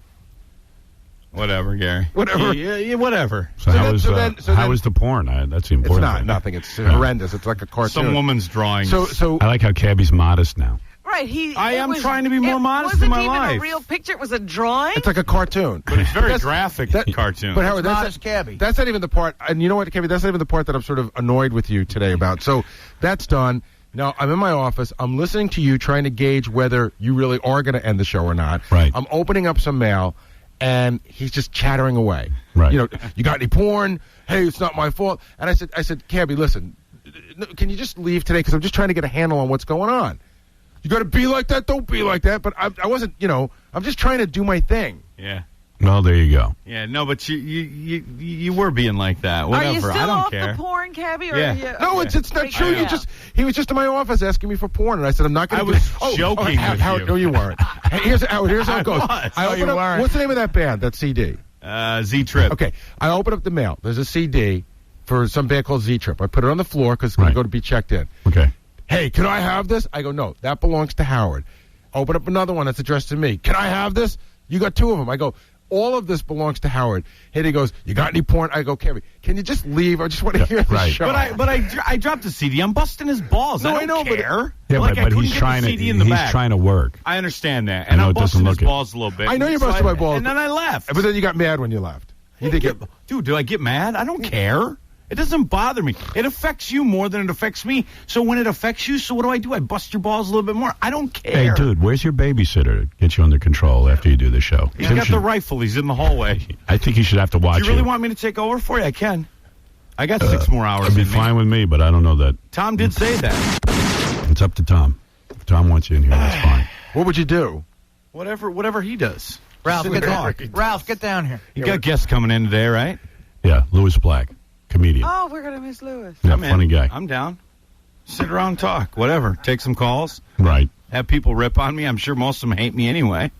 No, I'm not against it. Actually, you'll be calling Louis early enough. Knowing comedians, this will be the best call he ever got. Yeah, really. He doesn't have to get up. Yeah, Mike, you're on the air. Morning, Howard. You hope those two bastards. Is that any way to talk to a sick man? Yeah. I'm sorry, dude. Listen, Howard, you sound just as bad as Artie when he called in sick. I don't know who's worse. I know. I'm going home. The babe. I'm not going to subject you to 4 hours of me sounding Hey, listen, like crap. Howard. Has Fred ever called in sick? I don't ever remember him ever calling sick. Fred calls in sick every day. You just don't know it. We won't take the call. Fred is rarely out. We were sitting in the office, though. Will was saying that between your root canal and this, there's not a soul here who can ever take a sick day. I know. I know. I mean, we'd have to be dead to call in sick. Yeah. Garrett's Artie, what's up, man? Yeah, thank you. It's 5 a.m. on Monday. Listen, man, I'm not going to come in today. I'm sick. I'm sick as a dog. I got a fever. And, I don't know, I'm going to try to get rid of this today. And, I don't know. So I hope you get this. It's the only number I figured I could call. All right, so I'm not going to be there today. I'm One more cough. Rest today. I should be there tomorrow, hopefully. All right, I'm sorry. I'm sorry, man. I just got to get rid of this. I can't even talk. You're talking an awful lot. Later. Right. He's talking up a storm. Listen how professional I am. I'm like, he's too sick to be talking this much. Well, I got to tell you, Howard, that's why Artie's in movies. He's such a great actor. Garrett's Artie, what's up, man? Artie. Listen, man, I'm not going to come in today. I'm sick. Yeah? Sick as a dog. I got a fever. Maybe you called the wrong number. That's like... Okay. It's 5 a.m. on Monday. Well, according to my clock, it's 8 o'clock in the morning, not 5 o'clock in the morning. And, I don't know. I'm going to try to get rid of this today. Get rid of what? I don't know. No. This is the wrong number. This is Avenue. It's the only number I figured I could call. Okay, but you're calling the wrong number. I don't have no one works for me. It's only me and my cousin. All right, so I'm not going to be there today. I'm going to rest today. I should be there tomorrow. Where? Hopefully. All right, I'm sorry. Okay, that's fine with me. What am I going to tell you? Don't be here. I'm sorry, man. Okay, that's fine. All right, so I'm not going to be there today. I think you got wrong. I'm going to rest today. I should be there tomorrow. Hopefully. All right, I'm sorry. You don't work here. Nobody works in this place but me and my cousin. I don't even know you. Wow. I should call that guy and tell him I'm sick. Yeah. Who is that? We still have that number. I'll just call him and go, hey, listen, I'm not coming in today. He should be the number we all call. Yeah. Mark, go ahead. You're on the air. Howard, good morning. Hey. Hey, we like Cabby better when he was all whacked out on crack and heroin and turning tricks in the village. He sounds like a pussy now. Yeah. Hey, what's up? Yeah, Cabby. it's terrible, I'm here man. to talk to you about something very serious. Hey, Howard. And I'm not embarrassed to say it. I have Gay sex. Right. Right. Biatch. Yes, Johnny, you're on the air. Yo, Howard, it's Johnny Mo. Yeah. How you doing? Yo, this is by Cabby. It's like a constant source of material, man. Yeah. You could play his issues or showing it when you still wouldn't run out of it. It's like total nuttiness every second of every day. I heard some guy on another station like stole. Yeah, my, later, dude. Stole my shtick. Dickus. Which is one what? of Imus's guys, like the whole what? smoking crack and Yeah. suicide. Yeah, they had to get a crack guy just like you. Right? Yeah. Is that true? Yeah. Gonna kill himself or something too? I know. Bastard. That was rather dramatic. He was in a hotel room. Yes. He walked to Right, the had window. a rabbi or something come by. No, he went to the window, Howard, and he was gonna jump out, but then he changed his mind. Sounds like Cabby. Jesse, you're on the air. Hey, Howard, why don't you stay until 8, man? I got to go in and pressure wash. I can't listen to you anyway today. All right. Come on, stay till 8, brother. I'm going to try. Don't let that fag take over your show either. Yeah. I'll be right over to give you pleasure. Thank you. Well, I don't know what to do. We'll take a break. I'll try and do another break. We'll see. Take it each step. Your face is all red, like right in the center. I know. I want to die. Are you blowing your nose all night? No. I don't feel good. No? No, I've had it. I don't even know why I came in. I'm just stupid. Yeah, why? You should have just stayed home. I know. Your hair's all mussed up. All right. You look all I feel better now. You look all sexed over. Thank you. You're making him feel so much better. He thinks everything's sexy. You notice that somehow it all works around the sex with him. That's because I'm not watching porn anymore. You look like a victim of a gay rape. I'm drinking all this hot water trying to get my voice back, and it's not working out for you. But my face is turning beet red from it. I'm ready to burn You're up. getting a nice facial. Yeah. You could be sleeping in 20 minutes. I know. Yeah, I think I'm going to go home. What do you think, Robin? Again, if you feel that bad, you should go home. You should go home and rest so you'll be better tomorrow. Yeah, because if you don't go home and rest, you won't be any good tomorrow. Yeah, you could blow it out today. Okay. Good advice. Maybe I should go do that. I don't know. I sound like I'm loosening up a little, don't I? Why do you do this to yourself? Yeah, because I'm here already. I mean, I'm going to go home. I'm not going to go to sleep. But you're going to... Because I got to go to sleep early tonight. Does your throat hurt? Yeah. Well, I mean, it's okay. But what you'll do is not use your voice for 4 hours, right. and that will make you feel better. Yeah, this is going to really be a big strain on your voice. Oh, yeah. It's just as soon as you talk yourself into it, you talk yourself out of it. I know. I just hate to get up and come here and then go home. It's just a waste. You're a nebbish. Shut up. You are being a nebbish right now. What is a nebbish? You don't even know what a nebbish is. My psychiatrist told me, if you don't know what it is, I'm not going to tell you. You don't know what a nebbish is, and you're using the word. No, I do know what it is. All right, what's a nebbish? It's just you can't quite figure out what you want to do. That's not a nebbish. But Some people from Minnesota say Jewish. No, but you're being very nebbish right now. No. Am I right? You're being nebbish. Oh, that's what. Nebbishy. Okay, well, I'm sorry, I'm not using it proper, but. But you don't even know what you're saying. That's the sad part. All right, tell me I'm sad. You're a nebbish. No, I'm not. No, you are. You're a nebbish. Yeah, I'm not being a nebbish. You're not? No. How are you not? Because you don't even know what a nebbish is. Dude, I do know. What is it? What is it? You don't know. It's you. So we can do that for 4 hours, And you Howard. know it is. Right? Yeah, No, see? no. Okay. You're a Shonda for the goyim, is what you are. Rock on, young soldier. I'll be that way. But see, I don't care. I'll be that. All right. Because I am. Okay. Heavy metal. Great Right. rock, period. All right, I'm gonna go home. All right. It's over. You want me to take over? No. You sure? Positive. Condom for the I goyim? want you to exit the building. Condom for the What was that email you sent me, dude? Leave me alone. I need advice. What does he need advice about now? He never takes it. No, I do take it. I need a suggestion. I need advice. When I get better, I'll give you advice. You will? Yeah. Seriously? Here's my advice. Don't email me. A condom for the goyim. Dude, I don't know what to tell you to do. I'm asking. I don't know. On those questions, you don't know? No. What about that one question? I'm not there yet. You're not? No. On the three? Oh, my goodness. Oh, he's driving me nuts. What about the other question? I'm not driving you nuts. I barely bother you. Did you hang my painting above the bed like you promised? Tell you what I'll do. What? As soon as I get my voice back, I'll talk to you about that memo. All right. All right. All right. I gave him my email address. It was a mistake. You've given him your phone number, your email. You just I got never the learned. bat phone, too, but I don't use it. I'm not like other people. I don't sweat the guy. I don't ride the coattails. Right. Do I? Do I really bother you that much? Not that much. Only when you're When you insane. get into a tantrum. Yeah. You know, when I'm really calm now. Do you want me to take over for you? I will. No. Ashamed to go him. All right, I'm out of here. Don't be nebbish. We'll see you. I'll be back tomorrow. I'll hopefully have more of a voice. I apologize for waking everyone up this morning and making you all come into work. So now go in the other room, read the live spots for the morning, and they'll just run them all day. All right. Make Tom happy. Craig's got a good point. Go ahead, Craig. Hey, Howard, how you doing? Go ahead, brother. Hey, you might as well get better now because you can't pull this garbage when I'm paying $14 a month. You know what I'm talking about, bro? There you go. That's right. Come on, you're here. I got a long drive ahead of me. I know, Come on, I know, please. I can't. Come on. I love you, Howard. Please. I won't be Stick able it to be out. sick for I got 5 years. all the way to Baltimore. All right, brother. Stick it out. Thank you. Come on. All right, I hear you. All right, bro. $14 a month. Can't pull this stuff. $12.95. Right. Plus tax and license. Retarded blue. Is there tax? There's no tax. It's got to be. Oh, really? Tax on everything. No. I know this. Yeah, you learned. Yeah. All right, we'll see you tomorrow, everybody, and that's that. Bye. We have it. Sensitive guy? Howard Stern, the shock jock, in his latest jab at Viacom, he's quoted as saying he can no longer discuss sex or race on his radio shows, and that he may just start playing records.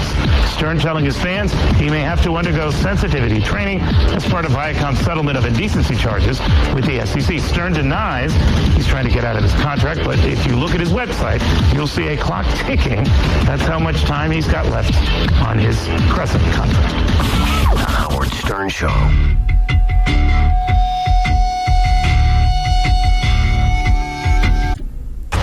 Howard Stern. Let's make him feel at home. Kids, follow me. Say, Baba Booey!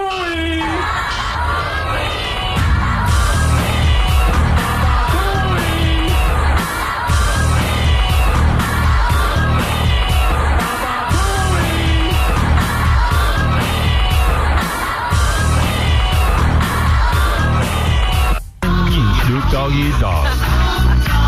Snoop Doggy Dogg is considered one of the top guys in rap.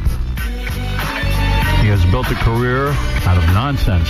Absolutely. Gin and juice. Gin and juice. My favorite song. Song about gin and juice. Yeah. And Snoop Dogg and the East Siders, which is spelled like niggas. It's East Siders. I can't say it like that. Gary says it's such mayhem when those guys come here. I know. You know what? You know when you watch the cartoons and the Tasmanian Devil arrives? It's exactly like that. It's just this big cloud, and they just, they're in the green room. First of all, I'm not even allowed in. Right. You walk by. That's your green room, and you can't go in. There's a big guard sitting out front, so the door opens a crack. And I see, I smell all sorts of funny stuff coming out of there. They're rehearsing a song. Some guys tell them, okay, this is the part where you come in. There's a bunch of clothes in there. They're tearing them out of the wrappers. Everybody's trying on different clothes. They're rehearsing a song. I don't know what's going on. Dude, I got a You can smell it now. eye. I got a contact it's eye in walking here. to the bathroom. And this room is completely sealed. What is that smell? I know some of the boys have cancer. That's medical stuff. Clearly they're from Canada. Well, anyway, Snoop Dogg and the East Siders are here. They want to say hello. Oh, I'm glad of that. This is our chance to really connect with the black community. They are the representatives. Find out what's going on. This is really big for our Providence station. They love it when we have black people on. That's right. In Providence, we're on an urban station. To all my brothers out there, yo, yo, yo, what's up? And they're going to be talking about their bitches, about gang warfare. And isn't Snoop a pimp? Snoop is a pimp. And also some of the East Siders are gangsters for life. These are real OGs, original gangsters. You don't even know what I'm talking about, Robin. I don't. You're talking another language. Well, you better let me handle this.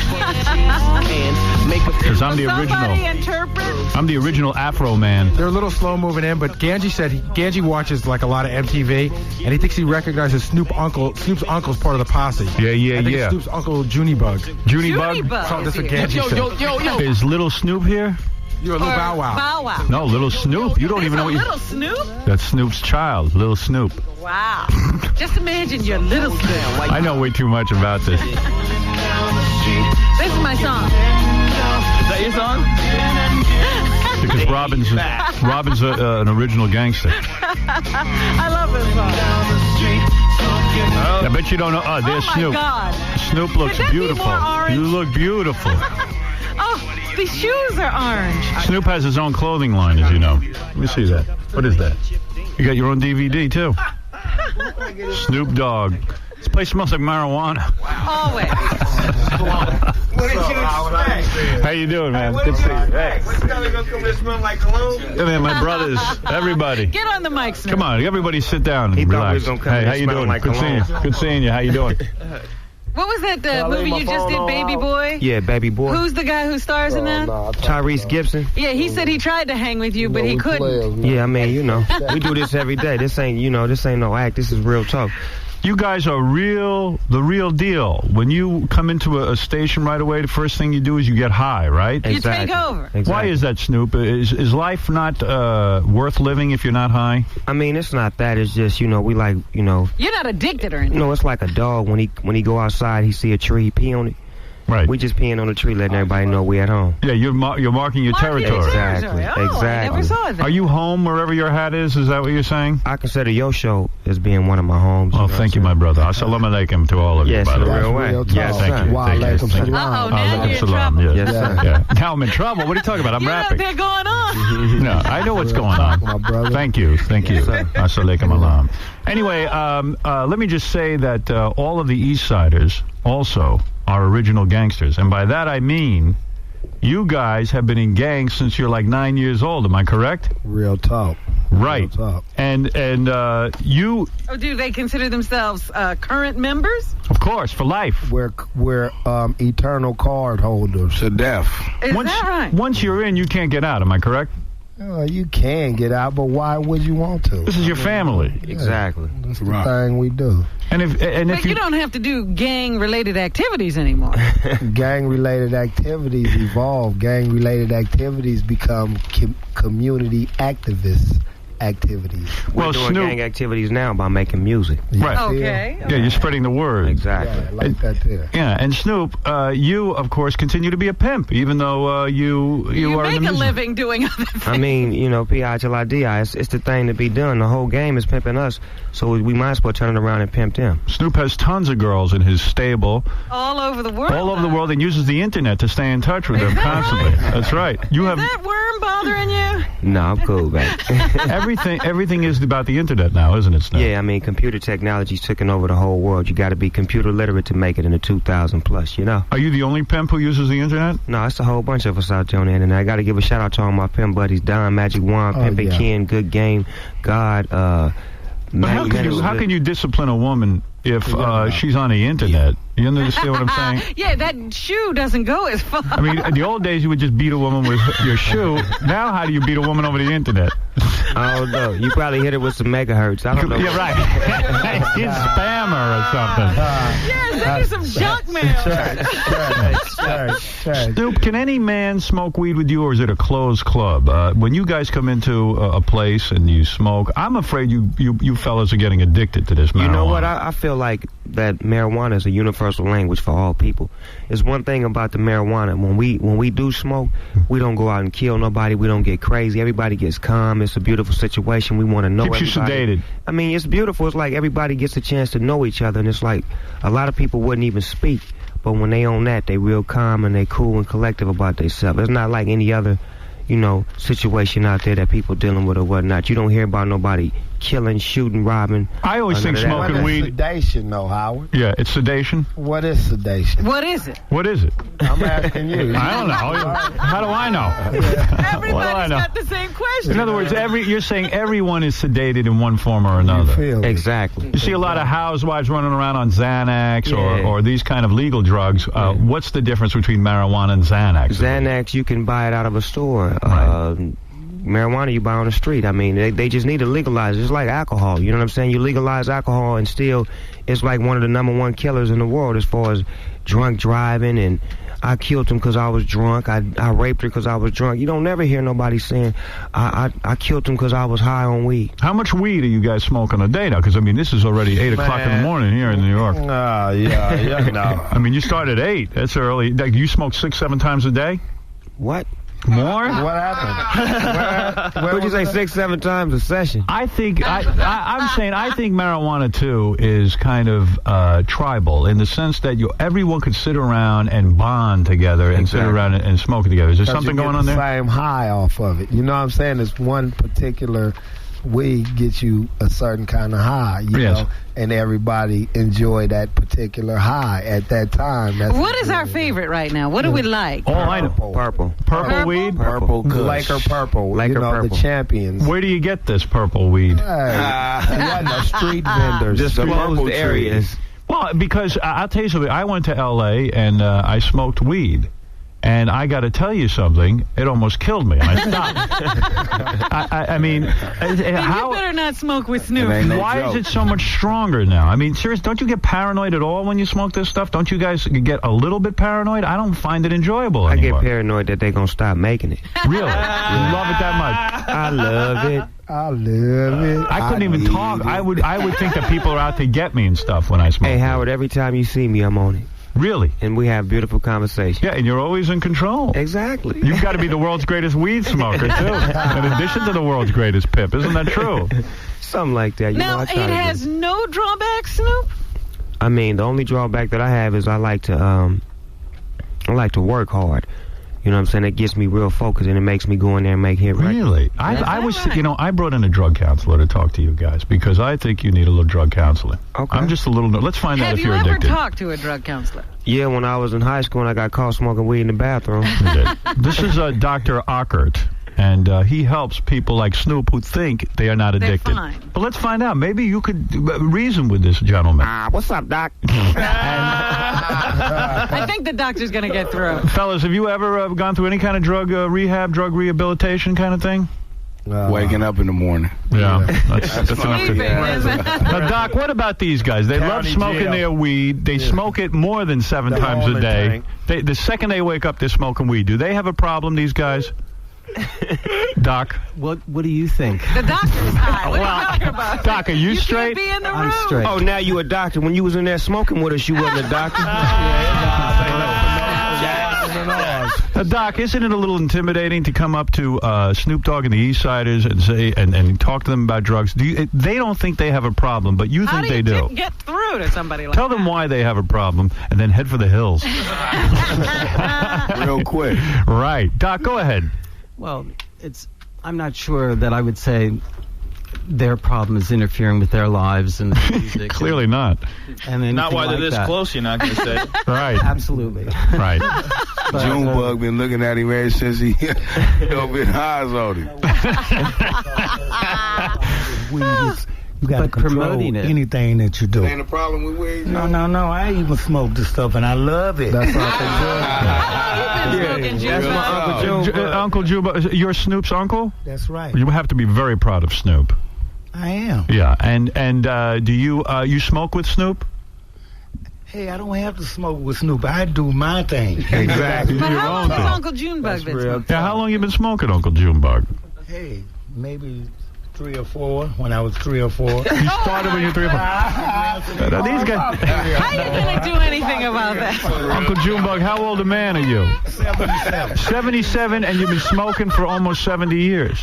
No. You know, I don't smoke it every day, you know. Right. You do lay off every I once got in a to while. think, too, you know, just like you. You had a bong in your crib, though. And that little mic there, if you didn't think, right? Right. And I want to see you with those shades. I'll pull your shades. You don't want to see that. Your eyes might be a little red, too. Anyway, so, Doc, what are you going to do with this group? Is there any hope for them to get off the marijuana and other sort of drugs? No. There They isn't. haven't felt an impact. They are not motivated to get off the drugs? I don't think so. Is there a message you want to give them? Or anybody? Please give us a message, Doc. We always love to hear beautiful messages. He better not Well, say the only no. message that I could give you is your life is one thing, but when you promote pot with younger people that emulate you, or not directly, but they emulate you, then you could be interfering with their development. But may not have the as special talents you entertainers, we're not parents. You feel what I'm saying? I got 3 kids of my own at my home agree. that I don't expect NSYNC or anybody that they watching on TV to raise my kids. Your kids watch NSYNC? I raise my kids. I'm saying if they did, whoever Right. they watching, if they watching the Power Rangers or Barney or whoever they watching, it's not their responsibility. Not your responsibility. No, it's really not. My responsibility is to make good music and to do what I do. And we You don't feel what I'm wake up saying? and smoke Snoop. Does joints with Snoop our smoke in kids. front of his kids? Snoop, are you going to Nah, let the I kids don't smoke in front of my kids. No, I don't, and I'm not going to be able to control my kids once they get to that certain age. Like when I became an adult and I wanted to make my own decisions and I moved out of my mama's house, that's what's going to happen. Doc, that is a reasonable answer. Snoop really isn't a role model to raise your kids. Exactly. Everyone else should raise their kids. I'm not getting paid to raise your kids. I mean, you're not paying me to come over the house and, feed them breakfast and show them the ABCs and show little Johnny how to ride a bike. You dig? Although how exciting for the kids to have Snoop Dogg raise the kids. Exactly. I would let him. And the little kids, and ask the little kids, I bet you they're not upset at what I'm doing because they know that I'm being real. And a lot of you parents is faking. Hypocrites. Yeah, y'all You're smoking in the back room and hiding and coming out arguing at the kids. You know what I'm saying? For no reason. I'm being real with mine. You wouldn't tell your child if you caught him smoking that you're not supposed to do that. Exactly, I will. Because kids aren't supposed to. You're supposed to get to that right age to where you're able to make your own decisions. And So, Snoop, what's a parent to do? So we don't want to be hypocrites. If we are smoking marijuana and the kids come to us and they say, hey, Dad, are you getting What about high? this stuff? What should we say?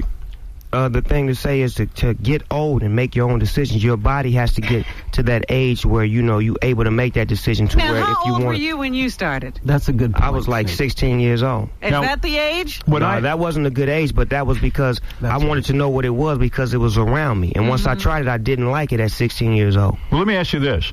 So let's say the kids come over and I want to smoke some weed and they're 18. Should I smoke with my kids or not? I think you should because if you don't, they're liable to go out there and buy some drugs that they'll never wake up to. You should buy their weed. No, I mean, not to buy their weed. It's just to actually do the experience with them to let them know Doc, what do you think of that? Not to abuse it, show them how not to abuse the drug. What do you think of Snoop's advice? I think you should talk to your kids about drugs, and if you've used them, I think you should tell them. I think it's kind of important, based on current research, that if the parents are very permissive in terms of smoking pot, the kids are more likely to smoke pot. Should I do purple weed with the kids, or just something a little lighter? Yeah, a little lighter, man. A little lighter than Come with purple some weed. red hair Well, Doc, I gave you a shot. Dr. Ockert, I know you're a good drug counselor. These guys are not going off drugs anytime soon. Thanks, Doc. Go ahead. Where you graduate from? He wants credentials. Columbia. That's cool. Well, you're pretty good then. Yeah. You must be one of the top guys in your field. And what is the whole focus of marijuana today? What is it? By doctors. What is? Do you guys feel that it's a problem in society today? Most drugs are a problem for adolescents and young adults. I'm not going to make a criticism about it. I know it has a lot of medical utility. It can be beneficial to people. When you're older, like you are, you can make your own decisions. The problem is that younger people make decisions based on what other people do. Okay, but Snoop Dogg was falling asleep. I'm gonna tell him what's real. Okay, now what if Snoop Dogg had never became a rapper and never, made a record or whatnot, or never said he smoked weed or whatnot? Do you think all the kids in America wouldn't be smoking weed? I'm one person. You feel what I'm saying? And for the most part, I'm more of a positive influence than I am negative because you don't see me going around doing commercials saying, all the little kids, y'all don't go to school today. Go buy a 40 ounce and get high and tell your mama and daddy I said eat it. You know what I'm saying? I don't project that message out there. So it's just a perception that you see me doing it and it's so controlled that you try to So you guys figure out. Clearly don't need any drug counseling here today. We appreciate it because you don't need Dr. Ockert. It's cleansing to the soul to have somebody tell you, what they think they know about. Well, if anybody thinks they need Dr. Ockert, you should go to... need a hit. Go to parallaxcenter.com. Would you like a hit? Who would win if we locked him in a room and tried to see who would Doc, come out? Would you like to smoke with Snoop Dogg later? One time, please, Doc.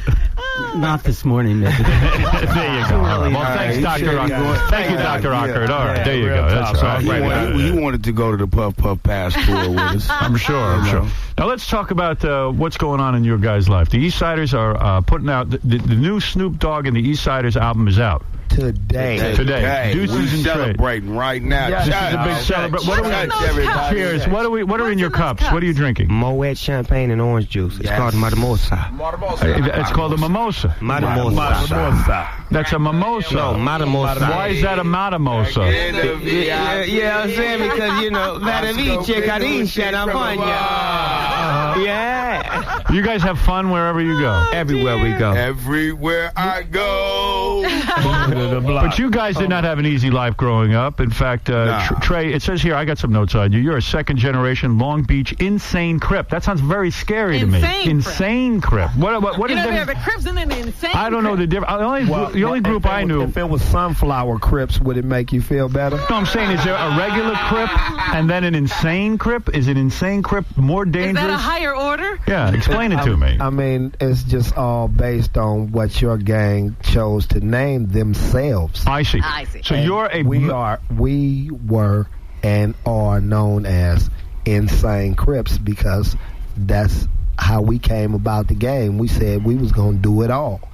Right. Combined in the gang banging, and we was just going to do it to the maximum capacity. That's how our name derived to be Insane. In other words, you guys were the toughest. You better believe it. Right. And Uncle Joe, which branch of the Crips? Uncle Joe. Uncle Wonderbug. Just call him the Wonderbug. Uncle Junebug, what division of the Crips are you in? I'm not in the division. I've been in my divisions all my life, so you know. The Junebug division. That's right. That's right. He's a Junebug. Well, I'm going to let you in on a little secret. I was in the B'nai B'rith Crips. That's right. That's the Jewish Crips. That's right. You say he was in the Blue Crips. The Blue Crips. Red, yellow, and the green. All Crips. That's right. All right. So now you were considered a baby Crip. That's got to be unbelievable. There's not too many guys. That's almost like being an original vampire. I mean, you started Look at his neck. Yeah. Look at his neck. Let me see what's on it. Look at his neck. That's a vampire What's bite. that? That's What's vampire. that? He's been Tray on my neck. That's Trey. That's right. Fingers. So when you're 9 years old and you get in, that's hardcore, right? Yeah. So you were a man who's most respected in the gang. Yeah, one of those because, you know, I didn't have a father in the household. I had 2 other older brothers as well as 3 older sisters. And the gang raised you? Yeah, under the guy. No, I raised myself. Right. I raised myself within the gang. When you're 9 years old, I mean, what do you to protect yourself? You have to keep a gun stuffed in your diaper, for God's sake. That's way young to be in a gang. No diaper on. You know what I mean? Well, whatever. You know what I'm saying. Whatever you wear at 9. I had khakis on when I was 9 years old. And how do you prove yourself to the gang at 9 years old? I mean, seriously, how do you just stand out? You be a standout. You know, you make your own mark. You go on your own mission. You don't wait for nobody to tell you what to do. You get your own activities going. Now, is there any school going on, or are we just... Yeah, how do I train for this? Nah, well, you know, basically you just do, you know, what you feel, where the spirit guides you to. So at 9, did you were you ever going to school? Did you go to school during the day and gang bang at night? No, I got kicked out of school. I used to fight with the teachers. You know, I used to bring weapons to school. You know, I always wanted to be the one that was seen. You know, I always... You know, I had a urge to be, you know, the known one. Are you sorry you conducted yourself like that in school? Hell no. You're not? No. Seriously, though. I mean, what? I feel that... Don't you think you could have gotten something out of school? Through all my experiences, through life and through the streets and through, you know, prison and court and all that, it made me wise to the ways of the world, not just my community, not just America, but to the whole wide world. Now, I am sure you were innocent when they locked you up in prison, but... Who is innocent? Exactly. You know what I'm saying? I'm sure you did nothing wrong, but what did they accuse you of doing? I did it all, man. You know, I just tried to have money to sustain myself and those around me. Yes, but we're asking about the charges. Of course they weren't true. Let us make that clear. Were robbery, you know. It's an outrage. You know. It's the system. Shooting. Robbery. Really? Terrorism. Really? Well, I wouldn't cross you. How much time did we do? We did numerous years. Really? We did, yeah. You were able to survive that? Throughout juvenile, throughout the adult system, you know, yeah, and I stayed strong. I never ran. I never punked the game. Did you love jail or did you hate it? I had loved it as a youngster because, you know, really that's where all my comrades. It becomes your second home, man. On the streets. So jail is really not a deterrent to a guy. It becomes your second home. You're just going there to meet some friends. It teaches you how to sharpen yourself, and if you take what it's like you summer learn, camp. Yeah, it is in a way. Especially when you go to fire camp. In the cycle. But there's no women in jail, though. That's the hard part, right? But you get out. Co-ed. You do go to school. That's discipline. But you do go to school and there be girls there. Co-ed. Let's do it. Really? Well, some places they have co-ed facilities. Really? Exactly. Yeah, If you could get laid in prison, I'll go. And it happens. It happens. Guy like me couldn't survive in prison, though, right? I'd have to be somebody's bitch, right? You got a lot of money. You got a lot of money. No, but if he was just like a guy. You know, if I was a regular, you see a guy like me. But to be honest with me, I walk into prison, right, the first day. Like, what do you guys say? I think you had some money. You know, I'd be like, yeah, this cat got money. You know, so you'll be rolling me constantly. Yeah, I'll be checking you out. I'll be trying to get me some deodorants and lotions. So, like, would I even be able to? Would I be even able to hold on to my own shoes? I'd be barefoot in prison, right? You probably stay there. Would guys rape me and stuff? I mean, seriously. If you asked them to. No, I don't want that. You understand? I'm 100% on man. If you locked up with them lifers, if you locked up with them people that ain't gonna never see tomorrow, would I have to fight? Let's say a brother in order to hold on to my dignity. You would more or just less take have to a fight. real bad beating. You would more or less have to fight your own kind. The white man. Before you have to fight another race. So I would have to fight a white man. Your race would test you before they would pass you to so the wolves. first you're gonna get beat up by white guys. You got to pass the acid test. Well, let me ask you this. Let's say I get in a fight and I get my ass whipped. Man, you got some gangster in you, man. Hell yeah. Hell yeah. I'll kick all your ass. You got some gangster in you. You ain't gonna get whooped on, man. Yeah, I'm a gangster. I don't know if you can pull it out. No, I'll tell you something. I grew up in the black community. And I was rolled every single day of my life. I mean, they took your pants, right? One guy who was in the 5%ers, you know the 5%ers, they were the original gang guys here in New York. They came right up and they said, listen, Stern, we like your pants. Give them to us. I said, I can't give you my pants. I'm in the middle of school. No, they really took pants. They took my pants. We took chains and money. And, my money was taken. I was choked for my money and stuff. So I can't imagine. It's choked. They choked me till I passed out. The brothers, they did. Now I'm so I would never survive in prison, right? I mean, that's the savagery we taught. You know, we always taught to pit one against the other, in some form or another. You know, it always. You know, it's just. But if I was in prison and I have to fight one of my own kind, let's say I get my ass kicked. Let's say I get my ass beat. Would they respect me just for fighting? Yeah, for staying down. As long as you stay down. As long as I fight. Exactly. Even if I lose. Exactly. All right. Just don't lose bad. Right. Oh. Well, I'm a real gangster. For life. Exactly, Uncle. All right. Well, listen, we'll be back right after these words. Anyway, so at 9 years old, though, you had your own set of bitches and all that kind of stuff going on at 9 years old? What's his name, Howard Stern? At 9, you know, I was really... We'll be right back. I was 12 and 13.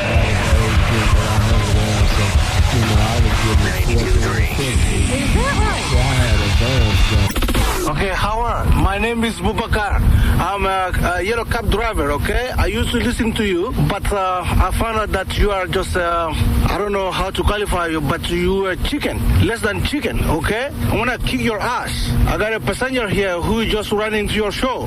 I hate you now, okay? Why don't you shut up and come and drive yellow cab? You can see if you can work, really. You know nothing, crazy guy. The Howard Stern Show. Anyway, so at 9 years old, though, do you have your own set of, like, bitches and all that kind of stuff going on at 9 years old? Do you have, like... At 9, you know, I was really saying I was 12 and 13 because that was the age group that I hung around. So, you know, I was getting them 14 and 15. Is that right? Yeah, I had advanced game. You know what I'm saying? Did you have bitches at that? Were you pimping at that age? Stone Age pimping. Really? Yeah, I do Stone Age. You do? What does that mean? Stone Age pimping? You know what that means. I get under the roots. Gets under the roots. You remember how the cave women and cave men used to do it, baby? Oh, dear. It's a very, very rough form of pimping. Although I know what Stone Age pimping is because I am one of you. You're down. I'm down with you. Explain to the audience what Stone Age pimping is for these naive people. Well, Stone Age pimping is, you know, it goes back to when they used to grab them by the hair and drag them up inside of the caves. You know, I drag I drag them by the brain. I go under the roots with my vocabulary and my lyricism to entice their mentality. You know what I'm saying? And I drag them. I put them in a somnambulic state. And because of your gangster training, you have said you fear no man. And also, you could take like a cookie cutter sheet or anything and make a weapon out of it. You could take a CD. Talking to an OG, man. Right. A gangster could take a CD case and make a weapon out of it. Of course. Anything. That microphone right there. Yeah. Give me like 30 minutes. I could have something with a point on it that'll penetrate you and have you leaking. Really? You know what? I would like to see them on Survivor. Yeah. Why not? Why not Snoop and the East Siders? Vote me the first week to winner. What about Snoop? I have everybody on there shook up. What about Snoop and the East Siders doing their own Survivor? I think don't it'll be want to good. see it. That's right. These guys will be making bazooka out of those rice. Right. They've been blowing up the goddamn island. No, you even said you could take a newspaper. I can make a gun out of a magazine. Yeah. Out of a magazine? How can you make a gun out of a magazine? Send me a magazine and see what happens. You kill me. If I'm ever locked up, send me a magazine. What do you shoot? I shoot. How could a brother make a gun out of a magazine? Okay, Well, check this out. Don't get it right. Don't get it It's twisted. the geometric forms of which you fold. Like the origami. paper. Yeah, like origami. I can make something so Like origami. sharp. And then The staples become the bullets? No, the matches become the sulfur. Yes.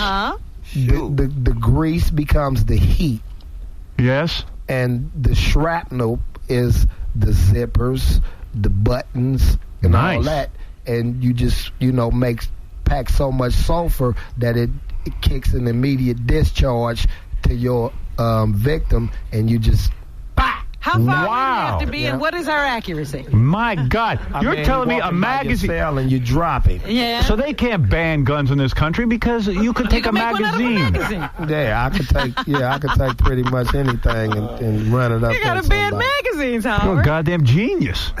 Making a gun out of a magazine. Forget the guns, ban the And the magazine. staples, magazines came with staples then. So, whatever That's you shrapnel. do, any utensil at your disposal besides a bologna sandwich. You know what I'm I saying? can't do much with the bologna. The next time you guys come in here, could I have some magazines and random things around and you'll make weapons out of them? I think that would be fascinating to my audience. You don't want to see that. I had to sell that on video for $49. I think it's a great video. As a matter of fact, I'm working on making a machine gun out of a Poland Spring bottle. and a hand grenade out of a raisin. Might be the best one ever made. Yeah, right. Use. You never know. So you got to use it. You got to use it. Where's the toughest prisons? California prison system? Is that You tough? better believe it. Yeah, it is? Well, they didn't take a tour, did they? Well, these guys know. They're connected through the internet. They know about the other brothers. No, it's not actually the internet. You know what I'm saying? Right. You can you can take a tour of Pelican Bay or New Folsom or Corcoran Shoe, right, or Tehachapi Max, or High Desert State Prison where my big brother is rest. You know what I'm saying? Where he doing this thing at right now. We finna have counsel coming through there.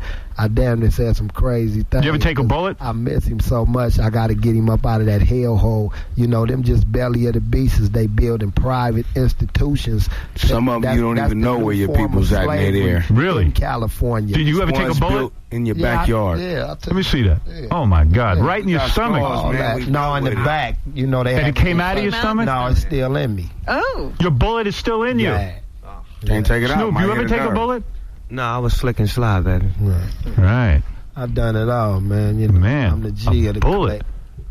I got hit one time and it changed my whole life. Has Junebug been shot? Uncle Junebug, have you taken a bullet? Look at that right there. Yes, sir. How did you get involved? Gangsters up in here. You're a real gangster. Yeah, this ain't nothing. This is the real deal. Yeah. These are gangsters making music, is what you're saying. Yeah, but it's not musicians making music. It's gangsters first making music. It's gangsters coming into the art form of. Nice. Yeah. This is very scary to me. Hey, you see Goldie's leg? Let me see, Goldie. What do you got It's there? halfway off. What do you mean it's halfway off? You didn't see that I got stuff? caught slipping, man. What the hell you got over there? Let me. Slipping, man. Oh, for Christ's sake! Look at that. Jesus, what happened to you? I got hit with something big.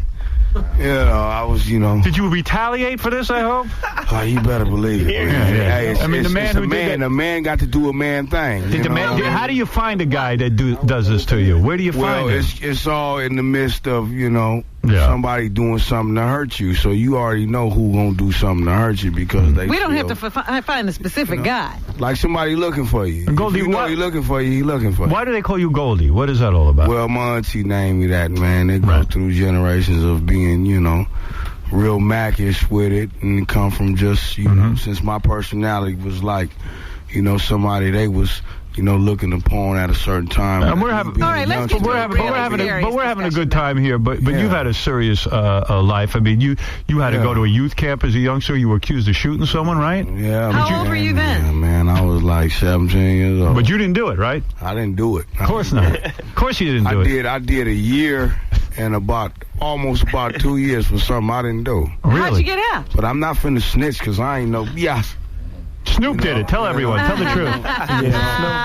Snoop did it. Well, that was nice that you... I ain't finna snitch, so, you know, you do the hard time. Sometimes you get caught up at situations where you at the wrong place at the wrong time. I mean, your own sister was killed in gang warfare, Exactly. right? Wow. At the same spot where I was shot at, exactly. Oh, that's But now, rough can stuff. we all go to the Source Awards and just have a good time? No, hell no. We're going to kill somebody over there. No, I'm going to kick ass. We can, if you know, if we have it in secure areas and locations, and people that's invited are respected among the industry. And explain to me what happens, though. Explain to me. See, in other words, you go to the Source Award. It's an award for rap stars. Is people get bullied into giving up tickets and seats. You know, it's not real men running corporations and companies. But you get there and you see other rap guys who are involved in other gangs that you don't like, and then right away you guys start warring in the audience, right? No. Isn't that what happens? No. What do you mean I'm crazy? What are you talking about? That's how we're being portrayed, and that's not That's cool. not what happens. But that I understand. What happens is you have a group of people in there who are receiving accolades for what they have done, and they're receiving their achievements, and other people haven't received any achievements in a while, or been in the spotlight in a long time, and they just feel that they have to do something to get their name back circulating among the public. So they start a problem. So they disrupt a nice affair that was intended to be, right, it's something good. An honor to those who have worked hard and put, they sweat behind, they craft. But you won't take crap from these guys. If they start in with you, you will kick their ass, right? You damn right. Right. You damn right. You damn right. You will kick their ass. You damn right. No one will mess with you. You damn right. Blood spills. You damn right. Right. Period. Oh, well, I guess I won't be going again this year. No, I'm staying home. Not like that, though. It's just that you have to know where to host these events at. You stay home, Robin.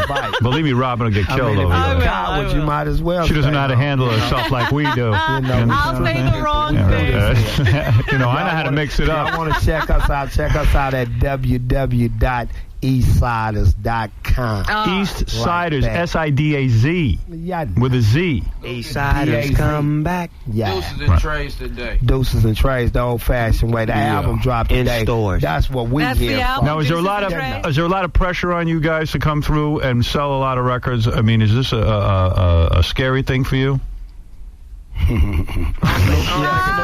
Snoop make it hard on us, man. Yeah, Snoop. Is Snoop tough? Yeah, Snoop.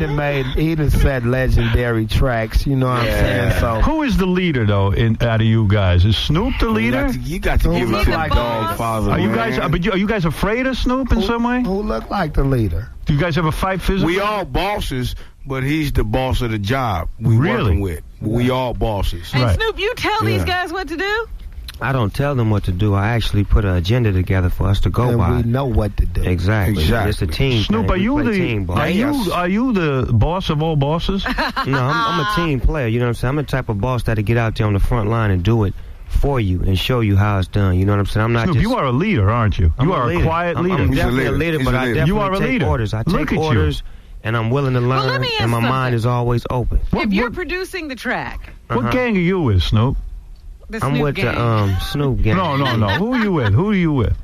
What you mean? Look, you heard what I said. Who are you with? Who are you down with? You could have to choose sides as a man. As a man, you have to choose sides, man. You want to say you're a man, you have to choose sides. All right, Howard. I'm from East Side, rolling 20 Crep. All right, okay. That's what I want to know. Don't be ashamed of that.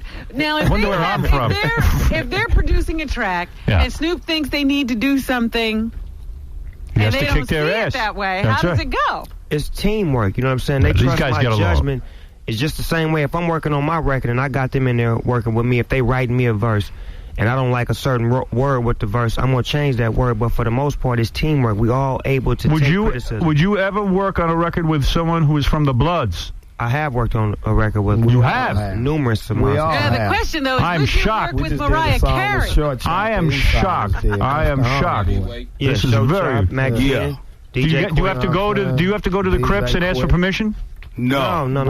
We're grown men. Permission. You don't ask the head of the gang? We are permission. No. You are your own permission. Insiders. See, gangs ain't like people perceive them. It's not like The Outsiders or movies like that where you got a leader. And no, we're all men. We're all equal. We're all individuals. And if you got a little more game or a little bit more wisdom than me, I'm willing to sit and listen. But a lot of times the young homies can give the old homies some game as well. So you got to always have your mind open. And it's really not a leader-follower situation. Really? It's friend, man. There's got to be someone at top. Every organization has someone at the top. Definitely somebody that put it down. We don't tell who that person is. Exactly. He is Mr. X. And that job constantly shifts. Exactly. I see. And how do these guys get together? You know, because Snoop is like a huge star. Right. How do people get to Snoop if they've got talent? They smoke some weed. Purple weed. Purple weed. Purple weed. They do what they do. They do the best. It comes through sources. Are you saying that the leader of the gang is like Charlie from Charlie's Angels? You never quite see the guy. You just hear him. You never see him. He might be a white guy. Because I imagine it's a white guy. That would be a kick in the ass. Yeah, you never know. How would if I was the leader? I heard it's still You could be. I would love that. Playing all I would love to lead a gang. Imagine I'm the leader. Yeah, you leave here and take all kinds of gang meetings. Yeah, right. I'm busy. Got a meeting.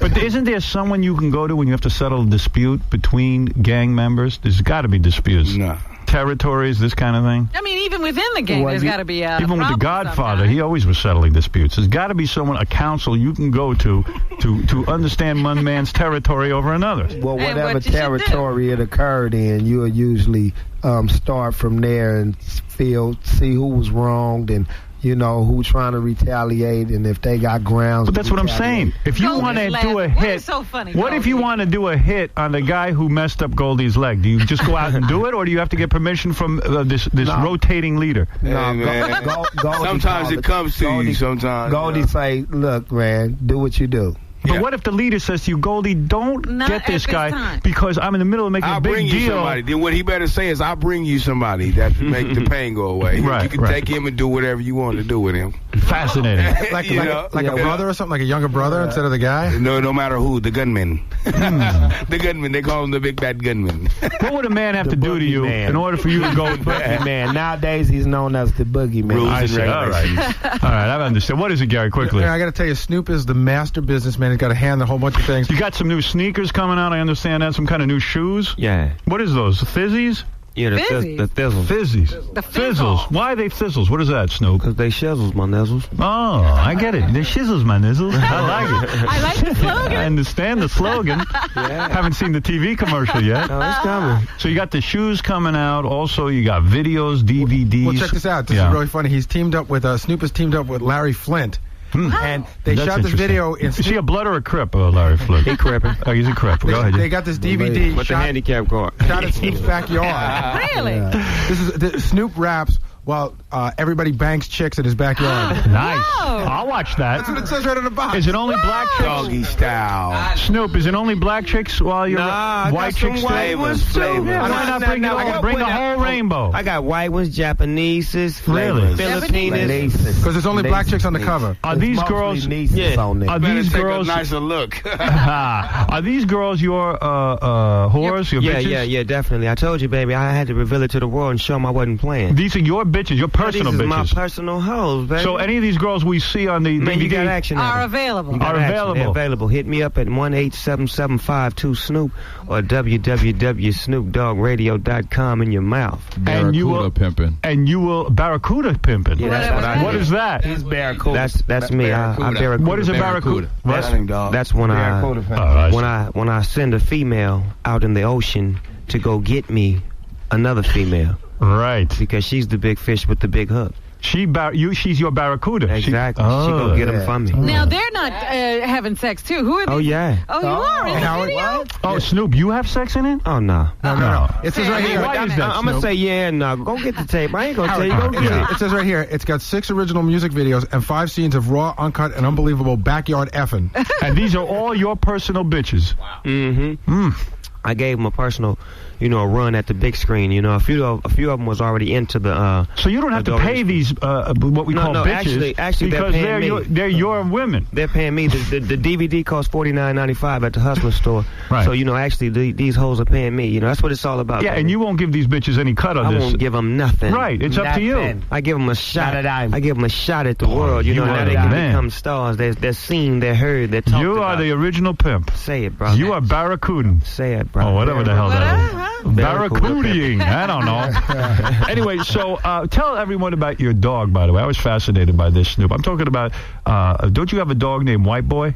Yeah. Yeah. Now, I like that. In other words, you yell at White Boy, and sometimes you walk down the street, hey, White Boy, get over here, right? Sit, White Boy, sit. White Boy. Isn't that the idea? No, I call him White Boy because he's all white and he's a Snow White pit bull. It wasn't not a racial. Oh, wasn't it? No, it was nothing. It was nothing racial. It was just you're crazy. Like that, it's nothing like that. No, for real talk. Like that, man. Well, let's review what I've learned. Now this is a sweet dog. It's not an attack dog, is it? No, he's sweet on girls, but he will attack your ass. But White Boy is kept apart from the other dogs, right? You have other dogs. Got to keep them separated. Because why? Because he's White Boy. Yeah, take off on him. Yeah. Well, I've learned all about purple weed today. Yes, sir. I've learned about gang warfare. Growing up in the gang. I've learned about being an original gangster. How to be a man about it. How to be a man in prison. We've learned how to be a man in jail. Yeah, I've learned how to be a man in jail. I'm married now, man. You know what I'm saying? You behave yourself. Yeah. And I've learned how to make a gun out of my Victoria's Secret catalog. Learned how to talk to our kids about drugs. Protect yourself. Definitely. Protect yourself. There's one more thing I want to teach y'all. Yes. It's business. I got a clothing line. Go ahead, Snoop. Tell me about this. It's Snoop Dogg clothing. It's in stores right now. You know Why aren't you wearing a Snoop Dogg shirt today? You know, I'm not. I gave you a whole bag of it. You know what? I wore one of those puffy shirt. Sean John shirt. Would you do business with him, or is he not cool? Sean John, that's my nephew. I'm down with Puffy. Did you see that Puffy is in the paper today? He has a black guy who holds an umbrella over his head. You know everywhere he's he goes. Shouldn't he have a white guy doing something like that? Be honest. Doing it like that. Yeah, wait, I'm going to show you. And the guy has to wear a suit while he carries an umbrella for Puffy. Let me show it to you. That big, man. Have you guys read the paper today? Look at that. Wait a second. He's in the south of France. There's Puffy with a black man holding a sun umbrella over Puffy so he doesn't get too much sun. Wow. So he doesn't get any, any sun. No, it probably was a rainstorm and he was walking into Look at that. That's a sunny picture. Let me read you the caption. Puff Daddy is a cool cat in Saint-Tropez thanks to his manservant. They put him out there like that. They wrote that, I swear to God. Yeah, but you can't believe everything you read, baby. Well, we see the picture. Because Puffy didn't write that. Puffy doesn't. That might be a valet walking him to his. But Puffy don't want to get ashy, so I understand that. I understand that. I mean, yeah. I don't think they got Vaseline over in there. If a man want to walk over another man with an umbrella, that's his job. I believe that two men should never share an umbrella. Please believe it. It's very gay to share an umbrella. Yeah, exactly. Please believe this is my rules. Yeah, I'm with you. It ain't on so. that I'm one. with you, dog. I didn't feel so bad. At least it was a light-skinned guy, holding the umbrella. It was a light-skinned black man. What does that mean? It means he was probably mostly white. But I would let a doorman walk me to my car in the rain. Treat you like a king. It's called treat him like a king, man. Not after that. Exactly. Yeah. A man should share a pipe, not an umbrella. Exactly. Thank you. There you go. All right. Exactamundo. Anyway, I want to congratulate Snoop Dogg and the East Siders on the new album, Deuces and Trays. It's the old-fashioned way, available in stores now. The new single, I Love It, which everyone loves, and I'm going to play a little of that right now.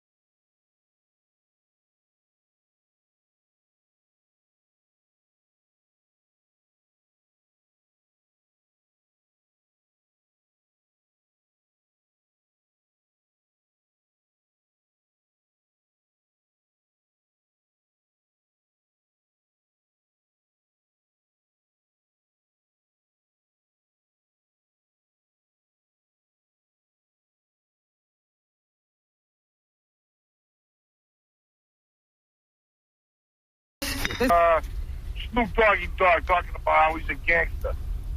Yeah. I'm a real gangster from Massachusetts. What do you mean? Real gangsters don't talk about being gangsters.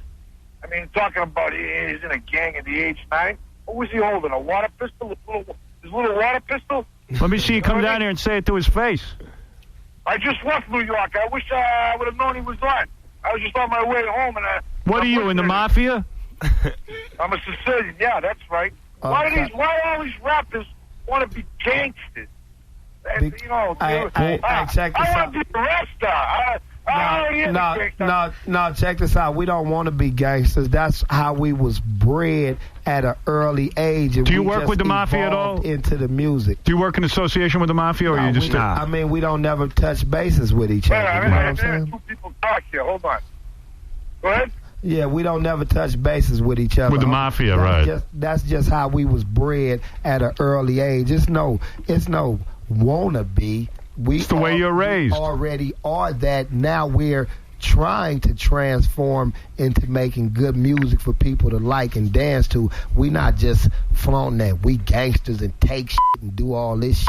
You know what I'm saying? We just use that as a vehicle to get to the next level. You dig where I'm coming from, OG? Yeah, but he's gone already. Mike, go ahead. You're on the air. Hey, what's up, Howard? What's up, Eastside? How you doing? What's up, Lo? I want to say, that's tight how you did the joint with Mobb Deep on your new shit. What? I mean on your new Respect it. Yeah, this is Howard Stern. This is a real black guy, right? Yeah, for real. This is a guy. He's showing love right now, Howard. Go ahead, show some love. What that made you feel, homie? I think it's tight that I think the hip hop game needs more East Coast West Coast love combination. You know. That's right. Yeah. Could you tell it was real on that cut? Yeah, I definitely felt that shit. Hey, Brooklyn, top of the food chain. No doubt. All right, come on, I'm trying to get in on this. Yeah. Represent Jersey. Represent. Shizzle Dizzle. Yeah, Bizzle. Fizzle Dizzle. Fizzle Dizzle. Much love, my nigga. Bye. Much love. All right. I'm right down there with you, boys. All right, anyway, listen. Congratulations. Liking the new tunes. Always love seeing Snoop Dogg and the Eastsiders. A lot of love in the room. Thanks, man. All right. I love it. Yeah, come on. We got to the left, platinum on our chest. Yep. I love it. Can't stop, won't stop. What the LBC I love it. We do the damn thing all night, better yet, 4 nights. Dinky, parlez-vous. Come on, everybody say it. I love it. Yeah. All right, we'll be back right after this. Straight deep, go deep, Snoop Deuces and Tracks. Still give it to you like the old-fashioned way. From the LB City where them shells leave daily wannabes on their nose. When I was a little girl, Daddy wouldn't let me play very far away from home. But I always did. We'll be right back. WXRK, New York.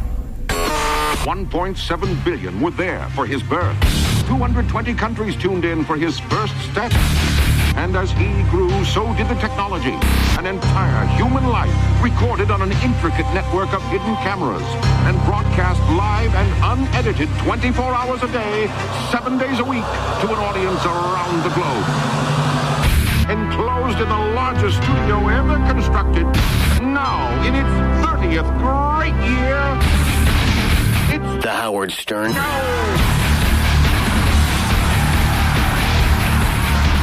Got a bunch of things. First of all, I got to talk about a few things going on here at the radio station. Number one, our general manager, Tom, is walking around with a cast on his hand. Is that what's wrong with his hand? Well, he comes in the other day and he's showing me his cast because he's got on his right hand and he's like, I am now in a cast like you were. But he Can't sign any checks? What's the deal? He broke his pinky. Uh-huh. And I said to him, How did he do that? I asked him, and he goes, it was just something dumb, and I don't even want to talk about it. So I said, okay, cool. But now I'm getting reports from all over the station that this is scary. What? This is creepy. John enjoying Tom is telling everyone that he lost his temper when his suit, pants, and jacket it fell off the hanger in his closet. He hung it up, and you know how sometimes you hang something up and it falls off the... Yeah. He got so angry that he punched the wall and broke his hand. Wait. It was a culmination of events. He also lost a card game. Oh, yeah. And how much did he lose? I didn't find $100. And also I heard it was a hard day at work. So it was. What's so hard about this work he's calling work? I think the last thing was he tried to hang up his suit and it fell or something like that. And he punched the wall.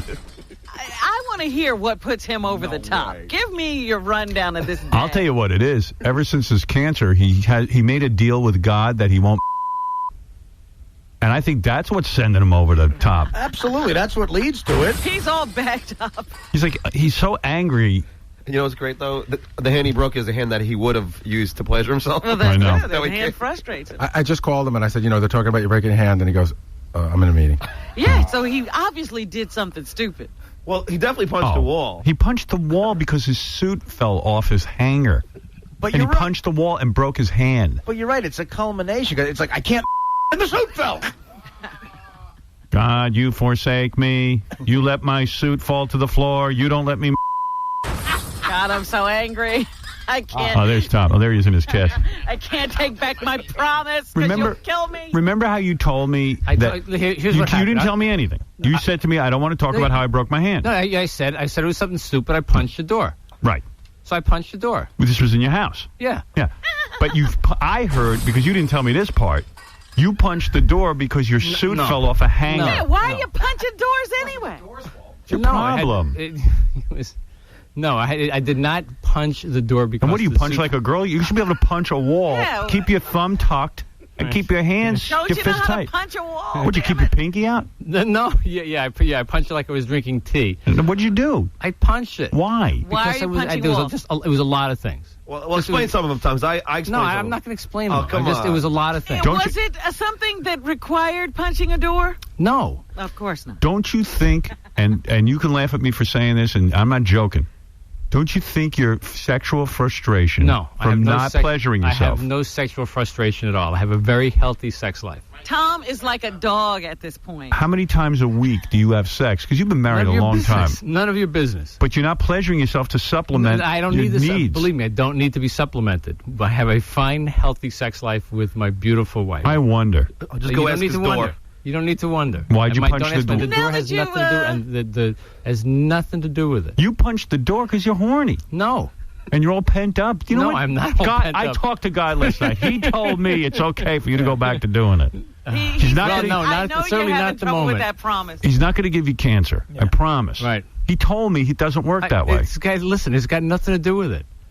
I want to know what culminated in punching Here's what a I door. heard, because he told some people around here, and it gets back to me, of course. Of course. Tom had a tough day at work. Mel or someone is putting pressure on him. No, I did. No, that's not. There's a lot. Listen, it's been. It's just there's a lot of things. I'm not going to go into the specifics. You had a bad day at work? That's a first. Oh, please. I've lost. You know what? Well, first of all, Tom's got a crap job. He's got to go around telling really competent people that he's going to pay them less when they come in for raises. You have no idea how bad it gets. But he doesn't. That doesn't bother him. Oh, it's got to on some level. It doesn't look like it bothers him. He enjoys it. No, I can't imagine I you do do. I do not enjoy. There are negative. So you had a aspects to tough every day job. at work because I heard the listen, company's putting pressure on you because times are tough and sales aren't what they're supposed to be. That's your job, Tom. Business is part of it, but I have this frustrating card game that I go to every Monday night. I lose. Okay, so I heard about this. Right. I heard you went to the card game and you lost like $120. But for like the 30th week in a row. But don't you go to play cards because you enjoy it? Tom, you lost $120. You make a lot of For the 30th money. week in a row. It's just the frustration of losing. Who do you play with? A bunch of really nice guys who one of them who I cursed out on Monday. Do they goof on you because you don't know what you're doing? I know. I guess they do. But you know what? I'm not there. They probably There's do. always one guy in a card game who you just know he's going to. He might as well just hand you the money when he walks in. Right. And I may be that guy. I'm the dupe. This one poor guy. We play this game. It's kind of like a gin game, but it's called Continental. It's 2 decks. There's jokers in it, and it's a. You can't figure it out. I guess I can. You want me to stand with you and help you? Thank you. Yeah, maybe you can come and coach me. Why don't you play real poker? Then maybe you'd win. Continental. So playing Continental. No, these guys enjoy taking Tom's money. They created a game. They created a game that Tom can't figure out how to play. But Tom, then here's the thing: but then you get home So something happened when you got home. No. Come on. What happened? The jacket fell off? No, nothing happened. You told everyone your coat and pants fell off the hanger. No, what I said was that I was so angry that I was hanging it up. I pulled it off, and I pulled it down off the hook, and then I had my snap, and I punched the door. I'm being totally honest with you. What else do I want to tell you? I'm being totally honest with you. You mean you hung up your pants and coat, and then you somehow as I'm hanging it up. Yeah. I'm putting it on. It's fresh from the dry cleaners. I'm putting it on the hook. It's a wire hanger, and I just put it on there, and had my snap, and it slipped. I pulled it off. He's saying the first thing he did was destroy the hanger that was holding his suit. You beat up your coat and pants and your hanger. So when you went to I hope that you're enjoying this. Oh, this and is that insane. wasn't enough. So then he destroyed his hand. Oh, if I had a camera. So in other words, you took it and you got mad and you ripped it down and then you punched the wall. Got it. Now you got it. No, he punched the door. Well, unfortunately, there was a door behind the suit. Did it bounce back and hit you the door? Oh, I see. When you went to what really made me drove me crazy was when the arms of the suit, when I hit it, they punched out and they punched back out at me. Oh, wait a second. Oh, you punched. Were beating the suit? You punched the suit and it hit the door. I see. It was hung up on the door. Oh, that's funny. He was beating the suit. The suit won. And then I shot my underwear. This is what a wimp I am. He shot his underwear? My underwear. Bad underwear. Who else wants a piece of me? Why are you looking at me, Floor? I wrestled my shirt as an attitude. What did that suit represent? No, you know what? The suit didn't represent anything other than just my frustration. Come on, you were fighting with it. No, the suit was all about my frustration. Suit represent your father? No, or Mel? My father. Was it Mel? Mel was the suit. My soon-to-be 88-year-old father. Mel, gabardine suit. Healthy. What did that suit do to you? It told me sales needed to go up. The pocket square is looking at me cross-eyed.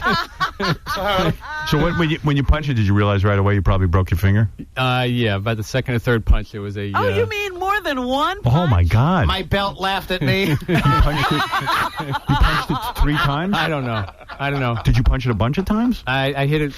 I certainly hit it at least twice. I think the second punch may have broken the bone. Are you saying you're a little out of control? I was at the moment. My poor wife is standing there watching me, and she just kind of said, do we need to talk? I said, no, I think unfortunately you need to leave me alone for the moment. And then I went and apologized to her. And then what did you have to do, go to the emergency room? No, I thought I'd heard it, but I wasn't sure. I iced it. Mm-hmm. I tried to go to sleep. I woke up, I iced it some more, watched the end of the Monday Night Football game. Then I called this good friend of mine who's an orthopedic surgeon in the morning, and he saw me. And you had to explain this sad and stupid story to him? Yeah. Did he laugh at you? Yes. So what did he say? He said, Tom, what are you doing? So what are you, an idiot? And I said, yeah, punched unfortunately I was. Last night I was an idiot. So your wife was there. She watched the whole thing happen? I think actually she heard it more than once. Yeah, I think she was standing there and saw it. Yeah. Did you use bad language? Were you cursing out loud? Fudge. No, I wasn't. Oh, fudge. I want a rematch with my suit. I don't get something. He's hanging it up, and then suddenly, just out of nowhere. No, I pulled it off, John. You understand, like, when you're really angry, sometimes like you just take something. You want to destroy something. He was ripping it down, and then he punched the suit. It probably wouldn't fall fast enough for him, so he started beating it. But what thought got you that angry right when it happened? Do you remember? No, there was no thought. Actually, what I hoped was... Were you thinking about the card game? Yeah. I was so angry about the card game. And this one poor guy, he's a really nice guy, looked at me and tried to say something that he thought was going to be engaging, and I just looked at him and told him to go F himself. What did he say? You suck. What did he say? Oh, what's the matter, Tom? You're not smart or something? The game has this thing where if you're at you play to points. At 101 points, you're out of the game, and if you have 80 points or more, less than 101, you can buy down. And I just wanted to go home. I was tired of losing. It was the second game. All I wanted to do was go home.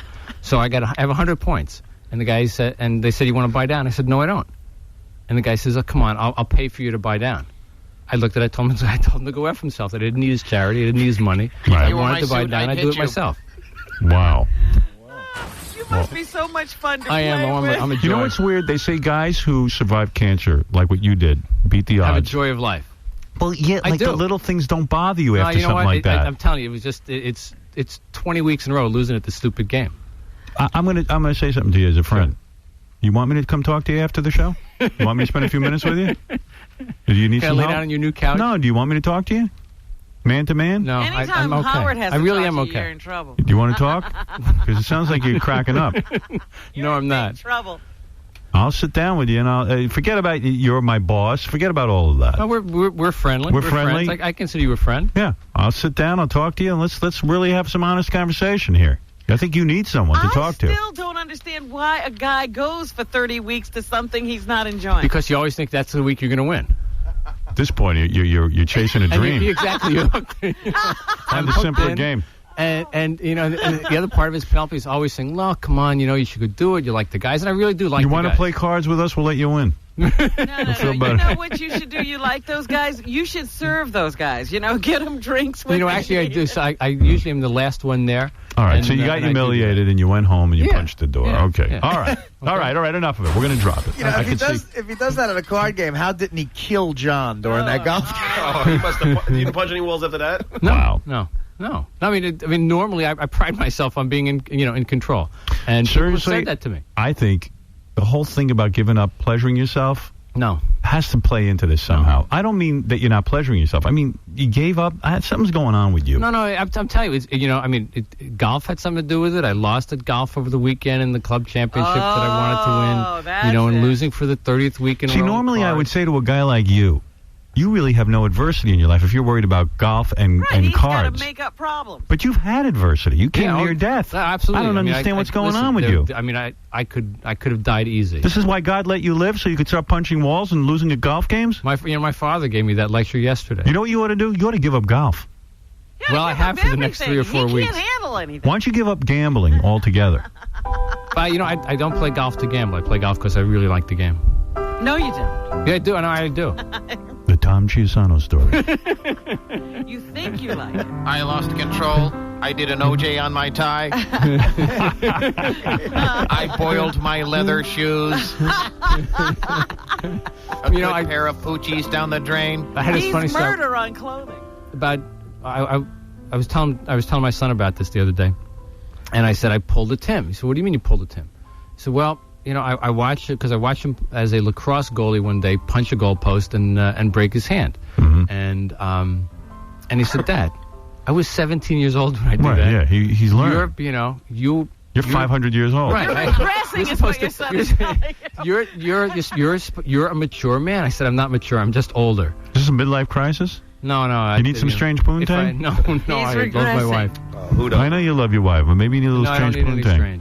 No, I don't need any strange. You want me to hook you up? I won't say a goddamn word about it. I understand what a man needs I strange appreciate poontang. that you are a friend, but no thanks. I bet you that card game wouldn't mean anything. Hey, guys, I'm being serious now for old Tom here. How about a little scores party? No. That's a great idea. I just got the invitation from Ronnie. Oh, for the big Scott Einziger scores I think party? I'm gonna go. You gonna go? Yeah. Oh, okay, buddy. Oh, how's he going to do that? He's gonna do What do you it. mean, how's he going to do You're that? going to go to scores and then not pleasure yourself afterwards? You got to be kidding. Don't worry, we'll get him pleasured well with You it. got to Benji, you know that technique of yours? You're gonna help Tom out? Oh, I'll do it for Tom. All right. I will rape my pajamas afterwards. He's gonna rape his pajamas? That's correct. All right. The ones with the little cowboys on them. He's going to give the pajamas roofies and then have his way. You gonna go to scores? All right. All right, buddy. Hang in till then. I will. I mean, this guy, he's got a problem. Hey, Tom, can I ask you one question? You ever thought about renegotiating that deal with God? Like saying, God, listen, can I you go back negotiate in? a deal with God, John? Well, you did. I did not negotiate a deal with God. Well, you stopped pleasuring yourself. I made it. I just, you know what? Because your cancer went away. So you ever think about talking to him again and saying, God, listen, I can't handle it anymore. All right. Listen, Tom has his own conversation with One God. has nothing to do with the other. Can you imagine if there is a God and he's listening to Tom's prayers? He's probably laughing like everybody else should be. All right, Tom, go back to your important meeting. Thank you. And don't punch anyone. While he's pleasuring himself. All right, guy had a tough day. I think he expected a lot more from his career. A golf game. Yeah, I thought he'd be an owner of a radio station or. No, if he had won that golf championship, the suit would have been safe. Is it your career frustration? I like my job a lot. I got a great job. It's not frustrating. It's. Can I ask you all those something? things. Does it It's upset a lot you of things. that the other general managers in the company get 2 or 3 radio stations to run and you only have one? No, because doing this one is like doing 2. Okay. Well, for you. Well, are you disappointed that you never became an owner or operator? No, I kind of chose to be where I am. Okay. All right. He kind of chose. All right. Hey, no one's put you down. I like this job. Okay. Hey. Whatever you want. Tom is handling all he can handle, Howard, obviously. Exactly. I've hit my Peter principle. Okay? Yeah, you're in over your head. Okay. Kingston owns a few stations. Did you have a fantasy when you got into radio that someday something big would happen? I mean, what was your fantasy? My fantasy was to... I really didn't have one. I didn't have a long-term goal. I wanted to make sure that I did the best job I could, making as much money as I could to provide for my family and at some point have some financial security. And I've got that. What's the stock at? 40? All right, then you got some financial security today. All right, go ahead, Tom. Go punch a wall. All right, go bang your head into the wall. But if you're going to talk about me after we leave, then we're going to have to come back. Understand. Is your wife considering padding the house? My wife is considering a lot of things. Poor woman. I'm sure. My dream was to win the golf tournament. Yeah, I'm telling you, if he had won that golf championship, the wall would have been saved. Oh, no, you know what? You're probably right. Why did you lose the golf tournament? Is it because of your age? I don't know. You think you're getting older? No, you know what? I was the oldest guy in the tournament, probably in as good, if not better shape than anybody in the tournament. And what happened? Just didn't get it done. Didn't get it done. Was it the mental thing? You choke? Affected your mental? I'll bet him won. I bet you the guy who won. I don't know him. I guarantee you he pleasures himself. He cranked one out just before he cranked it out right before he went to Tom's golf tournament. I bet you the guy who always wins a Continental, man. He doesn't play Continental. Nobody plays Continental except women. You. In fact, those guys don't even play it till you show up. Big game in the Bronx. Really? Big game in the Bronx. All right, okay. Tom, Continental player, golfer, and general manager. Thank you, Tom. Was he doing well in the tournament, or did he never have a chance? Oh no, I absolutely had a chance. I had. Wow. I qualified well. I won my first match and lost the second one. All right, Tom. Good. Okay. We'd love to hear more, but time doesn't allow it. Right. Exactly. All right, thank you. Because Captain Jenks is here. He's back on the phone call circuit. All right, that's the story of Tom's hand. I'm going to go home and hug my sweatpants. His clothes are his friends. My cufflinks never let me down. I love that. We got to take a break. We'll be back right after these words.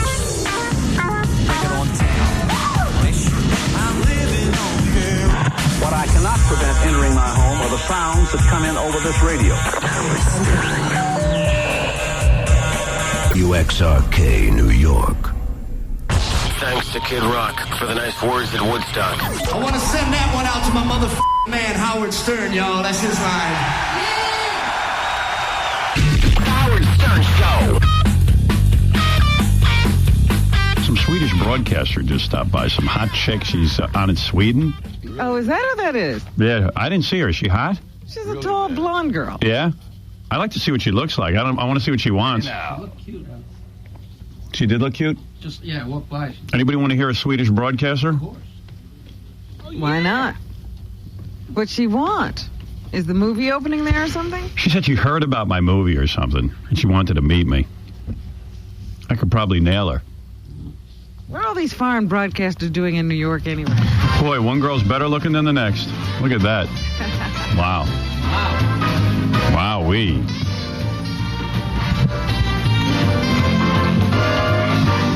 Wow. Hubba hubba.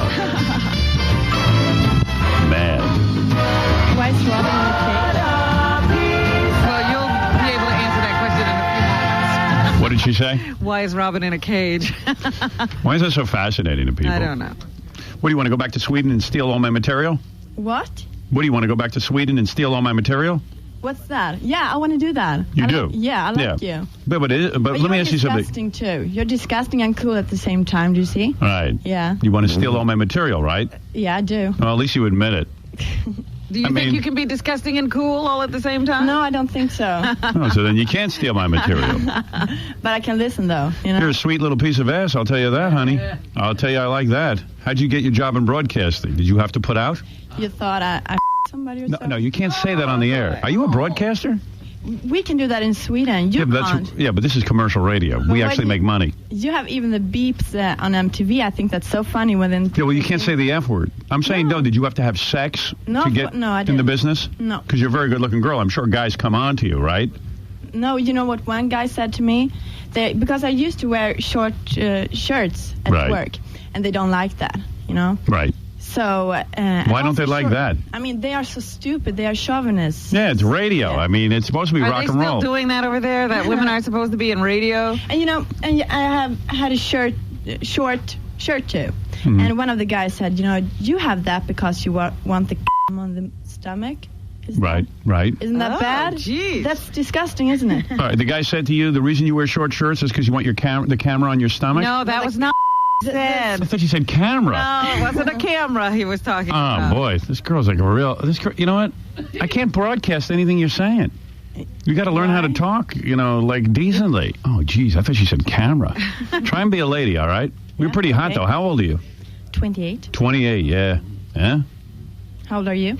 Me? Yeah. 29. 35. Oh, you're putting it up to 35 now? Yeah, I kind of look 35. You're lying. Why not lie big? Yeah. No, I'm 43. 43, okay. Yeah, that's not that old.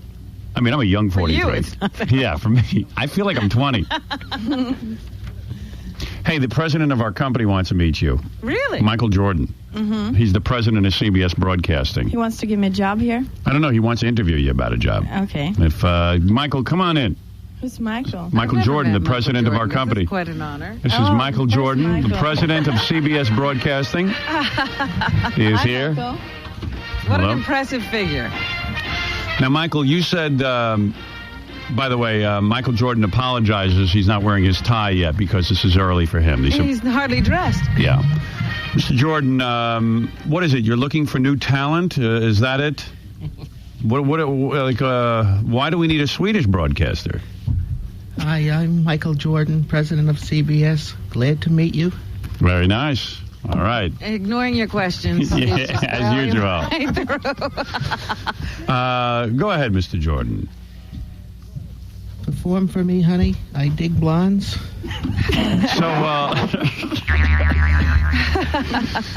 Mr. Jordan, you're saying that she should, audition? What do you do? Mr. Jordan's right. What do you do in Swedish radio, Olga? What I do? Yes. Katarina. I'm a Is reporter. it Katarina? Katarina. Yeah, that's right. Yeah, what do you do in Swedish radio? I'm a reporter, so I take my tape recorder, I go out, I interview people, I get back, I cut the tapes, I mix the tapes, and I see. Send it. So you don't play music or you don't do a shtick? No. Right. Are you based in New York? No, I'm based in Stockholm. Right. Yeah, go ahead, Mr. Jordan. I can see he wants to say something. He has a question. Cut the chatter. Mr. Jordan. By the way, I'm honored to have Mr. Jordan on the show. Very nice. This is his first appearance on the show. He's the president of the CBS Broadcasting Group. Yeah, and that's a beautiful I can see that. Right, yes. Mr. Jordan, go ahead. What did you want to say? Do you like older men? I've got big bucks. No, I like younger men. Do you really? You have a boyfriend? No. You don't? No, but I just broke up a relationship. He was 22. He was really so cute. Yeah. You don't think I'm cute? Yeah, kind of. Yeah, well, there you go. That's the point. I wouldn't mind myself a nice Swedish broadcaster. I can't believe you're hitting on her while Michael Jordan is sitting here. Yeah, all right. Go ahead, Mr. Jordan. I'm sorry. Are you well trimmed? Yes. You are well trimmed? You're blonde. You're a natural blonde, aren't you?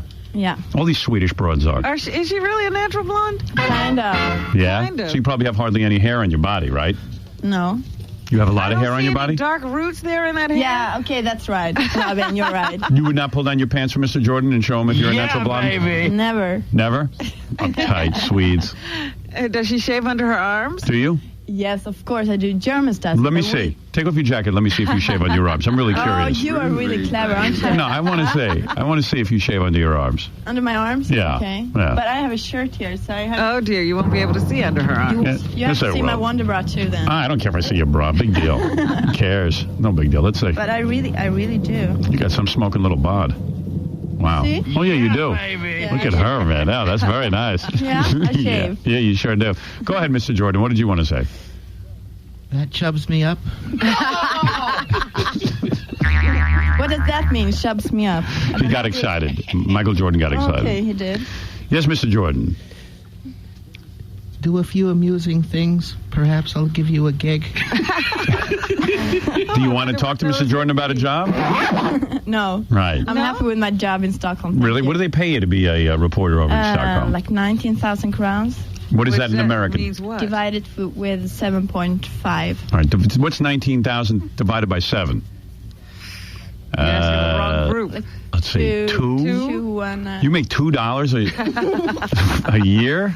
I think it's a little more than that. How much is that? 20,000? 2,000. You make 2,000 American dollars? It's got to be 20,000. It's like 2,000 American dollars. Yeah, 2,000 for the year? Yeah. No, for the month. Oh, for the month. You make $2,000 a month. Yeah. Oh, that's not so bad. Over there. That's a lot of money. What do you have, They got high prices How much over do you there. earn? How much do I make? Yeah. A lot more than that. Yeah, I guess Yeah, but I mean, I'm not just going around asking questions. What is it, Mr. Jordan? What? I'll give you 3,000 to bend over.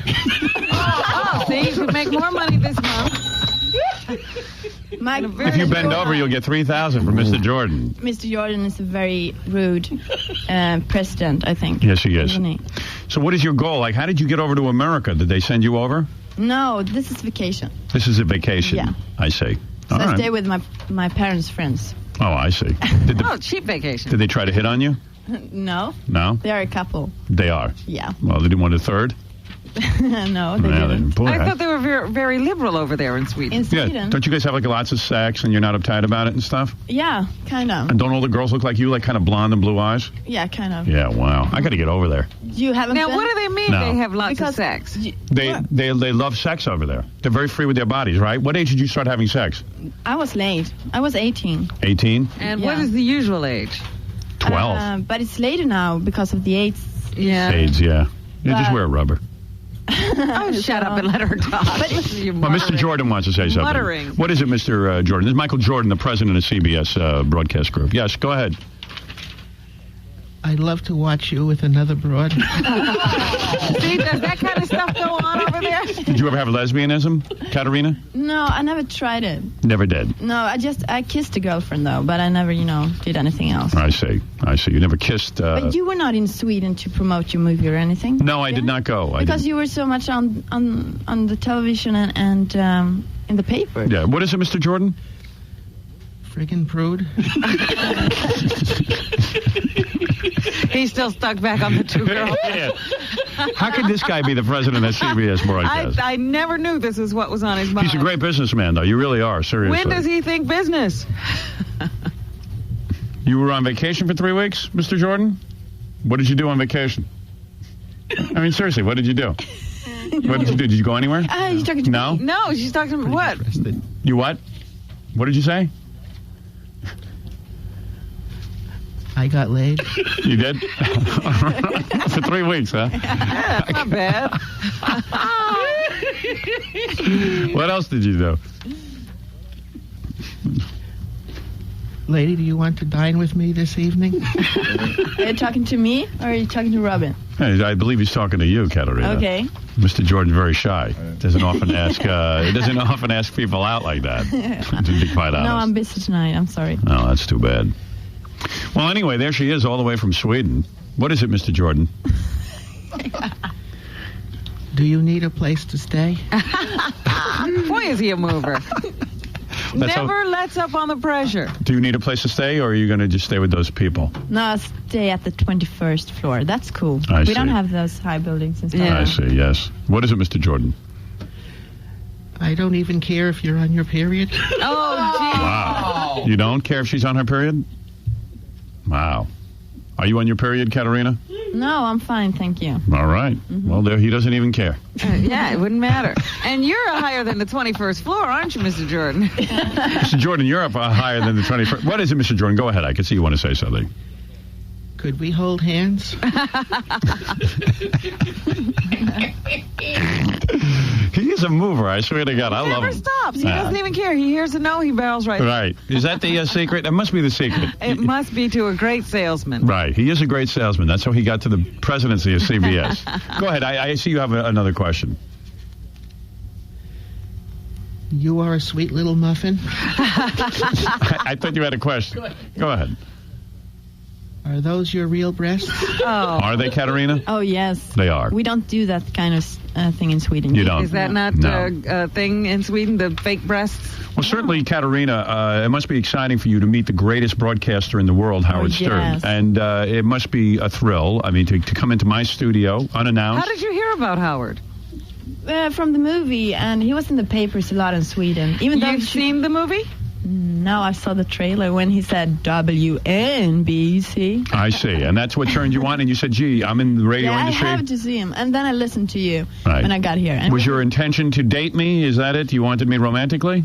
No, actually not. Really? You probably thought that you're so good looking that you'll come in the show, and then right away I'll be coming on to you, right? No. Is that your goal, to seduce me? I think that was your plan, wasn't it? You like Tori Spelling? Was she on this spot when So that is where Tori Spelling sat. You can sniff it for yourself. She was kind of boring. She was just talking about wearing no underwear and stuff. And she did that at Dave Letterman's show, too. I see. You think that's boring? Is that all she's saying? Yes, that is all she is saying. Okay. What is it, Mr. Jordan, the president of CBS? Don't ignore me, bitch. Now he's getting angry. Yeah. What is it, Mr. Jordan? Go ahead, please. Oh, no, I just let a long silent fart. Oh, that's terrible. Clear the area. That is disgusting. I would clear the area. Mr. Jordan, go ahead. The microphone is yours.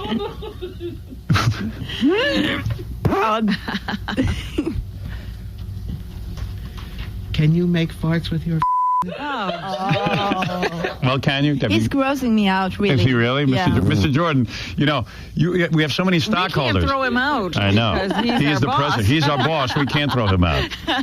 He might be grossing you out, but he pays our salary. Okay. Yes, Mr. Jordan, go ahead. Want to tag along with me to Temple? Temple? I didn't understand that question.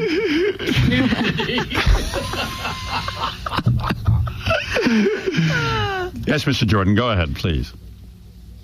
My God, I had feelings in my lap. All right. You're obviously very attracted to Katerina. You know what? I think that Mr. Jordan should have his own show. I didn't know he was this funny. He is good. So anyway, do you have a question you want to ask me, Katerina? That yes, you're sitting with the greatest broadcaster. I will answer one of your questions. Sure. His feet. I want to ask you, where did you start out? Oh. Well, like That's a long story. You know what, Mr. Jordan, do you have anything you want to say? Because if you do, now's the chance to say it, because I got to wrap up this segment with Katerina. I mean, after all, I can't keep her in here all day, right? We could, but wouldn't be fair. But, you know, I'm interested in this, too. You can go on as long as you like to. Yes, I can. How's that? Well, because they feel that I am entertaining and I get the big ratings, so if I'm willing to stay here till 10, 11 o'clock, they don't care. Well, we're supposed to stay till 10. Okay. Right. And then but you can sometimes go on we go on till 11. Yeah, ad nauseum. Sometimes we go on till 12. What's the record? It's like 12 or 1 o'clock, or how long did you go on? The longest we ever went was almost till 12 o'clock. Yeah. That is correct. Mm-hmm. Isn't that right, Robin? That is true. From a 6 o'clock morning show to 12 noon. Are you a morning person, Howard? No, I am not. It's very difficult to get up in the morning. But, excuse me, Katerina, our boss, Michael Jordan, the head of the CBS Broadcast Group, needs to interrupt. Yes. I'm powerful. Reach into my lap. Just as blunt as he wants to be. Yes, you're so blunt, Mr. Jordan. That's why you're a success. Go ahead, please. Wake up. I want... Oh. You're disgusting, Mr. Jordan. Say something to romance her, Mr. Jordan. Yeah, do that. Yeah, be charming. Mm? Show her some charm. Go ahead. Could I sniff your armpit? Oh.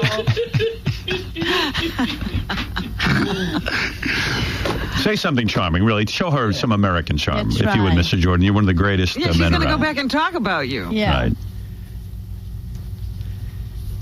Jesus Christ, I think I just had an accident in my pants.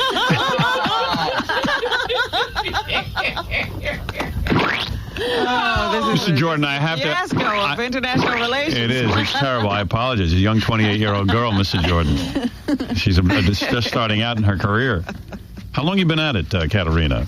Like 2.5 years. 2.5 years? Yeah. All right. And you started having sex at 18, so you've been having sex for 10 years now. Yeah, I had like 17... Partners? Yeah. 17? Wow. That's not too much. Wow, I told you, in Sweden, the girls love sex. 17 partners in 10 years. How many did you say? Wow. Yeah.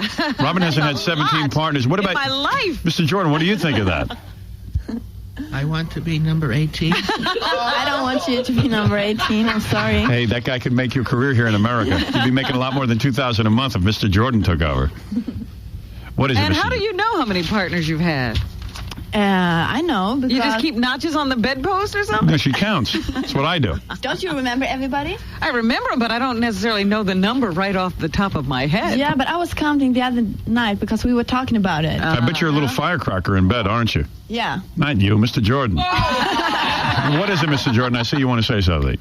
Do you like horny old men? No. So, Robin, you don't know how many you had? Oh, maybe 9. 9 in 40 years.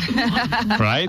Well, I haven't been having sex for 40 years, you wacko. Yes, you have. Your dad started you young. Oh, get out of here. You ever have sex with your dad like Robin? Jeez, I didn't have sex with my father. Oh, Stop please. that. I heard you were very turned on, according to your book. Do you ever have sex with your parents? No. No? Did you? No, not me, Robin. He wasn't turned on by his mother. No, my mother really didn't turn me, although that anal probe she gave me, they called a thermometer, was pretty wild. Mr. Jordan, I see you want to interrupt again. At least sit on my hand. Oh. He's looking for anything. Anything he wants. Mr. Jordan, go ahead. Please romance this young Swedish broadcaster who visits us today from a foreign land. I'm like a donkey. Oh, that's not necessarily what she's looking for. What is it, Mr. Jordan? Go ahead. The microphone is yours. I know you have to get back to your board meeting. Want to see? No, please. He's quite a ladies' man. I'm telling you, this guy gets laid all the time. Talking. That's right, because he's a powerful man. Go ahead. All right, Mr. Jordan, your final statement. I know you have to leave. F off. Now he's angry. I knew it. That happens every time. President of the CBS Broadcast Group. Good for you, Mr. Jordan. Mr. Jordan, I know you're busy and you got to get back to your business. Oh, please. How's the stock doing, by the way? Everything going good? Yes? Okay, good. That's good. That's good. All of a sudden he clams up. When it doesn't involve a Swedish girl, this had to be an exciting day for you, Mr. Jordan, and thank you for joining us. Is there anything you want to say? I'm rich as hell. Eat me. Oh. Okay. He's very soft-spoken. All right. So long, Mr. Jordan. Katarina, you are in... Oh, you're Swedish public radio. No wonder you make no money. You're not in commercial radio. No, we don't have that in Sweden. Do you want to come over? And when you go to work, you wear mini skirts and things like that? Yeah. Yeah, and a lot of guys hate on you? Not really. Really? And what do you, what is your name on the air? Katarina? Yeah. You don't have a last name? Andersson. Andersson? Anderson. Yeah. Anderson? Do you have a particular beat, or do you... A beat? Yes. What's that? One expertise as a reporter. You cover a particular territory. Yeah. Okay. Oh, shut up. Ever have that? Who are you, Michael Jordan? I don't like that. You don't? Have you tried it? Yeah, I did. I don't like it. I refuse it. Really? Yeah, I refuse it. You do? When people offer it, you refuse it? I just refuse it. Really? You just say no to that? Yeah. You only did it once? We have pins with that in Sweden, you know? Just say no? Just say no? Say no to... Really? Is that right? It's interesting. What age did you try that? It's when you have a boyfriend for a while and you get bored, and then you have to try something else, and you do that. But it's over. Yeah. Right. Exactly. Well, you're very honest. I'll give you that. So one time, and she didn't like it. Robin, do you want to say something in defense of? No, I do not. I'm not a big fan. Oh, you love it. Oh, poster girl. You're Why the poster would girl I have for it. only done it twice if I loved it? I don't know. I think you like it, but you have to get worked into the mood. Oh, please. That's what you've always said. said. You like it, Howard? I've tried it twice. Yeah, it was good. Well, you enjoy it with strangers. Oh, yes, right. I enjoy sex with strangers, and so would you. So don't make it a bad thing. I just can't get any. All right. Katarina, at this point, we're going to say goodbye, I guess. Yeah. And thank you for stopping by. And I'd like to watch you walk out so I can look your body over, okay? Let's go. Let's have a little modeling session. Thank you very much. Thank you, Katarina. It's a pleasure to meet you. It is an honor that you have met me. I know that. Well, now you must go see the movie so you'll know who you met. Yeah, what a body on this girl. How much do you weigh, Katarina? Seriously. 54 kilos or 53 kilos. 53 kilos? Get the scale. You have to measure. That's 2.2 pounds per kilo. So multiply. Look at the bod on her. Hang around later. I'll show you my office. I'd like to show her my office. 17 partners she's had. I can see why. Wow. 54 kilos times 2.2 is one. That's all. She weighs 1,008 pounds. Your math Believe is that? incredible. Do you think? Wow. She weighs 1,008. I can't believe it. Anyway, I want to thank Michael Jordan for stopping by and Katarina. Howard Stern. She's as American as apple pie. Served by a lesbian waitress. WXRK, New York.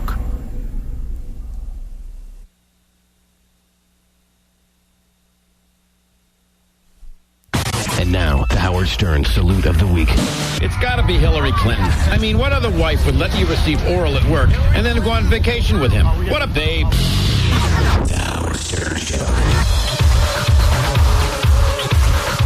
Did anybody notice that in FHM magazine? You know what? I was just about to say we have to have a new promo now. They were just promoting you as Jerry Seinfeld's best friend. Yeah, forget that. Yeah, now we've got a new promotion. Yeah, this morning I walked in, Gary handed me FHM magazine. Otto and George will be interested in this. Maybe this will be better. On the cover is Anna Kournikova. Stroke material. Yeah, she's hot. And in the inside Anna Kournikova. Three Stooges. And on the inside is Angie Everhart. Oh. Sviadel. Huh? Like to strangle her. Now listen. You like to strangle her? Jesus. But what does she say here? Right here, she goes in her interview. Vin Diesel is not British. I don't kiss and tell, but Howard Stern was the best guy I ever dated. Whoa. Wow. That shut you up, didn't it? That shut you down. The best guy in the whole thing. The best guy that she ever dated was me. And wow. I got to tell you something. And people think I'm kidding about this. I am not kidding. I am going to take this picture from FHM, and I'm going to blow up that quote, and I'm going to put it on billboards here around New York and in every other city I'm on the radio so women can see I am the best. But you're taken. It doesn't matter. It's Why still are you great advertising? Yeah, it's great advertising for me. It's even good for my girlfriend to see. I'm the best. How long did you date her for? A couple of months. Couple of months, yeah. Yeah, baby. And in a couple of months, she was so bowled over. You didn't have time for it to go bad. No, that's not why. Robin with the negative take. Why do you have to be negative? I don't understand you. Why can't you accept? I'm not negative. You were the best she ever dated. Yeah, that's exactly right. I'm the best she ever dated. That doesn't say you're the best in bed. Oh, I think it does. Can't we get her on the phone? Really? Look, she says I'm the best she ever dated. She's a pretty girl. Damn right. You know, the news station gives traffic and weather on the ones. You should just announce this on the ones. On the ones. Yeah. I know. Here's the exact quote. Was that on your date? Oh, let's see. How does your name come up? Does she bring it up? They ask her, what was the dumbest thing a desperate guy has ever said to you? She says, I had a guy who on the first date told me the name of his thing. I was like, please, let me out of here. Was that on your date with Howard Stern? I love Howard. He's the nicest, funniest guy. I had a few dates with him, actually. I don't kiss and tell, but Howard was the best guy I ever dated. Well, you're definitely better than a guy who would tell you the name of his Okay, thing but that's her worst date. Who was the best girl you ever dated? He's a gentleman. He's classy. He's the number one guy.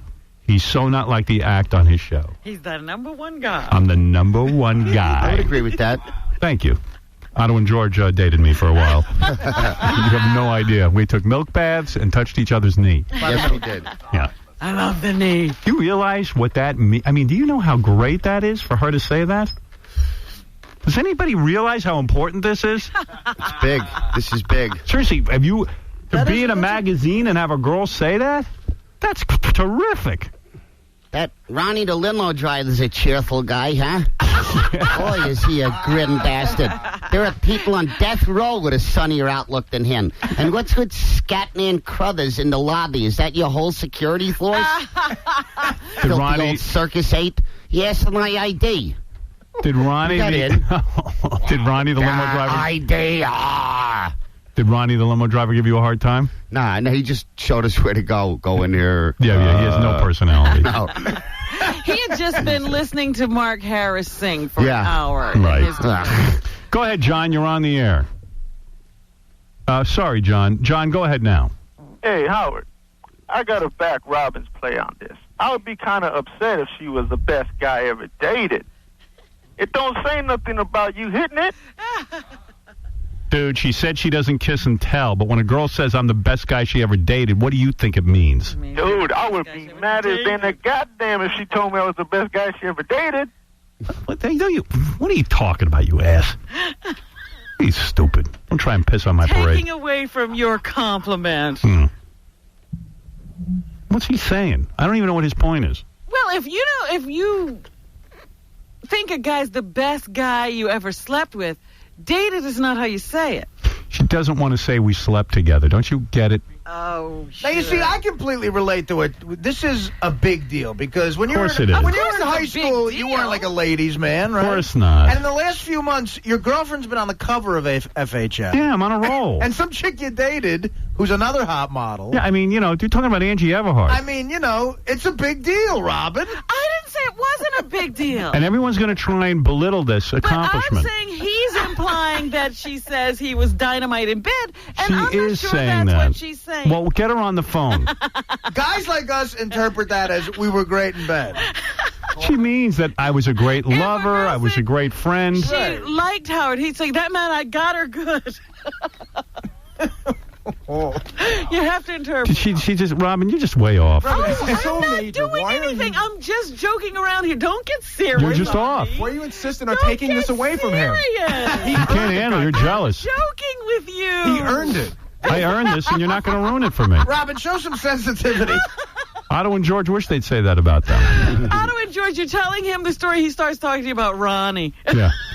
He could care less what the topic is. He's got his material. That's right. What would make you happier if the cut said, he me till my head fell off? I mean, what do you... I didn't say anything. Yeah, Adam, go ahead. You're on the air. Yeah, Howard, what's with you? You drinking a little pansy juice this morning? What does that mean? What do you mean? Well, what that means is just that, you're worried about what this woman's writing about you in the magazine. What I'm about not worried about it. I thought it was very nice what she's... What about your relationship with Beth? Yes, it's nice, but what I love Beth. What has it got to do with Beth? Well, that's what I'm saying. You're secure with her. Why don't you just talk about that instead of what some chick writes about you? I am secure with Beth. It's got nothing to do with my relationship with Beth. Angie Everhart, I didn't have anything to do with this, gave an interview to FHM magazine and said I was the best she's ever had. No, she didn't. Robin, he's drinking pansy best juice. She ever dated. The best she ever dated. What is pansy juice? I don't know what that is. What does that mean? Why is that pansy if a girl says I'm the best she ever dated? Because you're making such a big deal out of it. Well, I'm proud of it, you stupid F. Oh, you're such an ass. Why is everyone so stupid? Get a life. Get a life. Die. Get a life, then die. Yeah, get a life and then die, because that'll be worse. And then throw yourself in a crock pit. Imagine a wonderful thing. You stupid ass.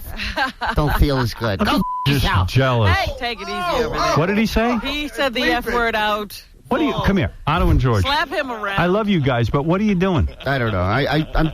I'm just gonna watch Artie. He says something once in a while, and then he's comfortable with himself. Yeah. I'm always worried about delivering. If you say the F word, though, they hit a button on me and it blocks out everything. Yeah, I had to stop cursing.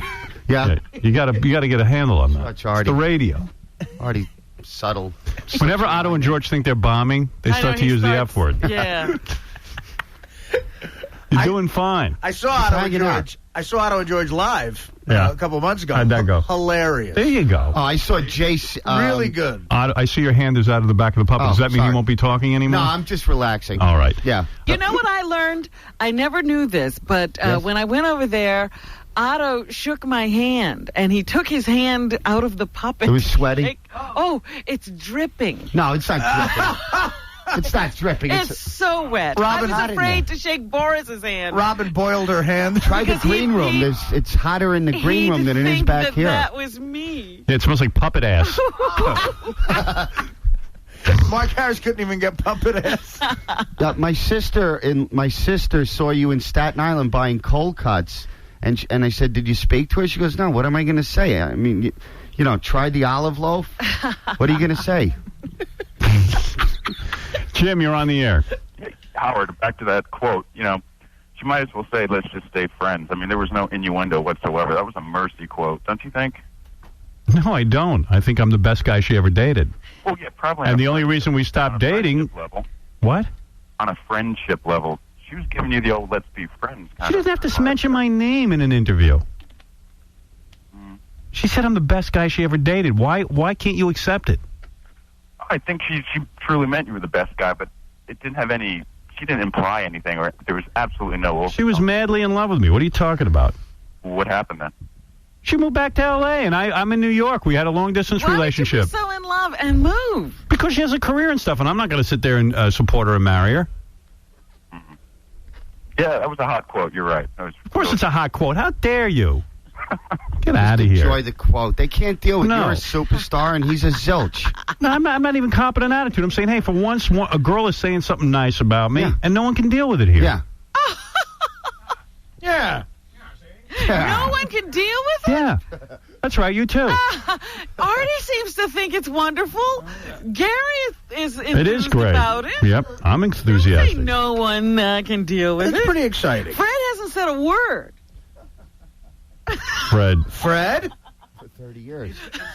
It sounds like she had a wonderful time, and I think she probably had good sex with him. Yeah. Wow. I see, the thing is, Rama keeps bringing up the negative part. What's negative? There's nothing negative. How can you see that as negative? No, she keeps saying you were just a good date, which implies that you weren't. Oh, I was a good date. Oh, I never said that even, Fred. No, that's not even what she said. She said, he's the best guy I ever dated. Right. And I that's get what that I part. keep saying. I get that part. But she's trying to take it away from you like you weren't. What's the debate? The best guy I ever dated. Out of all the dates she's gone on, I was the best guy she ever dated. That includes sex. Of course it does. Does? She doesn't want to. Howard is saying she doesn't want to say she slept with him. Right. Well, she doesn't. She knows I'm sensitive about it. But she knows, that Howard has a personal life that, might not benefit from those kinds. Lori, you're on the air. Hi, Howard. I just wanted to say that she was.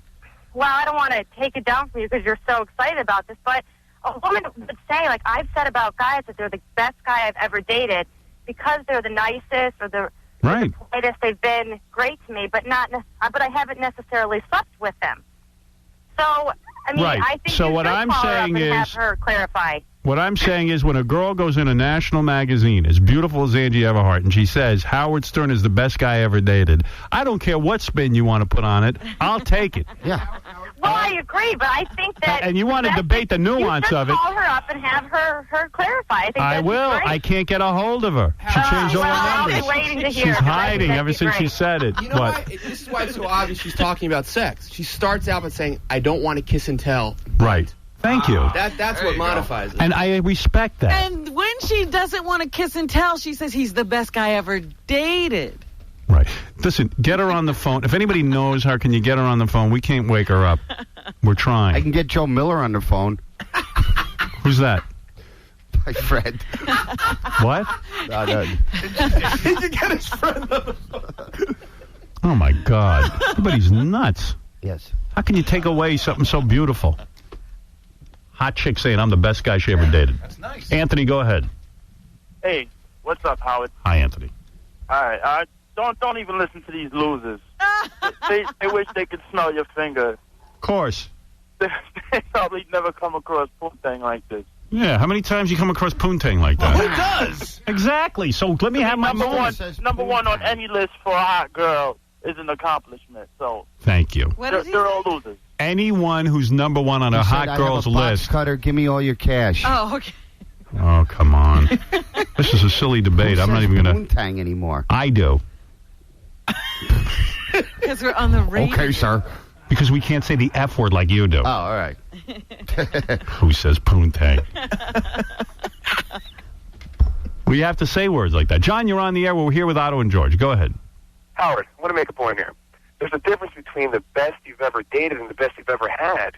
And She said, doesn't want to say that we had sex. She knows that we kept that. I'm not even saying we did have sex. She's not. She just said I'm the best guy she ever dated. I think she could have gotten away with saying you're the best she's ever had. No, she's not going to do that with me. She knows I'm not comfortable with it.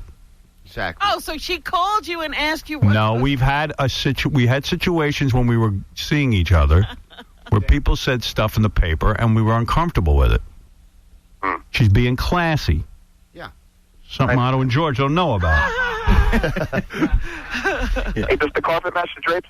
Ah, come on. What's the matter with Stop you? it. How dare you? He only dated... How dare you? Of course it. Yeah, I was going to say, how about that? No, I wouldn't know. That a 3-alarmer going on down there? Anyway, I think it's terrific news for me, and anybody who wants to put it down can. Well, surely it's a compliment that Of course. you're a good date. Yep. So you say it very, very bad. What is wrong with you? Brian, you're on the air. Yeah, how you doing, Howard? Good morning, everybody. Hello, Brian. I got kind of a question for you. Maybe I'm kind of missing out on something, but I could have swore it wasn't more than 6 or 7 months ago when the guys in the studio were kind of grilling you about your dating situation when you were single, and you swore up and down that you and Angie never even dated, and you guys are just... It's not true. I said that Angie and I went out on a couple of dates. I've said it many times here on the air, have I not, Robin? That's right. I said right, we like dated. I said, maybe I'm mistaken, but I thought I remember on one of the shows you guys swore that I said there was nothing on, between you guys. Yeah, early on I denied it. I had a whole situation. All right, like I said, it's probably something I missed. I was just curious why nobody in the studio kind of hit you up for that one. With the passage of time, it's not a terrible thing to say now. All right. Thank you. I appreciate it. Have a good day. I'm just very proud, okay? That's all I wanted to say. I just want to have a moment in the sun. Yeah, you did have sex with her. It ended. She's not bitter, and she still says great things. So I'm not how even could saying be that. bad? She's just saying I was the best date she ever had. But and wait I a want. minute, are you going to call your kids and say, guess what? No, I'm not. That's exactly what I don't want to do. It's exactly what I don't want to do. You can understand that, Otto and George.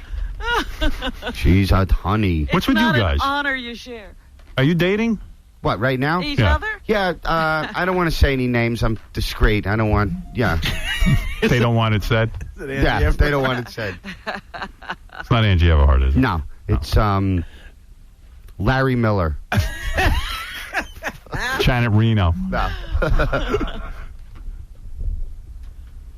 The puppet rarely speaks anymore, does it? Yeah. I can't curse. That's Oh, the puppet curses. Cock-a-doodle-doo. The puppet curses. I didn't realize. That's funny. He's got a filthy mouth. I didn't know the puppet curses. But I do. Anyway, oh wait, my phone's ringing. Ah, Is that her? No, it could be. Is that AE? No, that ain't my girl. She ain't my girl. Beth's my girl. That's what I say. It could be Beth. Remember her? I do. Hello? Hello? Hello? No, I'm tight with Beth. Beth's my woman, but I'm sure she's even proud of me. That Angie. That you only dated Angie. That I only dated Angie, and I'm the best date she ever had. That's the other question. Has this been fully discussed with Beth, this quote? No, it hasn't been discussed at all. I just found out this morning. Maybe you should call Beth and tell her. Could the puppet sing No, I God don't Bless need the to do Child that. for another plug of Zanies? If I sing God Bless the Child or Ain't No Mountain High Enough, do I get another plug? You'll get your plug. Okay. I'll take care I of want to it. go back to bed. Wait a minute. Why can't we call Beth? No. No? No, because she's... That would be a little disrespectful, you That's think? disrespectful. What does she care what Angie has to say? Isn't that a compliment? No. Oh. She doesn't need to hear that. Okay. She does not need to hear that. Well, we were going to call your mother. What happened to that? Where's my mom? She could care less, too. If you read it to her, it'll be, ow. Ah. Eric, you're on the air. Hey, what's up, Howard? Hey, man. Hey, I got a couple pointers for you. First of all, you need to take a couple more days off because you can't book anybody good on your show. So if I take more days off, that'll help my bookings? Yeah, and you need to throw Gary in the crocodile pit because you can't get anybody good on there. What's wrong with Otto and George? They suck. Oh, no. Die. Nah, really, man. You suck. That guy has nothing ever. He doesn't say anything funny ever. I like him. Well, you're about the only one. Hey, don't freak out just because one guy didn't like you. No, and Wendy's a retard. Are you sure she's a retard? Who? Wendy the retard. Yeah, she's a retard. Come on. What do you want from me? If you don't like you know what? Get lost. You're bumming everyone out. You get lost. No, you're you so high get of lost. yourself. Oh, I'm so Yeah, you're high always of myself. Yeah. Oh, you're always like, oh, I'm in such good shape. But you're I comparable do not to a say that. I toothpick. say I'm in horrible shape. Nah, you're always like, oh, I'm so good looking, and you're I like, do oh, not. yeah. When do I ever say I'm want good me. looking? and- You're an ass. Prick. You don't even Loser. listen to the show, a-hole. Come on. Do I ever say I'm good looking? I don't think that has ever crossed your lips. Jealous prick. Jealous. Wendy the retard. If she ain't a retard, what kind of actress What is a she? great actress. Yeah. She must be Meryl Streep. This isn't a community play. Like it or leave it. Get lost. What a dick. When do I ever say I'm good looking? Well, after Angie Everhart says you're the best date, Yeah, that's why it's so shocking. maybe you start to think it. No, it hasn't happened. Don't worry about it. I'm still humble Howie. I got to take a break. We'll be back right after these words. What's going on here? I Hi, I'm Tom Arnold. You know me from sitcoms and movies, and when I was married to you-know-who. The marriage isn't this... Hi, I'm Tom Arnold. Hello there. Hello there, I'm Tom Arnold. You know me from television and movies, and from when I was married to somebody very special. The marriages and the sitcoms come and go, but I'm still here. And I owe that all to the great Howard Stern on the Stolen Vehicle Police Recovery Network. He's the man that's made me what I am today. Full of Howard Stern. Hey, Chauncey, you're on the air. Hey, Howard, how's it going? Hey, man. By the way, I'm going to be talking to Angie Everhart in a couple of days, so I'll get to the bottom of that. Good. I'll find out. I got a story about Otto and George. You know, he mentioned last time he was thrown out of Rascals in West Orange. Do you remember that? You were thrown out of Rascals? Yeah, the actual owner called up and they had a big argument. No, I was never thrown out, and I didn't mention that, so continue with your bullcrap story. Oh, this is great. Robin, you remember it, right? Yeah. Yeah, the drugs are kicking in. So this is the reason why he was thrown out. Apparently, when he was leaving after a show, he gobbed on one of the pictures of one of the comics that were on the wall. You know, Rascals, they have all the what does pictures that of the make comics. you better than me? What are you calling from Rascals, you little turd? Spy. So apparently there was a outside comic the he didn't building. like. I'll cave in your windpipe. What are you, a friend of that owner? So right in front of the owner, Come he in front of gobbed the on building picture. right now. I'll cave your Well, windpipe why are you getting in. defensive? That's a funny story. You spit on the picture of one of the other I don't comics? want to rehash this. This guy's full of crap. Well, he wants to talk to you. You didn't spit on one of the pictures? Come to this office building. I'll cave your windpipe in right now. Wow. Why don't you want to revisit that? Because I don't like the guy's tone. Oh. Did it happen? Yeah, it happened. So? What comic was it that you gobbed on? What's your name? Where do you live? Hey, Howard, do you want to know the name of the comic? Sure. Jim Norton. Bull. Wait, don't say the S word. Really? They said, please, I love you. Look, this happened last time. Jim Norton called me at home. I said it wasn't your picture. It was another guy. I'm not going to mention his name. I'm not going to get into this cesspool. I think that's funny. What? That you spit on a guy's picture. Yeah, I did. That's funny. I wasn't aiming at any particular picture. I was spitting on the establishment. And by the way, the guy's gone Chapter 11. He's screwed over a lot of people, and he's done. And I'll be an entertainer when all of these guys are done. And whoever that guy is, just tell me where you live. I'll have you taken care of. Why are you mad at him? He didn't say anything negative. Hey, I didn't say one thing about your drug problem, and I could have. What drug problem? Oh, that goes problem? without saying. Yeah? Goes without saying. Don't say that. That's terrible. No, I wouldn't bring it up. I'm sorry. I didn't mean to bring that up. Oh, for God's When did sake. you stop beating your wife? It's Chauncey from Stepping Out. Yes, so am I supposed to know who that is? Doesn't everybody? All right, thank you. Okay, Howard. All right, Chauncey, it didn't go well, your story. Nah, it didn't work out well. Take care, It guys. wasn't Jim Norton. Mind your business and get a better tabloid. You wherever know go. what? Tell him who it was. So they stopped this Jim I think that's Norton funny. You got so mad at another comic you spit on him? That's funny. No, I was just spitting in general on the wall as I left, so. All right. It happened to hit a picture. Which one? Yeah. Which one? What are you wearing, shorts? Bathing suit. You got nice legs. I can see why you showed them off. Yeah. You going to cry? Not at all. You Why? happy with your appearance today? I don't know. Only time will tell. Look, it's just radio. It's not a big deal.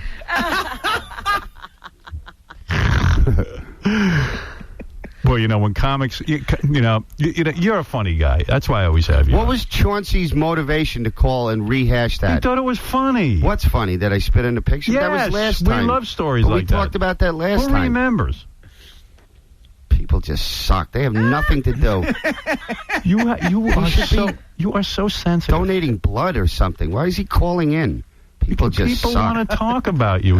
Give you something to riff about. Just come out and see me at Zany's. The hell is going on? Something happened to you. Otto and George.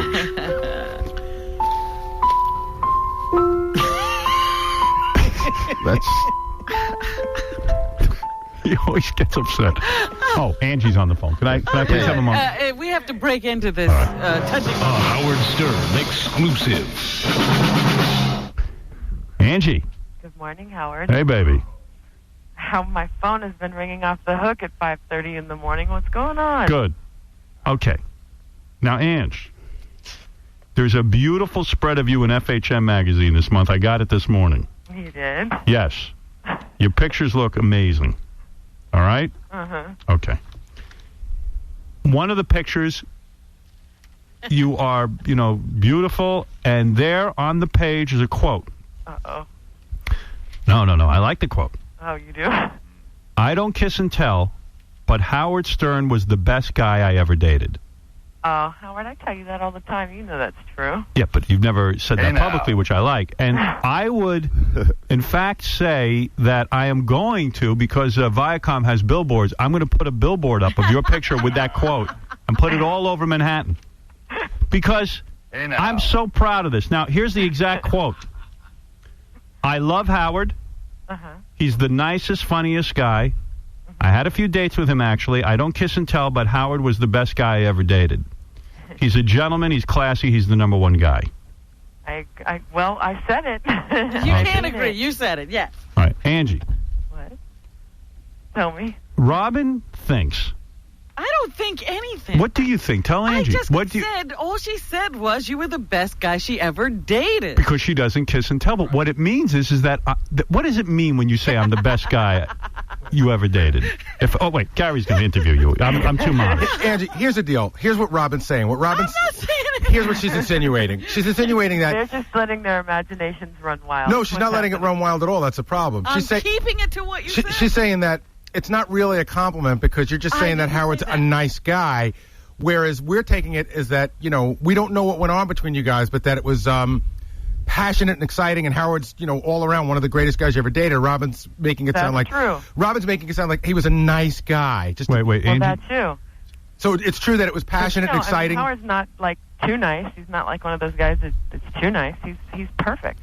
See, we're taking it in the way that any guy should be proud. Wait a second, Robin. He's perfect. He's perfect. How many weeks? Well, wait a second. I think Howard's like the perfect guy. Right. Why would you say I'm the why are you gone? Why are you gone? Did you let Answer him that slip question. Through your fingers. Well, I mean, I can't go into all detail, but I just think Howard's wonderful. He's funny. He's smart. But, if you found the greatest guy in the world... Go into detail. Why would you go? Why would I leave? leave? Why well, would it end? Because I have to work. I had to come back to Los Angeles. I told Robin that. Oh, she had to. She did. Guys. She got I had offers. to do what I had to do. I couldn't stay in New York. I couldn't get the kind of work in New York that I can get in Los Angeles. And I wasn't supporting Angie. I mean, we weren't at that point where I was going to, we were. And I'm not into marriage. There was no way you could have kept it alive. Well, we tried. Right, honey? We tried. There you go. What happened? He's the greatest guy. Long-distance relationships are hard. Wait, John, you have a question? Yeah, can I ask Angie a question? Go ahead. Angie, was Howard great in a sack? Is that what you're implying? Can I answer that, Howard? Yes. Yeah. Oh, wait. You can't say the F word. I had to bleep that. Wait a second. Perfect. Ask the question again, but don't curse. Angie, I'll ask the question again. Are you implying the article was Howard great in the sack? That trash now. She said. Most definitely. She said I was great in the sack. The best you ever had. That's what I think. She said F you. All right. I'm sorry. Robin, I'm gonna You talk. don't get to be one of the greatest guys I dated by not being good in the sack. You got to be good all around. Oh, so that's what she meant. Was he the best you ever had? She said I was. Oh, stop. Now you're putting all right, I'm not saying any words. All right. And she has to say it now. No, she doesn't. No, forget it. Don't answer it then. No, wait. Can I just roll this back about 30 seconds? Robin, take it for what it is. Angie's on the phone. We're talking to her.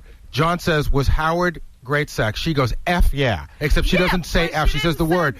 Which is she ever had. No, but it's the first thought that came out of her mouth. She cursed because it was emotional. It's what she really feels. I mean, God, give the guy some slack. Give me a break. There's an answer to that question. She answered it. No, when a woman goes, ruined it. When a woman goes F yeah and uses the actual F word, that means he was good. There's all lots right, of that's good enough for me. Robin, all right, wait. Let me just ask, Angie, is Howard in the top 3 of lovers you've ever had in your life? Most definitely. Okay. Yeah, please. Well, that's almost it. Nobody I mean, I don't know on if you that can one. actually. I mean, when you go through and you think about your lifetime, I think about Howard as like the best guy I ever dated, for real. The best guy she ever dated. She's trying to. It's a whole package. It's an all-around thing. It's an emotional All-around thing when you package. make I'll love. take that. That's a wonderful compliment. Why would I be upset about I never that? said it wasn't a wonderful Yes, you compliment. did. You said it. Oh, it doesn't mean anything. It just means you're a nice guy. Liar. Be quiet. Am I lying? No, she was putting it down. She was putting it down. I said it wasn't a compliment. No, but you were belittling discounting it. And Angie was classy and didn't want to say, hey, he effed me better than other guys. Oh, she didn't have to say it that She said it in way. a classy way that I was the best she ever did. All right, here's another question. Angie, was there anybody that you had sex with that was better than Howard? Well, not to my recollection. Not right now because you're on the phone. Oh, stop, Robin. What is the deal? Can't handle it. Well, Howard, you should be proud, man. If I was you. Angie, this is... Hey, spot. Robin, Angie- I have a suggestion. No, thank you. Get in the sack with Howard. No, You'll understand what I'm talking about. No. Can I ask you one more question, Howard? Yeah. Now, when you say Howard was good in bed, is it all different kinds of sexual acts that he was great at? You know what? I'm not going to answer this Thank you. Howard. Thank you. Between you and I. Thank you, That's Angie. the But best Angie, in the world. you It's could already say- getting a little too far. You Right. could say that you've dated men half his age and Howard's better, correct? I didn't hear you. You could say that you've dated men half Howard's age and Howard was better. That's what you say. Just a very sensual, wonderful man. Angie, is he as no tight? matter what anybody says. Is he as small as he always? Howard, I love you. I'm ending this conversation. Yeah, I don't blame you, Angie. And I want to tell you something. You are a classy woman. She is. John on a warp. You look beautiful. He'll get to the bottom of it. Is he as small as he always says he is, Angie, or is he well endowed?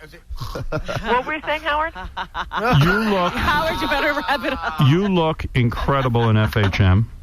Wait, John, come here a second. Gorgeous, gorgeous woman. I want to ask, can anybody else in this room say, forget about even anybody the caliber of Angie, can anybody in this room say that they dated someone who said they were the best they ever had? Artie? No, I've asked girls the same question, and they said F no. John? Yeah, I mean, every girl says that I am while I'm with them. I want to tell you something, and I'm going to say this in all. He's not with her. Even you, Robin. Has anybody ever said you're the best they've ever had? Why are you attacking me? Yeah, some I'm guy not who her over the attacking- no, sink. it's not an I attack. want to say something. I want to say something, and I want Angie to hear this. This is a very beautiful compliment. I was even saying they're not together anymore, and she's saying this, so that's even right. more valid. And let me say something.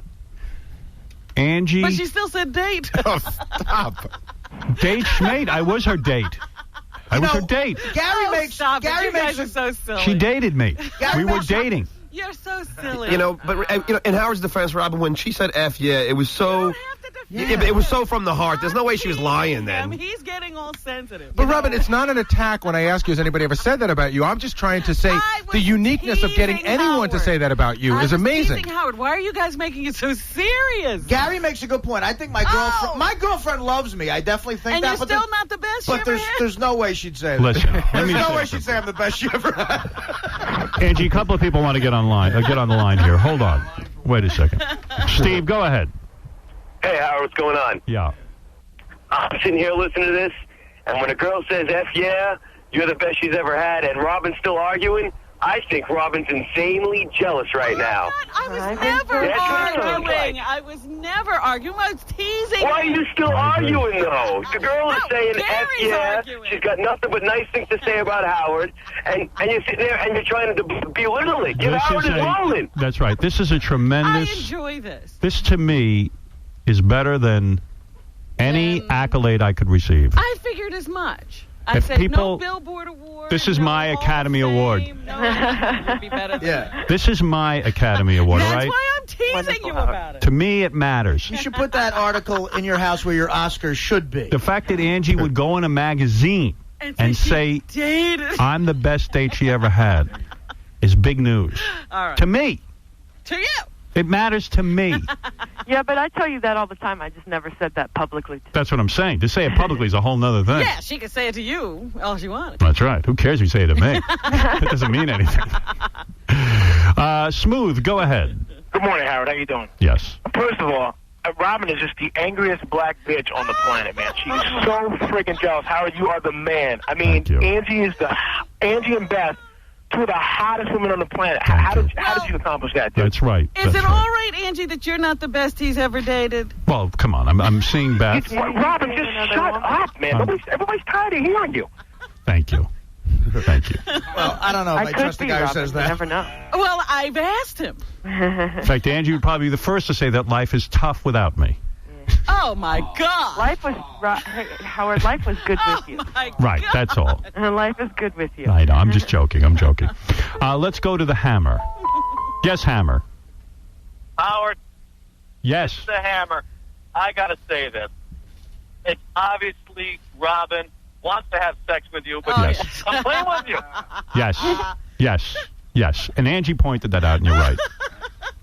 Yes, Eric, go ahead. You're on with Angie Everhart, who, by the way, is in FHM magazine this month. Yes, you should check it out. Unfortunately, Anna Kournikova is on the cover, which is beyond me. That's wrong. Your pictures are much hotter. Oh, thank you. Oh, please. And that quote on the cover would have been great. Yeah, the quote on the cover would have been really good. In fact, you're naked. Your hands are just over your boobs. Oh, terrific pictures. Yes, go ahead. Does it make you nostalgic? I think Angie's a terrific girl. And let me tell you something. That was a yes or no question. Listen, I'm in a relationship now, so I'm not nostalgic. Angie, you understand that. Oh, my goodness. He has good memories. I do have good memories. Only good That memories. would be, then you would get nostalgic when you looked at pictures, wouldn't you? Listen, I'm very fond. I have fond feelings for Angie. Angie and I ended on very good terms. We said you get nostalgic. Distance. You looked at those pictures. Distance separated us. Robin, when was the last time you have got laid? Oh, stop Right. it. Girlfriend. Stop it. Answer my question. Don't try to get him off the hook. What was your question? I'm not even listening. I said, did you look at the pictures and get nostalgic? No, I'm not going to get nostalgic. Eric, go ahead. You're on the air. Howard, do us all a favor. Send Robin over to sing, please. Yeah, right. That's what she needs. And it seems like that's what she's looking for. All right. Evidently, according to Angie anyway, I am a good guy. I'm a stud. Okay? And I just want people to realize what this is a tremendous day for me. Thank you, That's Angie. wonderful. You made his day. Dave, you're on the air. Go ahead. And he wasn't feeling Howard. Yes. Hey, I'm stuck in traffic listening to the show. You're the man. Thank you. Angie, you're one of the hottest women in the planet.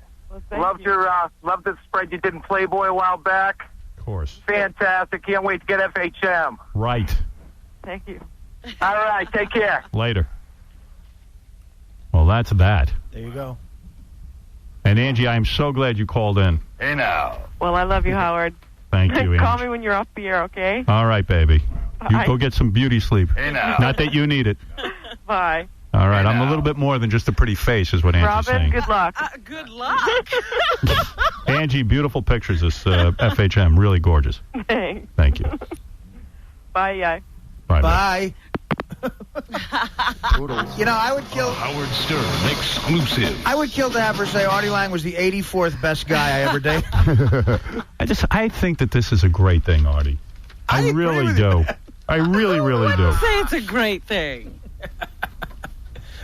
You guys can't even take a joke. You get so serious about this stuff. Well, I'm glad Angie set you straight. You can't even take a joke. We sit around and joke about everything. I make a few jokes There's because nothing you said funny about that. date, and you're all There's on nothing my funny case. about it. You tried to take away my moment, but I didn't let you. I'm not laughing. I can't believe you. Reading it was a great moment in my life. Hey, Otto and George. Yes, sir. I don't know who's talking about you guys being the best in bed, but I'm sure someone. I'm sure someone is. Right now, probably. You two guys are funny. I've heard a lot of comics. Believe me. Too many. We can only hope that someone says it to an interviewer so it winds up in a magazine. And I'm going to say it. Otto and George are my favorite dates. I'll treat you to Papaya King, Gray's Papaya, 72nd Street. Thank you. It's always great to be with some of the funniest people on the planet, and acceptance from you means a lot to me, and all the callers that are jealous will never sit in this seat. Thank you. Thank He you. sort of feels much like you feel about Angie right now. That's right. You're the best. I'm the best. We got nothing to do. All the callers are jealous. They'll never sit in that seat unless, of course, they can fart a Led Zeppelin song. That's right. You could still get on. Right. Then you can get on. But Well, this is a great day, and I don't care what anybody says. Wow, I didn't realize you were so sensitive. I'm sorry. Oh, okay. Well, now you know. Sorry. Now you know. Now you know. I think we should still call. Tomorrow, I think we should call people and read them the quote randomly. I'm not laughing. We'll be back right after these words. Do me a favor. I'm going to pull my pants down. Here. Put it in. Over. Go ahead. Come on, race me now. Come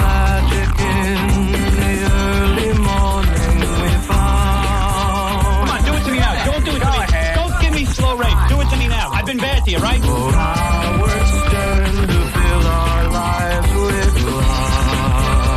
Here it is. Take it down. Race me now. Come on. Put the probe in. The Howard Stern Show.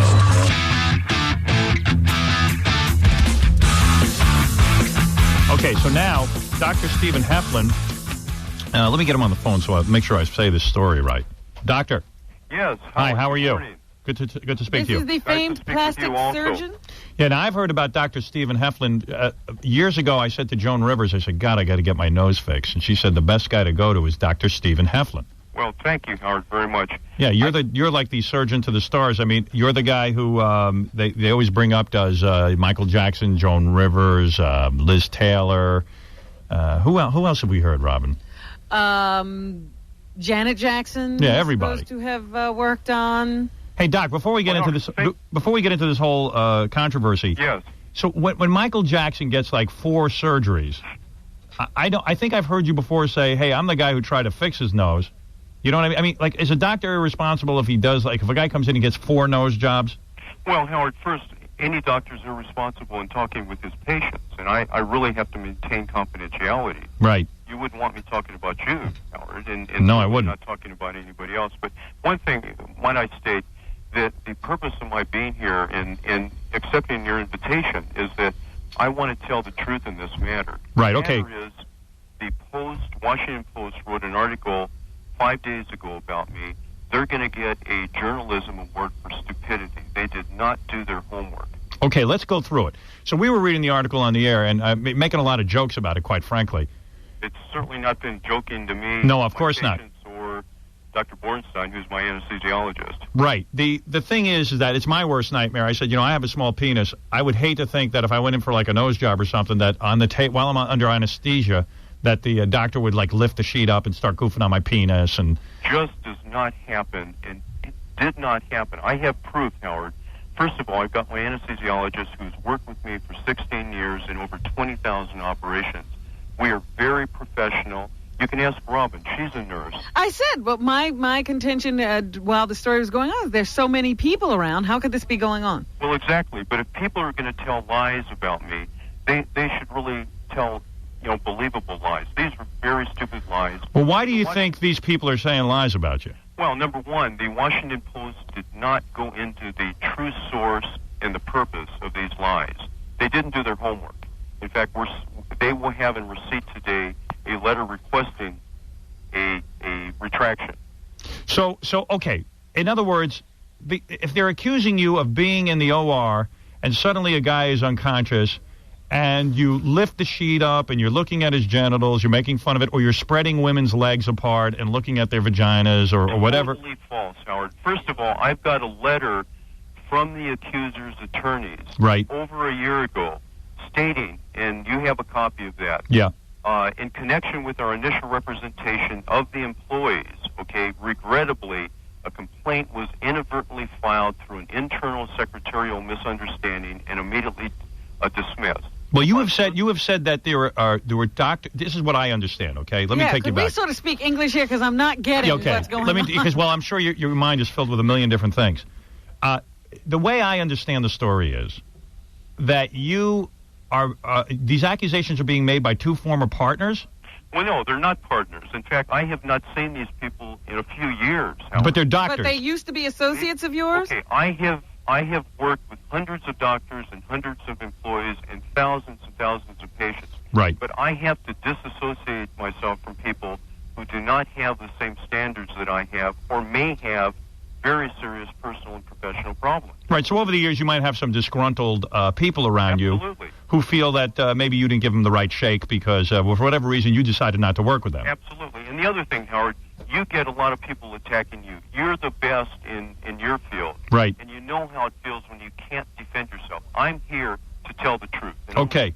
So you're saying that, hey, maybe there's some jealousies or something that people, because you're probably the top plastic surgeon in the country, that maybe people get envious of your position? Well, I can't speculate exactly on what their motive is. I can't speculate that both these doctors are bankrupt, as was stated in the article. Mm-hmm. I can't speculate. They have a lot of malpractice suits that I don't have a current malpractice suit. Right. These complaints did not come from patients. These complaints were filed by previous disgruntled individuals.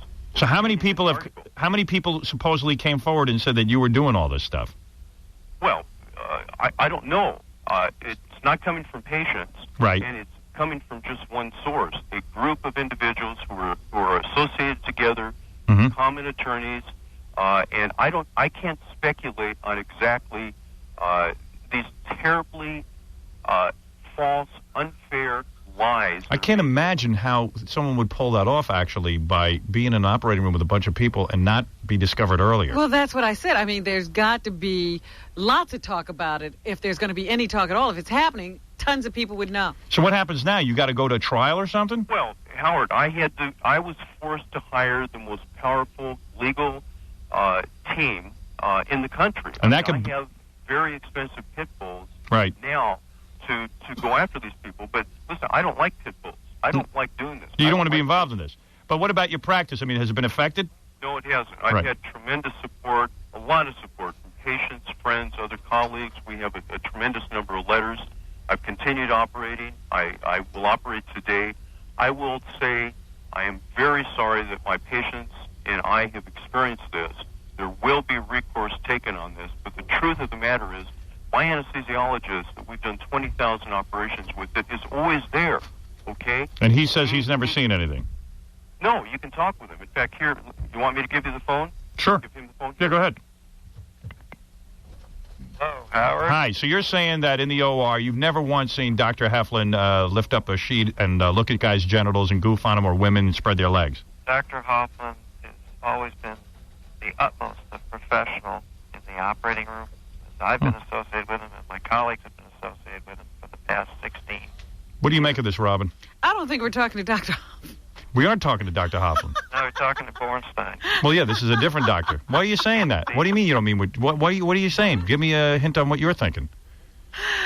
I don't know. I just hear a lot of rigmarole. I don't hear anybody saying anything straight to me. I don't even hear this is what's all I going understand. on with what are we talking about here? Dr. Heflin is saying that some guys made these accusations, and he's saying they're totally false. No, he didn't say that. You're saying that. What is he saying? No, he's saying, and I'm saying, along with my anesthesia colleagues, that we never witnessed any improper behavior on the part of Dr. Hoffman or any behavior that compromised the dignity of patients in the operating room. Well, thank you. That's the first straight statement that's been made here. Well, yeah, but I understand that.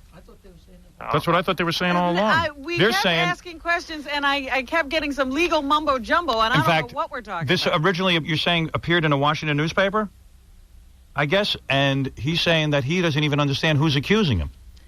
And what is he being accused of? Is there any investigation? What are we talking about here? Let me speak. I didn't hear what you said in terms of investigation. Right. I knew nothing about an investigation by a medical board. I've been an expert witness for a medical board for 20 years. You're saying you have just been accused by a newspaper of this, right? Yes, I woke up on Monday morning, Howard, and all of a sudden this hit. And it was a tremendous surprise to me. First of all, I've never been contacted by the medical board.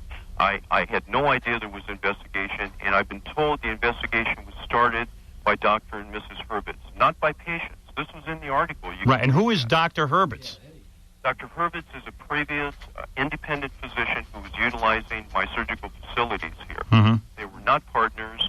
They were doctors who contacted me desiring to use this facility. They are no longer here. And you have no idea why they're against you in this? Yes, certainly. And what about there Oh, was... you do? Why are they? What do you think their motivation is? First of all, the Washington Post did not do their homework.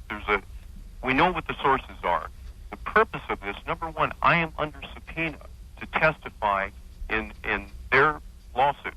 Okay, there are malpractice suits going on. I currently am on the dock to testify in relationship to Dr. Goodstein's. Do you understand this? Now I'm understanding. Dr. This was not Heflin made clear before. is an expert witness. An expert witness against them because they're being... I'm subpoenaed. I'm ordered. I'm not an expert witness Oh, against I them. see. I see. Okay. I am ordered to testify in relationship to suits against them. And you feel they're trying to discredit you? Oh, I know they're trying to discredit me. It's Okay. obvious. All right, now I The get second it. aspect, Howard, the employees. I've got a letter here that the previous employees, as noted in the article, their attorneys apologized to me concerning these allegations over a year ago. The medical board filing of a complaint from Mrs. Hurwitz and Dr. Hurwitz occurred over a year ago, but this apparently went to their sister-in-law or a relative within the board. There has to be an investigation on that. But one of the things that I'll say very clearly, this is a letter. I'm not giving you anything. If people don't believe me or anybody else, look at the facts. I was given a letter of apology from their attorneys about these allegations over a year ago. So why did this come out? Journalism stupidity. They're going to get the Pulitzer Prize for journalism stupidity. Are you going to sue the Washington Post? The Washington Post. You're going to sue them? I have got a very powerful law firm that I've had to hire, and I don't like attorneys. You know, we don't like pit bulls. I don't like pit bulls. Yeah, I know, because doctors are often the victims of pit bull attorneys. We're the victims here, but I will tell you, I'm going to take tremendous recourse. So you're contemplating a lawsuit? Absolutely. We're looking to look at all recourses. The Washington Post today will get a very large letter of retraction, okay, or a request for retraction against this terrible article. And the proof is here. But one of the things, Howard, how do you feel? You're the best around. How do you feel when people spread rumors and falsities about you? I wouldn't feel very good about it. That's why I'm saying that if if you feel that you've been dishonored, you've got to take legal action. You've got to sue the newspaper. Absolutely. You've got to sue the people who are accusing you. Absolutely. Absolutely. And what about, there were also claims in the article about sexual harassment suit against you? Well, this is what, they apologized to me. This is the letter in June 23rd, 1996, of apology from their attorneys that there was no, and I can quote this. Go ahead. Without sufficient factual or legal basis, these complaints, we regret any inconvenience or embarrassment the filing of the complaint has caused to Dr. Hoffman. This was a erroneous filing of a complaint June of 1996. This was over a year ago that all this was essentially dismissed. Wow. And I have... So the point is that, Robin, that the Washington Post came out with an article. This is what I understand. Mm-hmm. The Washington Post came out with an article. Dr. Heflin saying that, hey, this is some disgruntled people who he's supposed to testify, be a witness in their own. I guess, what is it, a malpractice suit? Well, there's a lot of suits. They're both bankrupt. The doctors. This was in the article, which is true. They're both bankrupt. They're both sharing the same bankruptcy attorney. And you're saying that their motivation was to discredit you? Absolutely. They're doing a pretty good job. Well, it doesn't seem to have affected you. Thank goodness. No, but it can affect him. Come on, let's be straight. I mean, no. It was an article that came out a week ago, and he's gone on the offensive to. He's got to preserve his good name, and he's got taking to. the appropriate actions. Yeah. So they made an attempt, but they're going to fail. I mean, they kind of blindsided him. I mean, they just came out with the article. Yeah, and they did not do their homework. If they properly did their homework, they should have at least interviewed you. Did they attempt to interview you? We told them that these were total lies. Oh, you did. Oh, I see. You know, they had all this information. We have documentation to this. Again, I'm going to state they should get the journalism Pulitzer Prize of stupidity, the Washington Post. All right, so we'll see what happens with it, Dr. Heflin. Thank you very much. Yeah, okay. I hope you feel like you got your word out.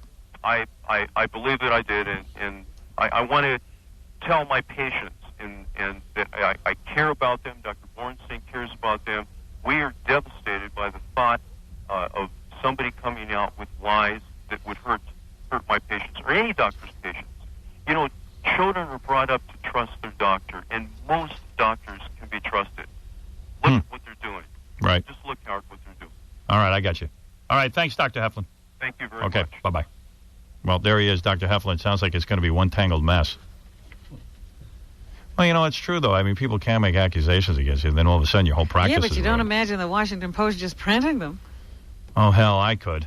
I mean, I could imagine a lot of people printing stuff that they don't have all the facts. Well, yeah, but not about a doctor. I mean, it's one thing to print it about showbiz people. Yeah. It's another thing to, a guy who, works on people. These are some hefty allegations. You're courting a lawsuit when you do something like this. Yeah, and what he's saying is, how come after all these years, Nobody has ever said a word about me except for a couple of guys who are now under investigation yeah. and fighting suits. Yeah, so I think he's got a legitimate thing going there. Oh, that's why I'm saying it would be stupid for a newspaper to just pick a story up like that and go with it. They do it all the time. Well, obviously they must. Mm-hmm. That's what I'm saying. I think it's rather stupid, and I can't believe the Washington Post did it. Yeah, well, we'll find out. We'll keep you posted on that story. Robin, as confused as I am. Very confused. Because he can't, I don't want Kreskin back in here. Maybe he can make heads or tails. And somehow I don't think I can even make sense of Kreskin. But yesterday when we talked about the story, I said, how could this happen? There's tons of people in and out of an operating room all the time. There's doctors, there's nurses, there's attendants and orderlies. People would talk if things like this were That's going what I'm saying. I just meant to ask Dr. Heflin if he thinks I need a nose job. Has he seen your nose? Who No. hasn't seen your nose? I mean, I'm sure he's seen it in pictures. Hey, can we get him back on the phone? I just want to know, now that we've established that, that he got his word out, I wonder if I need a schnoz job. I wonder if he'd be on it. We're getting him back on right now. Yeah, I just want to ask him.